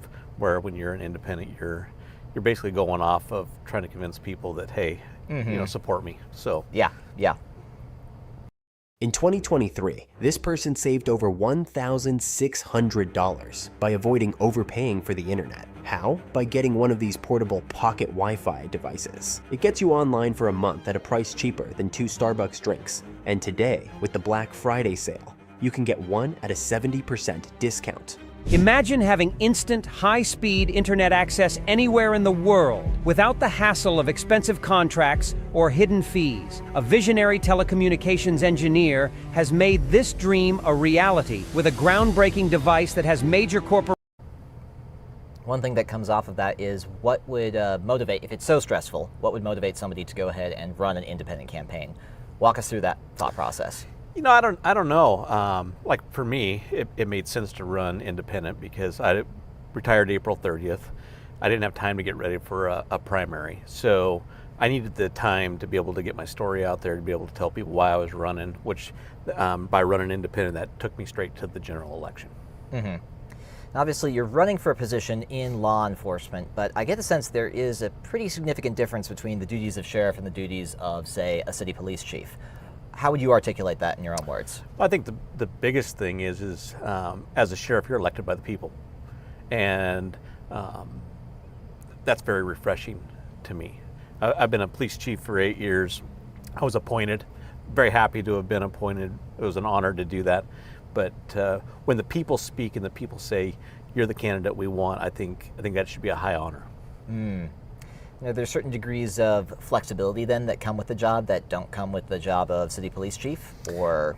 Well, I don't know that there's flexibilities. We still have to uphold the law. We still have to uphold the Constitution. We still need to do all those things that the city chief, the city chief of police does. The sheriff has to still do that. We're still running an organization. We're trying to plan for things. We're trying to look into the future to see what problems there might be that we need to fix. So I think just the biggest difference is you are elected by the people and you answer to the people. Mm-hmm. And when it comes to conversations that you've had with the people so far, what are particular problems that they associate with law enforcement that you have either heard about or that you have heard prior to this campaign that you want to pay particular attention to? What does that landscape look like? Well, as we go out and we talk to these communities, one thing I keep hearing is why are deputies not in town more? Why are deputies not getting out and meeting people and greeting people? There's one community that is looking at maybe getting their own law enforcement and not being in the contract. So if that happens, I don't know what the funding model looks like, but they may lose a deputy because I think those contracts pay for one deputy, which is a whole nother problem. So I've been talking to that community and I've been saying, hey, wait and see if I get elected. Let me try to fix some of your concerns, fix some of your problems. Mm-hmm. in a situation like this, where Yeah. a community might be looking for their own law enforcement system, you're describing it in terms of contracts, which strikes me as maybe more of a financial situation on the side of the county, but you're also mentioning people aren't showing up in communities, which strikes me as more of a social, political thing. So each small community contracts with Lake Tahoe County for their services, and then there's a budget for Lake Tahoe County where they just do general patrols and stuff. So when people start talking about not having deputies in town or not seeing deputies in town, there is contract hours. So there may be 20 hours a week that the deputy's supposed to be in that community. But there's also other hours that other deputies could be in those communities. They could be in the schools. They could be doing other things. So some of it comes down to, I believe in the community policing philosophy, where we need to build relationships, we need to build partnerships with our communities, and that'll be one of the things that I'll be working on. The other thing I'm going to work on is, I call it a community cares team. So I want 10 to 15 people in each community that really care about the community to be able to meet with me and the command staff, maybe every 3 months, just try to fix little problems before they become big problems. Interesting. Okay, that makes sense, especially just because of, like, a lot of people don't really, because they aren't in law enforcement themselves, don't have an understanding of what models would go into how people structure out their police force and what people do. And if they have an antagonistic relationship with the police, then that's one thing. There's just somebody that you got to look over your shoulder for. If they have a super friendly relationship with the police, that probably inspires more of the cooperation, transparency side of things that you're looking for, or rather that it sounds like you're looking for. Yeah, and I think that's when we start creating those relationships where people call you. Instead of I'll just deal with the problem on my own. When you build trust with the community, they call you with their problems. They want you to try to help fix their problems. So I think it's very important. And I guess when you're looking at this as a problem that you would like to address, are you looking at it as a problem that has sort of come through the existing establishment when it comes to the sheriff's department, or is it something that a lot of communities are facing in terms of, just generally as police everywhere, we need to do a better job at this particular thing? Well, I think it's a combination of both. If you're doing your job right, and I guess this would be an interesting point with two people running against a sheriff. Most times people don't run against a sheriff if people think the sheriff's doing a good job. And I understand that. Why would you put yourself out there to basically be criticized by people, questioned by people all the time? So I think every community, every police need to continue to build those relationships. Now sometimes they do get fractured. Sometimes it's tough. That's our job then to come back in and try to build those relationships back. I think particularly on the Moscow side of things, there are a couple different recent events, or relatively recent events, that people kind of associate with you and or your policing operations. The first one, the more recent one of the two, would be the situation with the Idaho 4, which looms large, and a lot of people mind some people very significantly. And a lot of that was done, of course, behind closed doors. There's a lot of stuff I imagine that you probably still can't discuss today because of the trial not being released yet. But from what you're able to discuss, kind of from the beginning of events sort of through the events, unpack sort of the types of decision making that you were focused on, and basically how did that shape you as you had to deal with that situation as it was developing? And that's a tough one because there is a lot of things I can't talk about still. We've been very quiet about that. One thing I can talk about a little bit is just how we dealt with the... Watch this coincidence. National media, it's one thing to deal with local media. It's another thing to deal with national media. And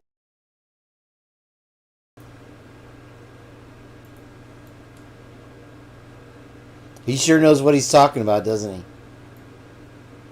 It's one thing to deal with you, local media, and another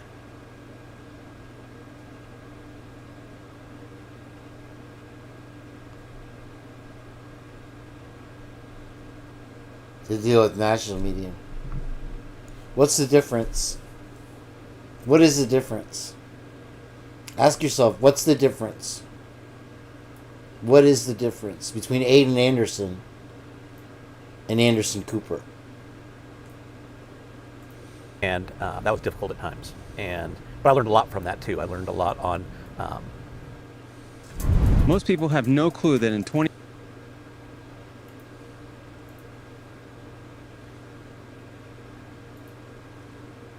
I made a lot of people mad on social media and in the media because I wouldn't talk. And we did that for a specific reason, and I'll stand behind that. But there was a lot of decisions that were made, just daily stuff. We had to go purchase things. We had to go, buy hard drives and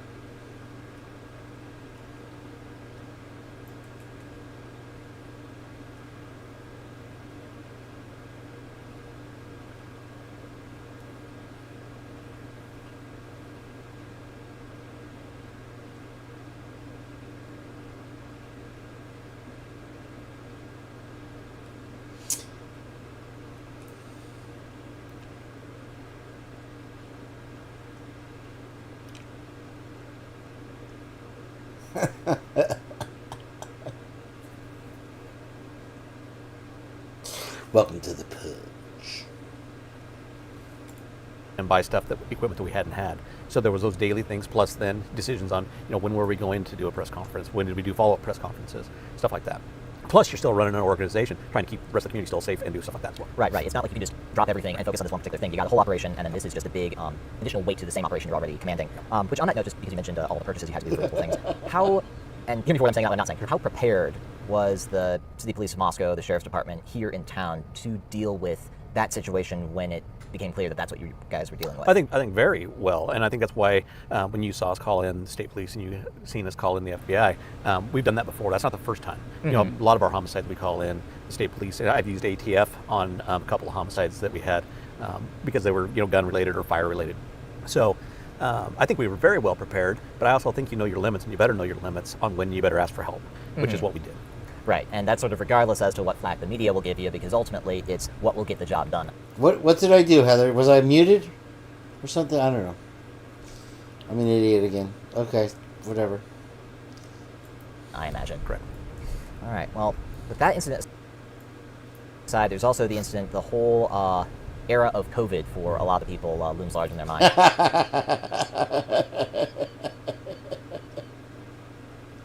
Here it comes. As regards community policing, various mandates that went into effect during that time. He really squirms his way out of this. And I wanted to mention tonight before I finished with... Sorry I didn't do it when True Killer was still in here, but she has her moniker on her banner. If you look at her... Somebody put a link for you. It says something to the effect of, I'm very observant, and I just sit back and watch you to see whether you walk or you slither.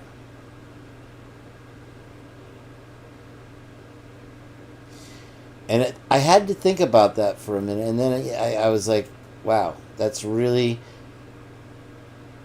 And what I see here is Slytherin. It's very much Slytherin. He is slithering. He's a squirmy, slimy, greasy, secretive son of a bitch. And these are just my opinions. And I'm not here to slander anybody. But we all have to admit we have these same feelings, and I'm just here to say it. Okay?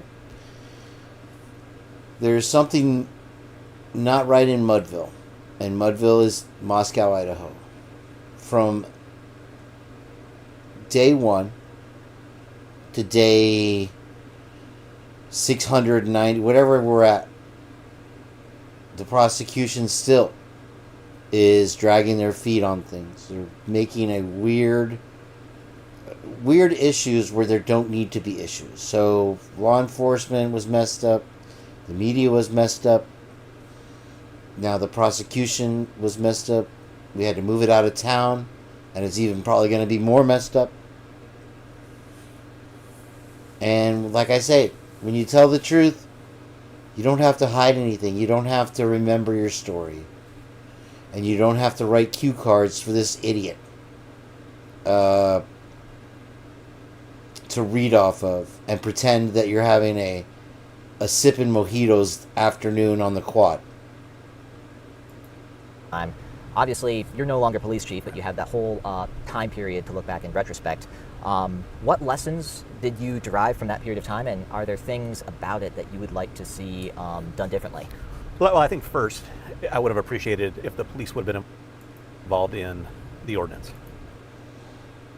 Okay, he enforced the shit out of that ordinance. They arrested the church people of the town. And this is a backpedal again. Hey, Angel D.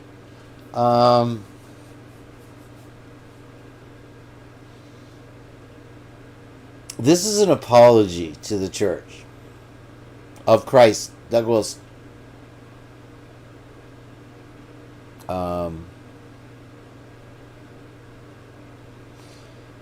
And he's slithering right now.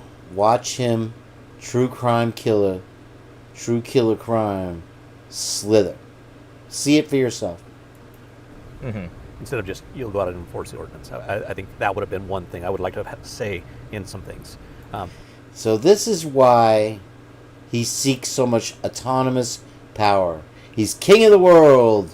Once he's county sheriff, and him and his wife are in control of everything. They have to answer to no one other than the people that are on the commission that control his money. It's not the people. He doesn't have to answer to the people that provide the money. Only the ones that control it. We could have brought up what problems we might run into, what issues we might run into. Slithering, even at a fast speed, slithering. As far as that situation goes, it was a new time for a lot of us. Now, looking back, hindsight's 20/20. I think, we have to, or I have to. This is like the most awkward moment of the interview. Breezed right through the Idaho 4 stuff. Look at how the tension.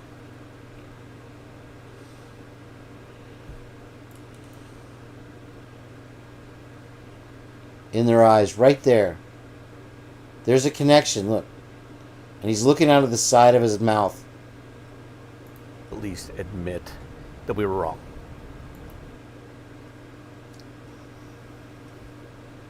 Well, you had to admit it in court, so you might as well do it while you're having mojitos on the freaking quad there, buddy pal.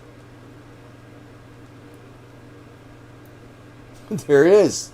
And a lot of people don't want to admit they're wrong, but when a judge rules against you, I'm under the firm belief that I have to accept that. And I have to accept the fact that we were wrong, and that's... So are you wrong because the judge ruled against you, or were you wrong because of what you did?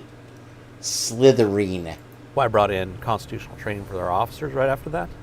I've continued to do constitutional training for myself, and I'd be curious to see if the sheriff has done that. Because the reality is the Constitution is an important, very, very important document and piece that we have to uphold.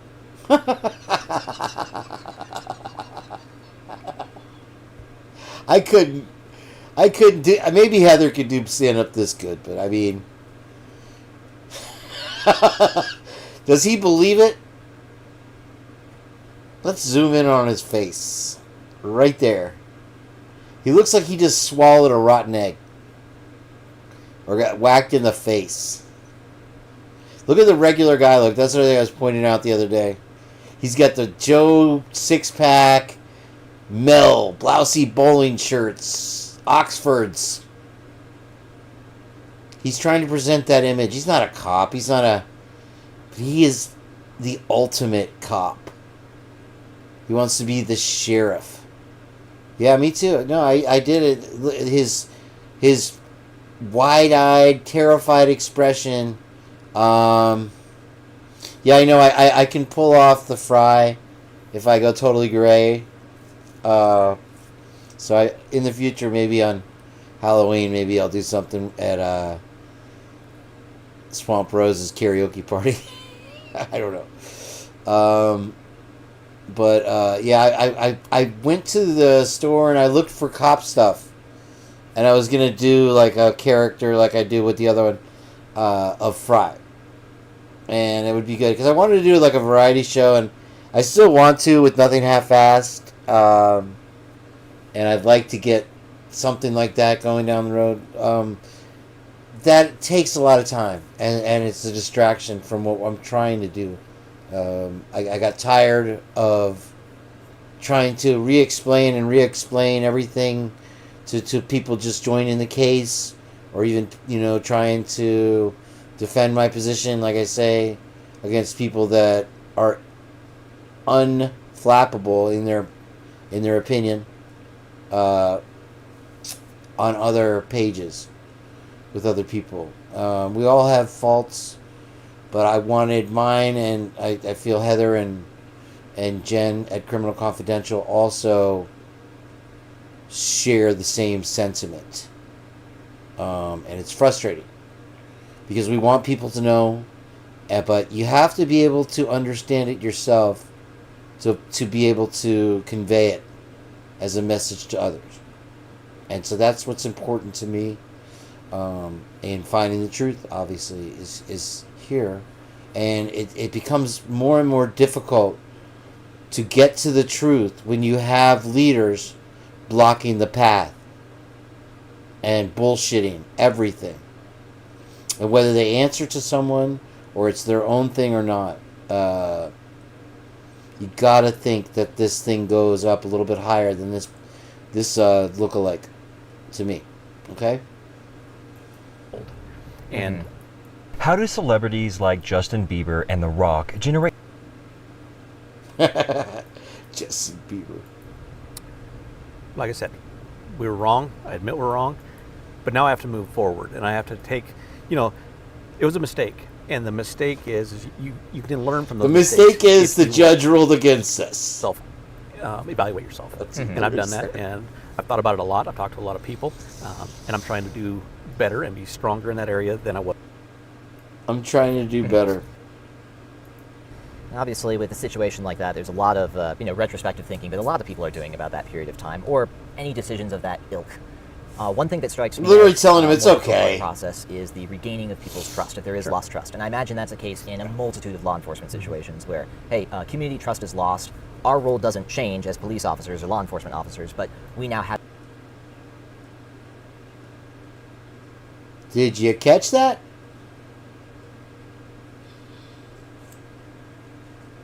Community trust is lost. Our role doesn't change.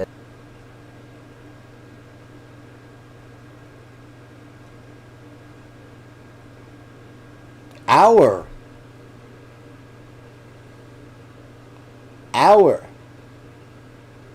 role as police officers or law enforcement officers, but we now have this added burden of convincing people that we're doing the right thing, so to speak. Right.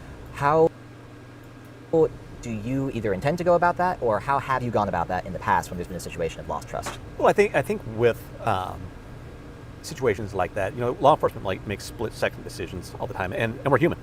Mm-hmm. And I think people forget that. I think people forget that sometimes we're just human and we make mistakes. But I think that's where you got to reach out. I think you got to start building those relationships back and try to build that trust back. You got to talk to people, and you got to be willing to talk to people. And those might be some uncomfortable conversations, right? Mm-hmm. But if you're willing to have those conversations and at least talk about it, and we may not agree. You want to talk about uncomfortable conversations? Agree at the end. Watch when the bee flies near the Aiden. But I would hope that people would go, at least that person's trying. Mm-hmm. Yeah, they're looking at somebody taking the first steps in the right direction, maybe so to speak, and the hope is that they would, the other phrase that's coming to mind right now is throw you a bone, or at least give you the benefit of the doubt to see the change take place. And I imagine there's still going to be skepticism in some areas just because, well, it's tough to vote somebody in if you're just going off of promises, and that's their skepticism in mind. And unfortunately, we've watched that go wrong many times in politics, right? People promise stuff. People promise that they've changed or whatever. Mm-hmm. And which is exactly what he's doing right now. The proof there will be in the daily duties and how things are operating. I'm gonna try to get better. But I won't, because I will be autonomous and I will only answer to the commission. Right. Which I guess brings us to obviously you've been in policing for a while now. What have your interactions with the Latah County Sheriff's Department been in your capacity as a police chief? Always very good. We have a joint SWAT team because neither of us are big enough to have enough personnel to run a full-time SWAT team. So it's a additional duty that people have. But I've never had any problems. We work very closely with deputies. We work very closely, even the admin has worked closely. So I wouldn't say that there's any issues with our relationship. Mm-hmm. We've worked on building that, but we do that with Idaho State Police. We do that with our federal partners as well. You still got to continue to work on those relationships. We're all trying to do the same job. Mm-hmm. And I think that's how a lot of people tend to look at it, as just this big blank slate of law enforcement, as opposed to the variety of subtle but distinct variations between the different kinds of law enforcement, both in terms of capacity. Like Moscow police can't go outside a particular boundary if they want to continue doing their job, but the county can go back and forth between the cities and that sort of thing. So he literally expects us to believe that those are his thoughts. Like I sit there and I think about the duties of law. Give me a freaking break. Actually, we can at times because we back them up a lot of times. So all of our officers are deputized by the sheriff. So like if we get called, we go to into the county to respond to domestic violence calls. If they're way out in Beauville, we'll respond to those to handle them until they get there. So we do actually step out into the county. And with a joint SWAT team, we need to be deputized so that our SWAT team members have the authority to be out there. Mm-hmm. But if I'm understanding that correctly, that comes from the county deputizing you guys, so you can go out into the county. Okay, Yeah, that it's makes sense. not just a given. Yeah, so city stays within the city limits for the most part. County can be anywhere in the county, and state can roam all across the state of Idaho. Gotcha, just making sure. I don't have a whole ton of experience interacting with the state police. I had, in my conversation with Chris Middleton, there was a little bit of explanation of some of those territories, but he has far more experience than I ever will at this rate. I guess one thing that comes to mind just based off of that is interactions with, obviously you've got incumbent Sheriff Richie Skiles, and you've got newcomer who's been in the office, an officer for a while, but isn't currently looking to become sheriff. What have y'all's interactions been like throughout this camping season? Well, really just at the forums, and we're all very civil to each other. We in the end, we all still understand that we're all law enforcement, and that there still needs to be respect there. And I would imagine there's some element of wanting to make sure like there's no need for infighting when you're all ultimately on the same team for the objectives of the job that you guys are at one level competing for. And I would agree with that. I think there still needs to be things called out, though. Such as this jail. All right, well, tell us about that. Talk about it. I've heard for years that we needed a new jail or the jail needed to be worked on. But prior to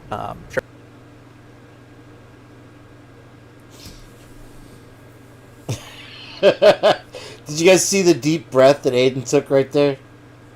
He's bracing himself for the coming storm. Look at his eyes. Look how awkward that interaction is. I've heard for years that we needed a new jail or the jail needed to be worked on. But prior to Sheriff Skiles taking his role as sheriff, such as this jail.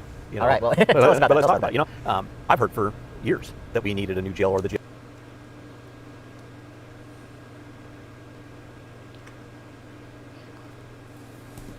He will go on to say that he's done every job possible in the police department. Obviously, he has all his officers are deputized for the state, the county.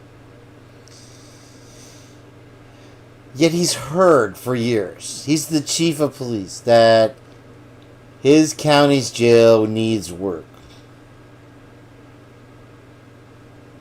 He's heard that. Jail needed to be worked on. But, prior to Sheriff Skiles taking his role as sheriff, he was talking about a lot. And in the last 8 years, we haven't heard anything about it. So now we're in a situation where county commissioners are going to decide whether the jail is going to be shut down. I think that needs to be called out. I think we need to talk about it. Called out. Calling out the commissioners. They are the enemy because they control his money. Everybody talks about being transparent. Well, it doesn't seem like... Everybody talks about being transparent. We've been here. Some things are being very transparent. Right, and I can see how it could technically have met the definition of the word transparent. Isn't that funny? There you can clearly see the cue card version that this is. Right, because they were very clear about when the meeting was going to take place, that they were going to discuss it. They made the link for the live stream available to everyone as much as possible.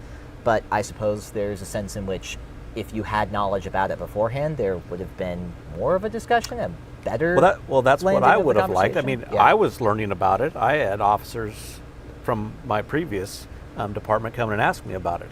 And after 2 officers asked me about it, and then after a sheriff from our area called and said, "Hey, I hear your jail's closing down. Is that true?" And I said, I don't know, but I'm going to find out. And then I posted it on Facebook. And he posted on Facebook to cover his tracks that he didn't know. Hey, I posted on Facebook that I didn't know. I'd heard something about some jail where we take our prisoners. Then all of a sudden, we started having conversations about it. So it makes me wonder how transparent there's some interesting are we? timing there. Yeah. So yeah, they're not transparent yet. Watch right here. Sure. Did you sit in on the conversation that they had about the jail? Yeah, at all? the last okay. one. What is... So he did know. He didn't heard. He sat in on the meeting. Sorry, didn't mean to raise my voice and wake you up, but... What were your takeaways from it? Hold on. I think they have a lot of planning to do, and they need to start looking at what the best option is. And I think everybody needs to be at the table for that. I won't get to be at the table for that unless I get elected. But Chris Middleton and I may be inheriting this, so I would like to at least know what's going on. Right, you want to be aware of the situations that you're taking on when you say, hey, I want to be the man for the job here. Right. It does strike me that the jail situation plays very heavily into the county financial conversation. maybe more so, well, depending on how you look at it, maybe more so than it plays into the roles and duties of sheriff conversation. But at the same time, it's being brought to a lot of people's attention at this particular moment, and so not a lot of information is going to be available on exactly how it would all map out if one situation were to play out versus another situation were to play out. So no doubt, the funding portion of it falls into the hands of the commissioners, right? Because they are the ones who oversee the budget. If you go to Idaho Code, though, Idaho Code says the duty of the sheriff is to maintain a jail, period. Mm-hmm. So when you are tasked with maintaining... Period. It's actually... Let's look back.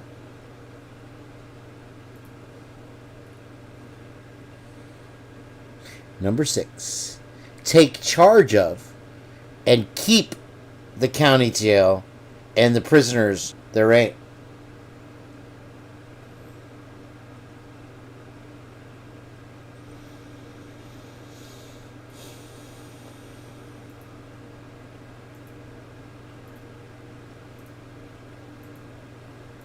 Maintaining a jail, that's your responsibility.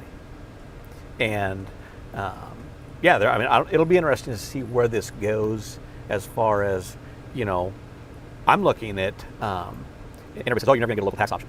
Well, I think we got to still talk to our legislators and try to get that, because at least then, anybody that comes to town, buys gas, buys groceries, it's going towards that. Mm-hmm. And I don't think there should be an open book on that. I think it should be, we're going to build a jail. It's going to be for this time frame. We just talked about transparency, didn't we? I think there should be transparency.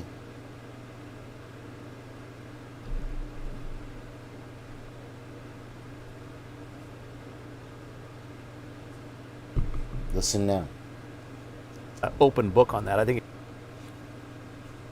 it's going towards that. Mm-hmm. And I don't think there should be an open book on that. I think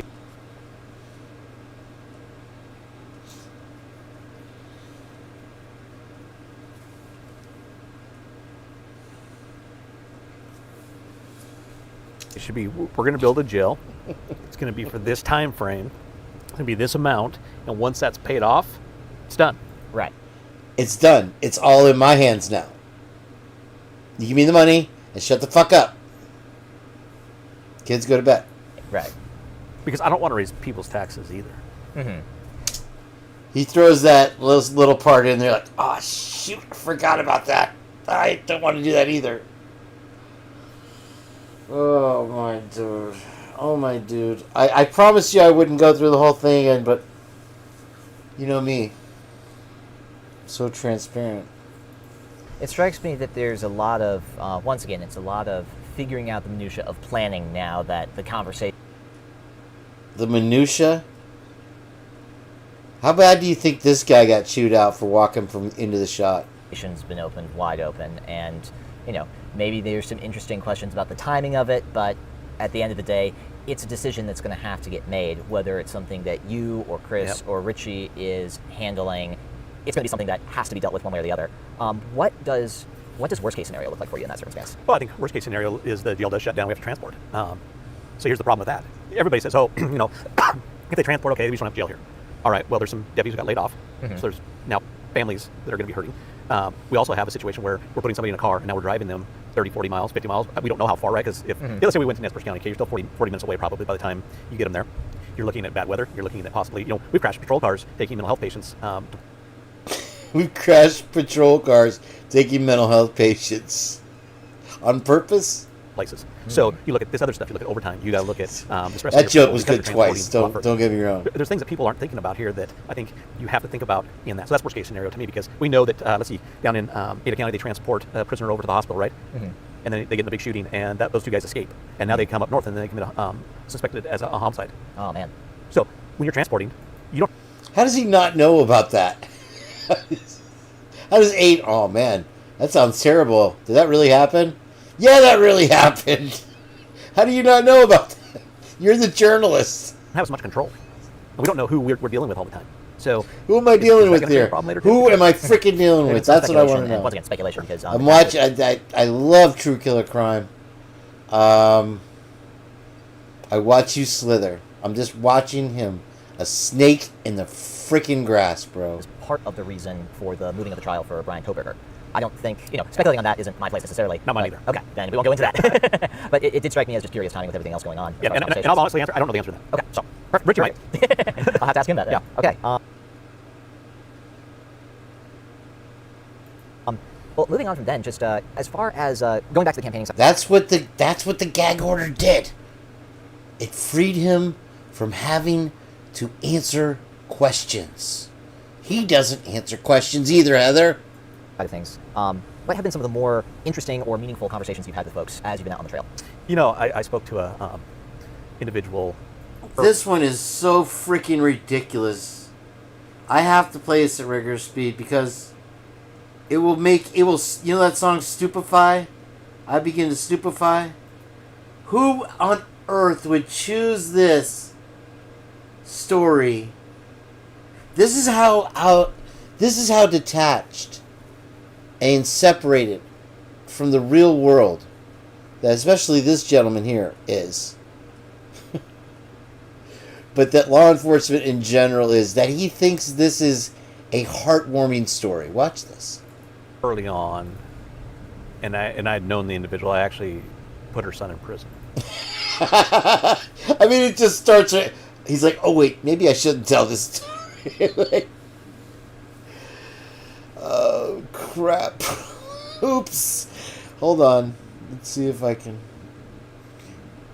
I'd actually put her son in prison. But what a connection we had. We spoke for hours. She said some things to me, and I said some things to her. Watch. I mean, it's literally what happens here. Look at his freaking eyes. Oops. And when I introduced myself, first thing she said was, "I'm not voting for you." I said, "That's fine." First thing she said was, "I freaking hate you." For an hour and a half, we had a conversation about just some stuff that she wanted to tell me and some stuff that I got to tell her. Oh, and crap. In the end, she goes, "I'm probably still not going to vote for you, but I'll consider it." I'm going to put down right now, for history's sake, that this interview is the worst decision he's ever made. That any person in politics has ever made. I want to grab that water glass and throw it at his head. This thing is just so... What kind of clown thinks that this story makes him relatable in any way? This makes me hate him more. So that's an interesting piece, and maybe she won't vote for me. That's her right. That's the beauty of going to vote. That's her right. I can't force her to do that. Anyway, I'm sorry. No one knows what you vote when you vote at the polls. It's comedy night in Moscow with Chief Fry. Right. Dogs barking, driving you. Oh, dude. I needed a commercial right there. Please, Lord, no. No more. It's always enjoyable talking to people. Oh, it's so enjoyable. What an enjoyable conversation that must have been. It starts with, "I put your son in prison. I hate you. I'm not voting for you." And then it somehow turns into an watch. It's always enjoyable seeing what their concerns are, because really in law enforcement, you put my son in prison. Problem solvers. I'm sorry. But you have to be a proactive problem solver. You can't just be a maintenance department where we just do the same thing every day. You have to start looking at what problems are there in our communities, and every little community is different. Julietta's got a little bit of an incident going on right now, right? We talked. Here we go. About that a little bit earlier. That's a problem, right, in that community. completely segued out of the conversation that he started. I hope law enforcement is in there at least, trying to work. And there's some things you got to wait for the vote and all that stuff. But are they there helping to try to keep people calm? Because there's a lot of high emotions on stuff like that. He had one of those the moment you realize moments just now. You can see it in his eyes. Watch. Because there's a lot of high emotions on and stuff like that. Right there. That's his tell. That's his tell right there. Right there is his tell. Just because it's Idaho, you hear some of this sentiment more frequently than you would in other places, but we're talking a lot about, the community involvement of the officers in place, and I can see a lot of people having a negative reaction to that just because it's isn't law enforcement just supposed to jump in when there's a problem? Like, aren't they just supposed to leave us alone otherwise?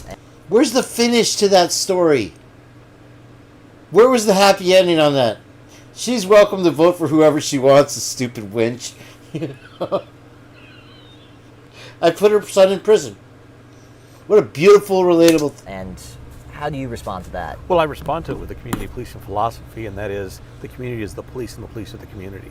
We work together as a partnership. We can't be everywhere. We can't do everything. So we need the community to be our eyes and our ears, and then trust us to call us to deal with those problems. There you go. We need the community to fish hook us in the mouth. We need the community to trust us. They don't. We know that. Dong, dong, dong, dong. Makes sense. Well, one thing that comes to mind, let's talk about a hypothetical future for a second. So let's say you are elected. Are there any particular policies or actions that you want to take immediately upon receiving that position that you think are critical to what's going on? Well, first of all, I think we're going to have to figure out this jail. Watch. And hopefully that bee doesn't sting you. Oh, that would be fine. But so I think we have to be a part of that. It landed on his head. I just saw that. Can you see it, guys? Can you see my cursor? Yeah. Look where my cursor is. There's the bee. It landed on his head. I'm surprised. Look, Fry's ready to smack it off. Hold on. This bee landed on his freaking head. I kept trying to look to see where it went. But check out the tension. That's the most awkward moment I've ever seen in my entire life. Watch. Hold on. Upon receiving that position that you think Listen to the laugh. are critical to what's going on. Well, first of all, I think we're going to have to figure out this jail thing. And hopefully that bee doesn't sting you. Oh, that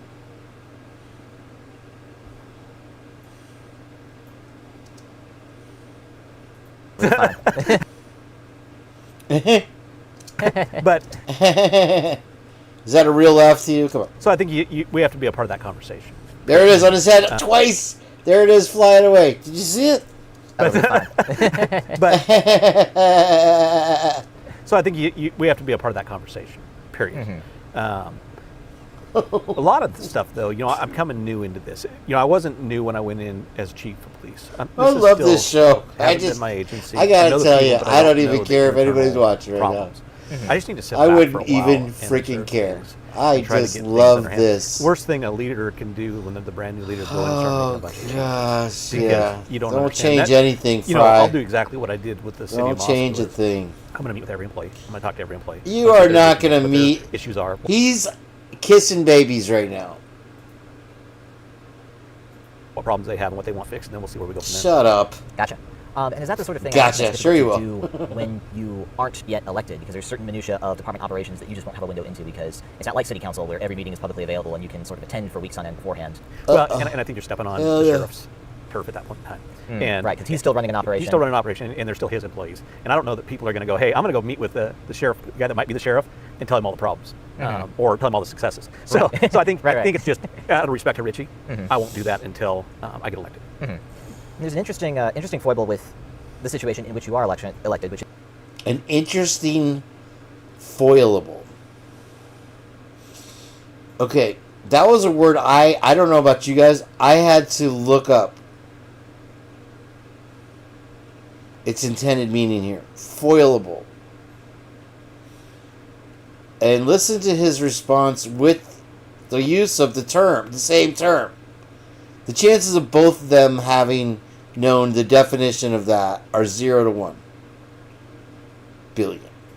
Which is, your wife is the current county clerk, auditor. Alright, so this is what I promise you. And I'm going to shut it down after this. I promise I will play you the Trish thing if she didn't ruin it. Just kidding, Trish. But this lists all the various jobs that his wife holds. I didn't know it was that far into it. I thought it was at the beginning. I apologize. But I'm very glad I watched it again. Recorder. Yep. She has a number of titles. Yep. Are there any She has a number of titles. Watch this. complications that arise? Auditor, recorder. Yep. She has a foible with the situation in which you are elected, which is your wife is the current... I'm sorry. Foilable is manipulativeness, but like a situation with the possibility of different outcomes. County clerk, auditor, County clerk, auditor, recorder. Yep. Recorder. She has a number of titles. Yep. And also we know notary. Are there any complications? And you hear the sniff again from Fry. There's his tell. Auditor, recorder. Yep. She has a number of titles. Yep. Are there any Always touching the nose is his tell. complications that arise with having... I'm glad you asked. I'm very curious about this, No. truly. And here's why. Whoa. Really? Because we are both... Whoa. Really? I couldn't act that badly. Both elected officials. We both run our own departments, and the only people that we answer to is the commissioners, and that's only for the budget.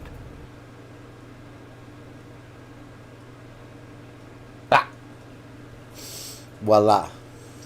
Très magnifique. Could not have said it any better myself. Welcome to KaneB's The Purge. She runs her operation. I run my operation. Operation. The Wacky Doctor's Game. No, Operation is what you would call a criminal organization, not a law enforcement agency or a government program. All right. She has no say over my operation. Nobody can have any say. There's no say. I am in charge.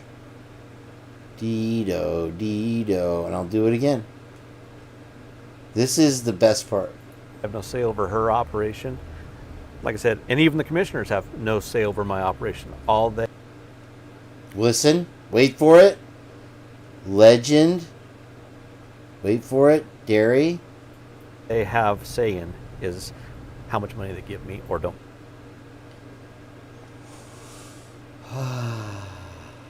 And I promise I will,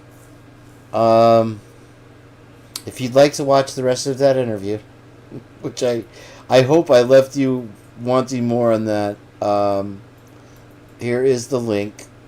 And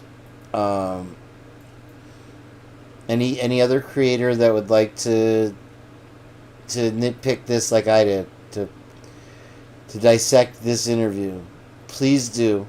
And I hope that we can resolve something together. That's the point. That's the plan. That's how we win. United we stand, divided we fall. I pray that we can find justice. And I've heard it over and over today. Justice for the poor. Justice for the world. Justice for the country. Because this is a fist fight, you guys, in the nuclear war that we have ahead of us. Whether we win this one or not, it's only a tiny ant in the giant anthill of problems, and we see it over and over, going along with the prosecution's case. The prosecution is not about justice. The prosecution is about a lawyer who wants the W's. And they are obviously willing to go to extreme lengths and call in a grand jury, a federal jury, a false, phony, fake jury, to get someone indicted and convicted when they have nothing. Hi, Newman, 25TC. Newman, like, hello, Jerry. That's great, dude. All we need is a Joey bag of donuts like I have in my whiskey chat. We're good to go. Well, since Newman's here, Newman. Hello, Newman. That's what I should have said. Very nice to see you. Will we ever know the truth is the question, buddy. And the answer is probably no. Will we ever even hear the 911 call? The answer is probably no. Someday, 20 years from now, we'll solve this. But for now, there will be no justice. There is only injustice at this point. And lies and cover-ups. And it's going to make a nice 1 hour, 48 hours special when Kohberger is released or whatever happens. And like I said, whether he did it or not, if he did do it, then of course we all. But how can you go along with a narrative that they've presented that's false, that is misleading, that has all kinds of distractions in it, and way too many coincidences and way too many weird things? Alone the fact that they took the furniture out of the house, you compound that with the fact that they leveled the house, now you're outside of weird. And with himself driving that U-Haul truck off the property to make sure. I need to Is there somebody behind me?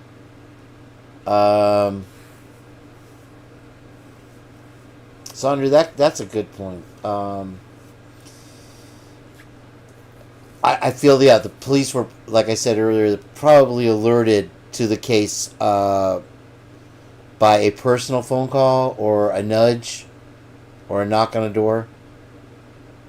They are obviously readily out in the community, either collecting debts or harassing students or whatever it may be. And I need to shush. You're right. Amethyst Noir. It's going too far. I gotta shut it down. But we're not done quite yet. Mm-hmm. So there's no concern of, like, let's say you're all back home after a long day in the evening, trying to, not saying it. That's Newman. Hello, Newman. I can't get over that. I love him in Jurassic Park also. His slithery little way, right? A Pennsylvania U-Haul, thank you very much for reminding me of that. And I've always asked somebody in the chat if they work at a Kinko's or something to print me out a good-sized poster of when, actually right before he gets in the U-Haul, Fry, standing at the doorway. Because he just has this proud air of him that he's a cowboy about to saddle up on Trigger and ride out into the sunset. Because now all the clues are gone. All the evidence is gone. And if you saw my meme that one day that made me think of Lana, was the two guys shaking hands in front of the house, and when you realize all the evidence is gone and it's Miller time. It's Miller time. This is how you guys operate, Right. but complain about your jobs, and like there's no chance of cross-contamination there of any kind? I don't see any, because there's nothing she could do about it anyway. Okay, that makes sense. So even if I complained to her about something, it's not like she could go, well, fine, I'll go fix it. I don't see any, because there's nothing she could do about it anyway. Okay, that makes sense. So even if I complained to her about something, it's not like Yeah. she could go, well, fine, I'll go fix something. They probably still have a security guard monitoring, or a policeman monitoring the area where Heather, you have to make some video out of this, please. Right there, especially guarding the place where they dumped that stuff. If they didn't incinerate it, more than likely incinerated it with the 2012 Hyundai from Eugene, Oregon. Okay. Oh, no. How did they determine so quickly, without going to Oregon, that 2012 wasn't involved? Just how do they do this? It's like it's miracle police work. Just add water. I'll have a gallon of some fry, please. She has no control over that. Just like all the other. There it is. Look at elected him. officials. Look. Can I get it? He's slithering. He's slithering. Thank you, True Killer Crime. Have no control over the other departments. Mhm. You know, like the treasurer has no control over the sheriff's department. The treasurer has no control over the auditor. You know, They are the source of the truth, Pete Fox. county clerk and all that. So. Only source of the truth. Well, that clears up a huge question I had in my mind because, and he's so full of shit. I think it's in other people's minds as well, but just I've never seen that situation as a possibility Well, you're the before, third so- person that's asked me, so I think it is on people's minds. But, Okay, But no, okay. there's no conflict there. Now, if I was a county commissioner, if I was running for county commissioner, there's a conflict. Right, because you're beholden, you're at the top of the food chain, there's everything there. Yikes. That you have to administrate in terms of funding. Right. And maybe you don't know off the top of your head, what does the solution look like in that case? Do you just have to say every single time you vote on financial matters that you have a conflict of interest, or I just wouldn't run. Well, that's an easy option. at the very I mean, least. because I don't think it's appropriate. Mhm. If I thought it was appropriate, I would do it, but I don't think it's appropriate, so I just wouldn't. Yeah. Or I'd wait till she was done being the clerk. Hey, check this out. So I stopped buying random lotto tickets and started doing this instead. Thinking about some of those relationships more now, obviously, the county's not a super politicized place because there's a lot of stuff they're receiving from the state.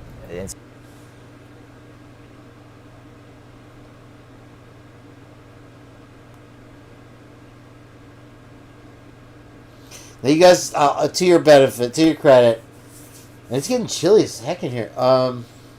You haven't seen the video yet, and I'm telling you right now that as soon as Trish sends that to me, I'm going live. The second I get it, I'm going live, so that you can enjoy it, just like I did. And she played the whole damn video, thankfully, I believe. And there were other ones up too, and they're all gone now. Where you see the guy giving that to the church, which is one thing. But you literally have this fella here, Aiden,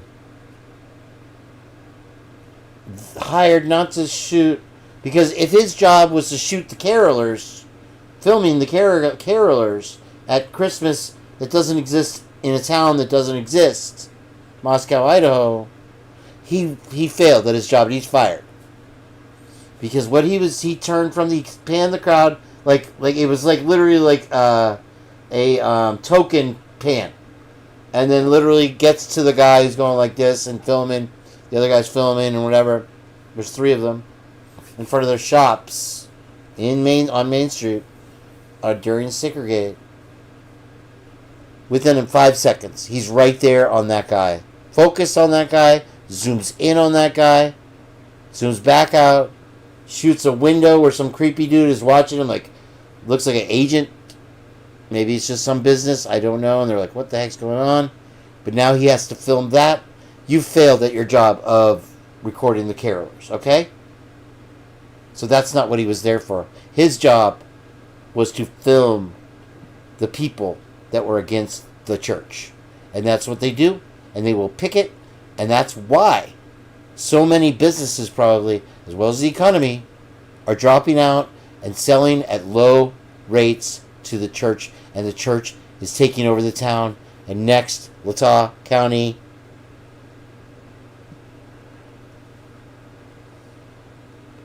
is taken over by their leader, their next leader, who will be the mayor, then he'll be the governor, Chief Fry. Associations, connections. I'm not in the gang, but I'm affiliated, right? This kid is the missing link, you guys. He was the one I needed to connect this lion-ass leader. These are my opinions, and I'm perfectly have my right to express them. To the Church of Christ in Doug Wilson, that disgusting church. Because this gentleman is a deep part of it. And wait till you hear Trish's reading. Wait till you hear it, because I was asking the questions in my mind as she did it. So it was like you'll see, especially after watching this with me, you will see where I'm going, and it's huge. I think this is the dumbest decision he ever made, making this interview. So we might as well just finish it up here. Situations that they just have to deal with. But there's some pretty apparent, like you'll see just in terms of where people stand when it comes to the major polls or national conversations. There's some pretty significant divides that just exist between people.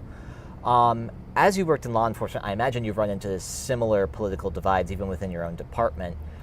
What does it look like bridging those divides when it comes to doing the job that you guys have to do? Well, and just to vet that, he literally says, right before this, the county is not super politicized. It could not. When you see this video, you will realize how emotional, or when I say people don't cross the street in certain places, it's because there's a possibility that something would go down. And it's a rough town, but it has this pretty face. Because there's a lot of stuff they were seeing. The county's not a super politicized place. Some of those relationships more. Now, obviously, the county's not a super politicized place because there's a lot of stuff they're receiving from the state. The county's not a super politicized place. Okay?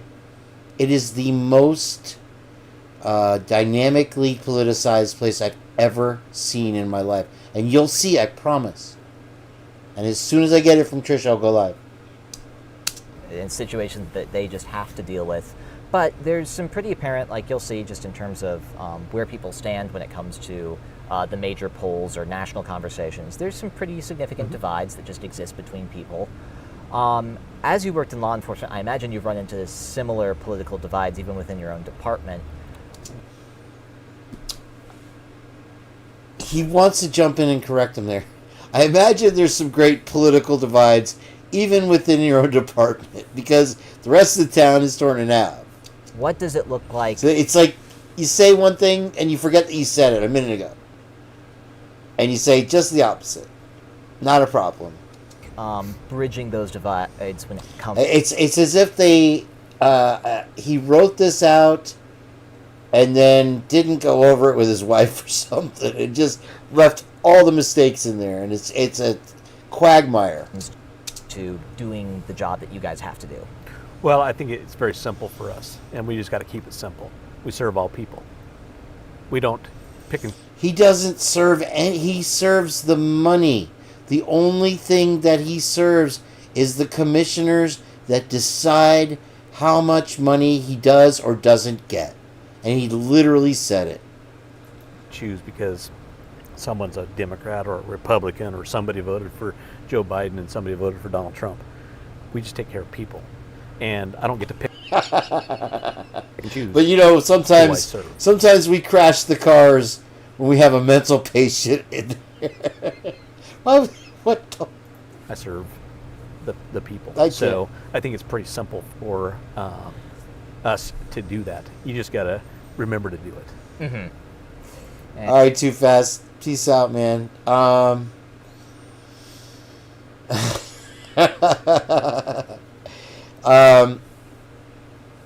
Yeah, I hope that Trish Heather, please make sure she doesn't trim the video, doesn't trim out the songs, and then tell her that she can revert to original, and I'll show her how. She needs to download that damn thing, and I need to get the full copy. But you can remove the music. That should be the first choice. So please do that. I am going to also shut it down. Sorry. I don't know what time it is. Oh my gosh. All night again. Well, anyway, it's been... Thank you for having me in your living rooms and bedrooms and stuff with you tonight. I hope you enjoyed the program, because it's...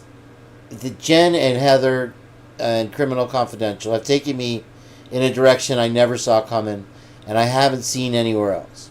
And I continue on this path, and cherries and berries keep dropping in the way. And it's more than I've ever seen, happening quicker than I've ever seen, and it's more supported by fact that these girls have provided than anything I've ever seen in this case. So thank you all for being here. I will check you hopefully tomorrow.